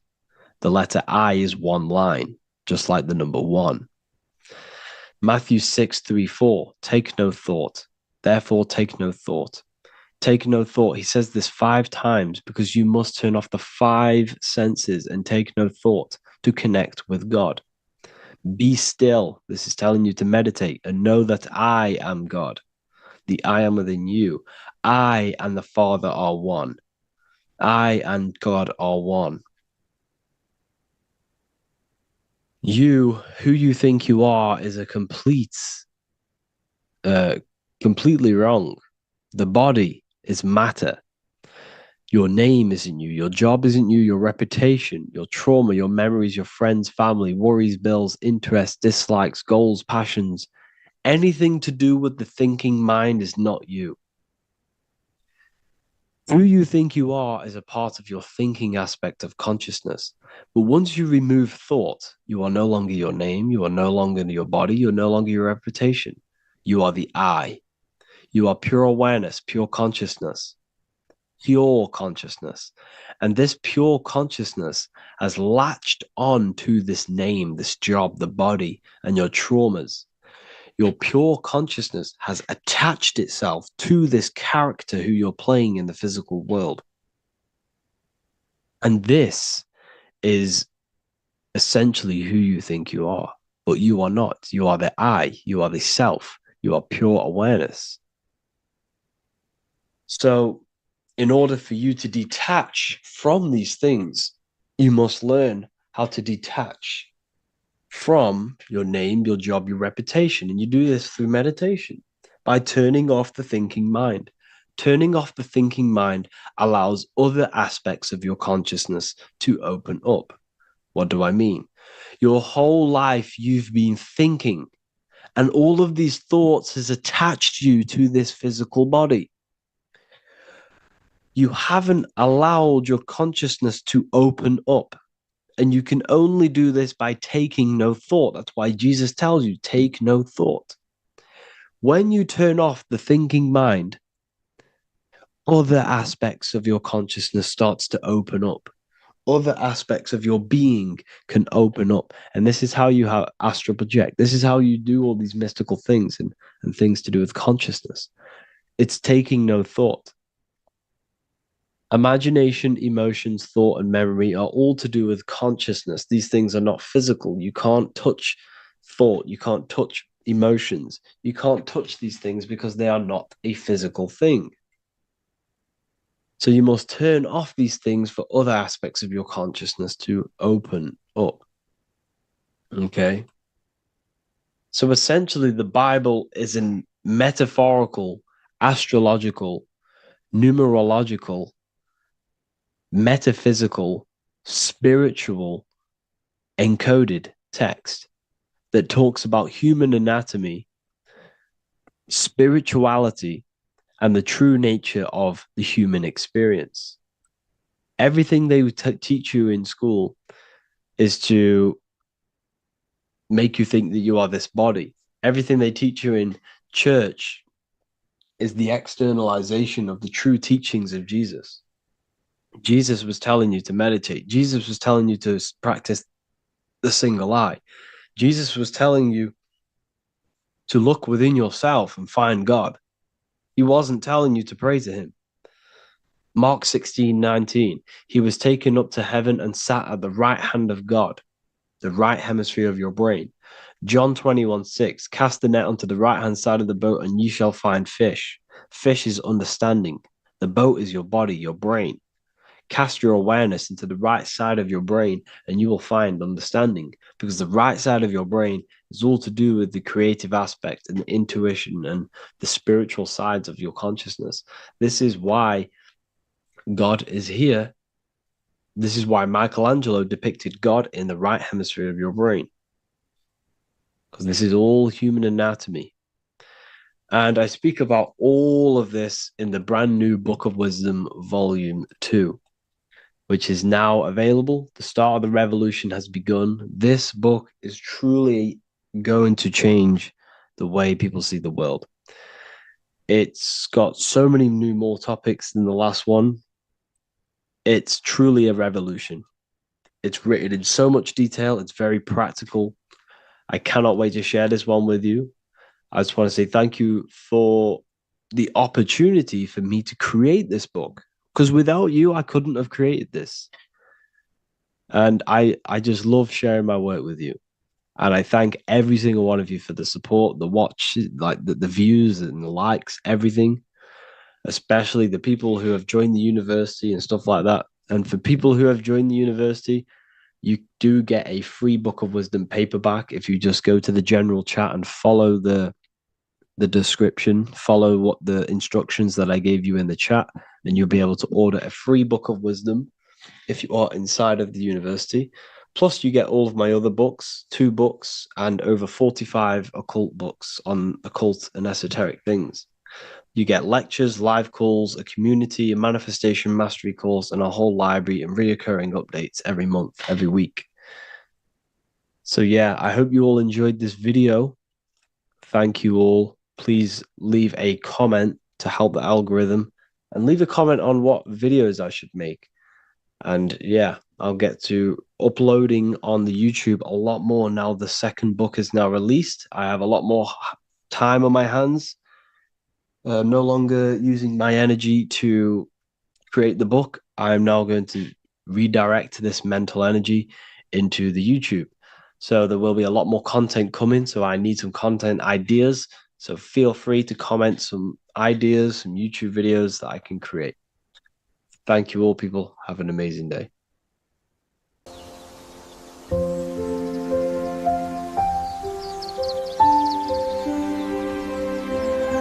bookofwisdom.com. Visit today.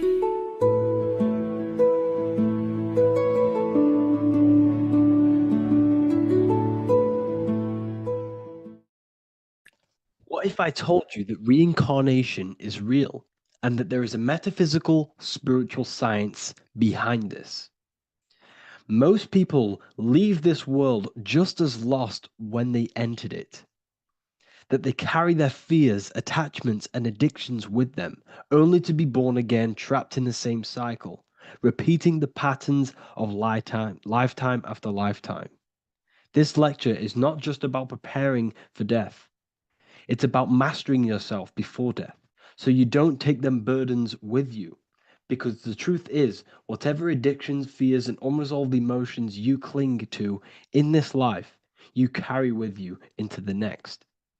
Unless you break free now. You must master yourself before death. Death is not the end. It is the great passage. But how we transition depends on our mastery of the self. This was symbolized by the Ouroboros, the snake biting its tail. Every ending is a new beginning. It's an infinite cycle of consciousness. Now, your human body is basically an antenna tapped in to a stream of consciousness. Just like a radio is tapped into a specific frequency to play that radio. Your body is basically an antenna, a crystal picking up the consciousness of God. You are on an ever-ending journey, a journey of learning and expansion of the mind into new fields of thought.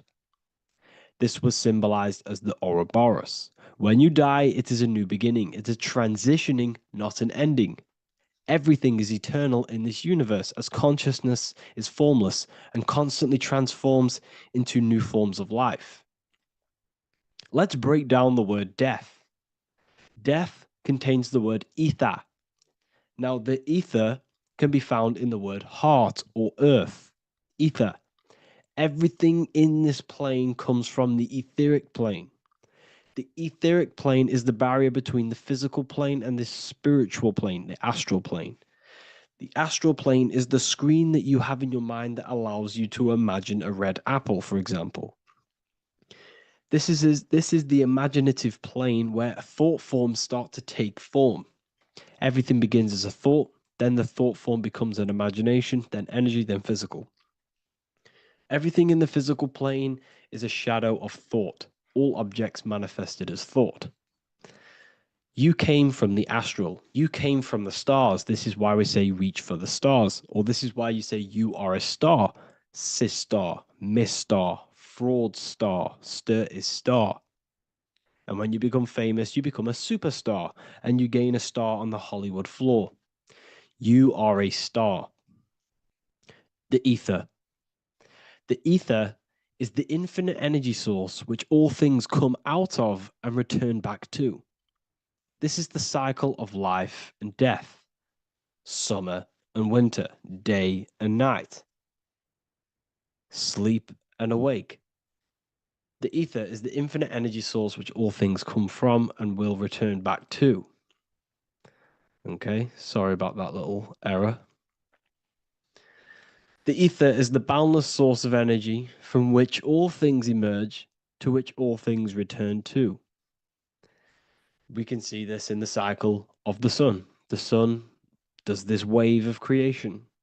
It rises and it falls. We have the day and the night. The daytime represents our conscious mind when we are alert.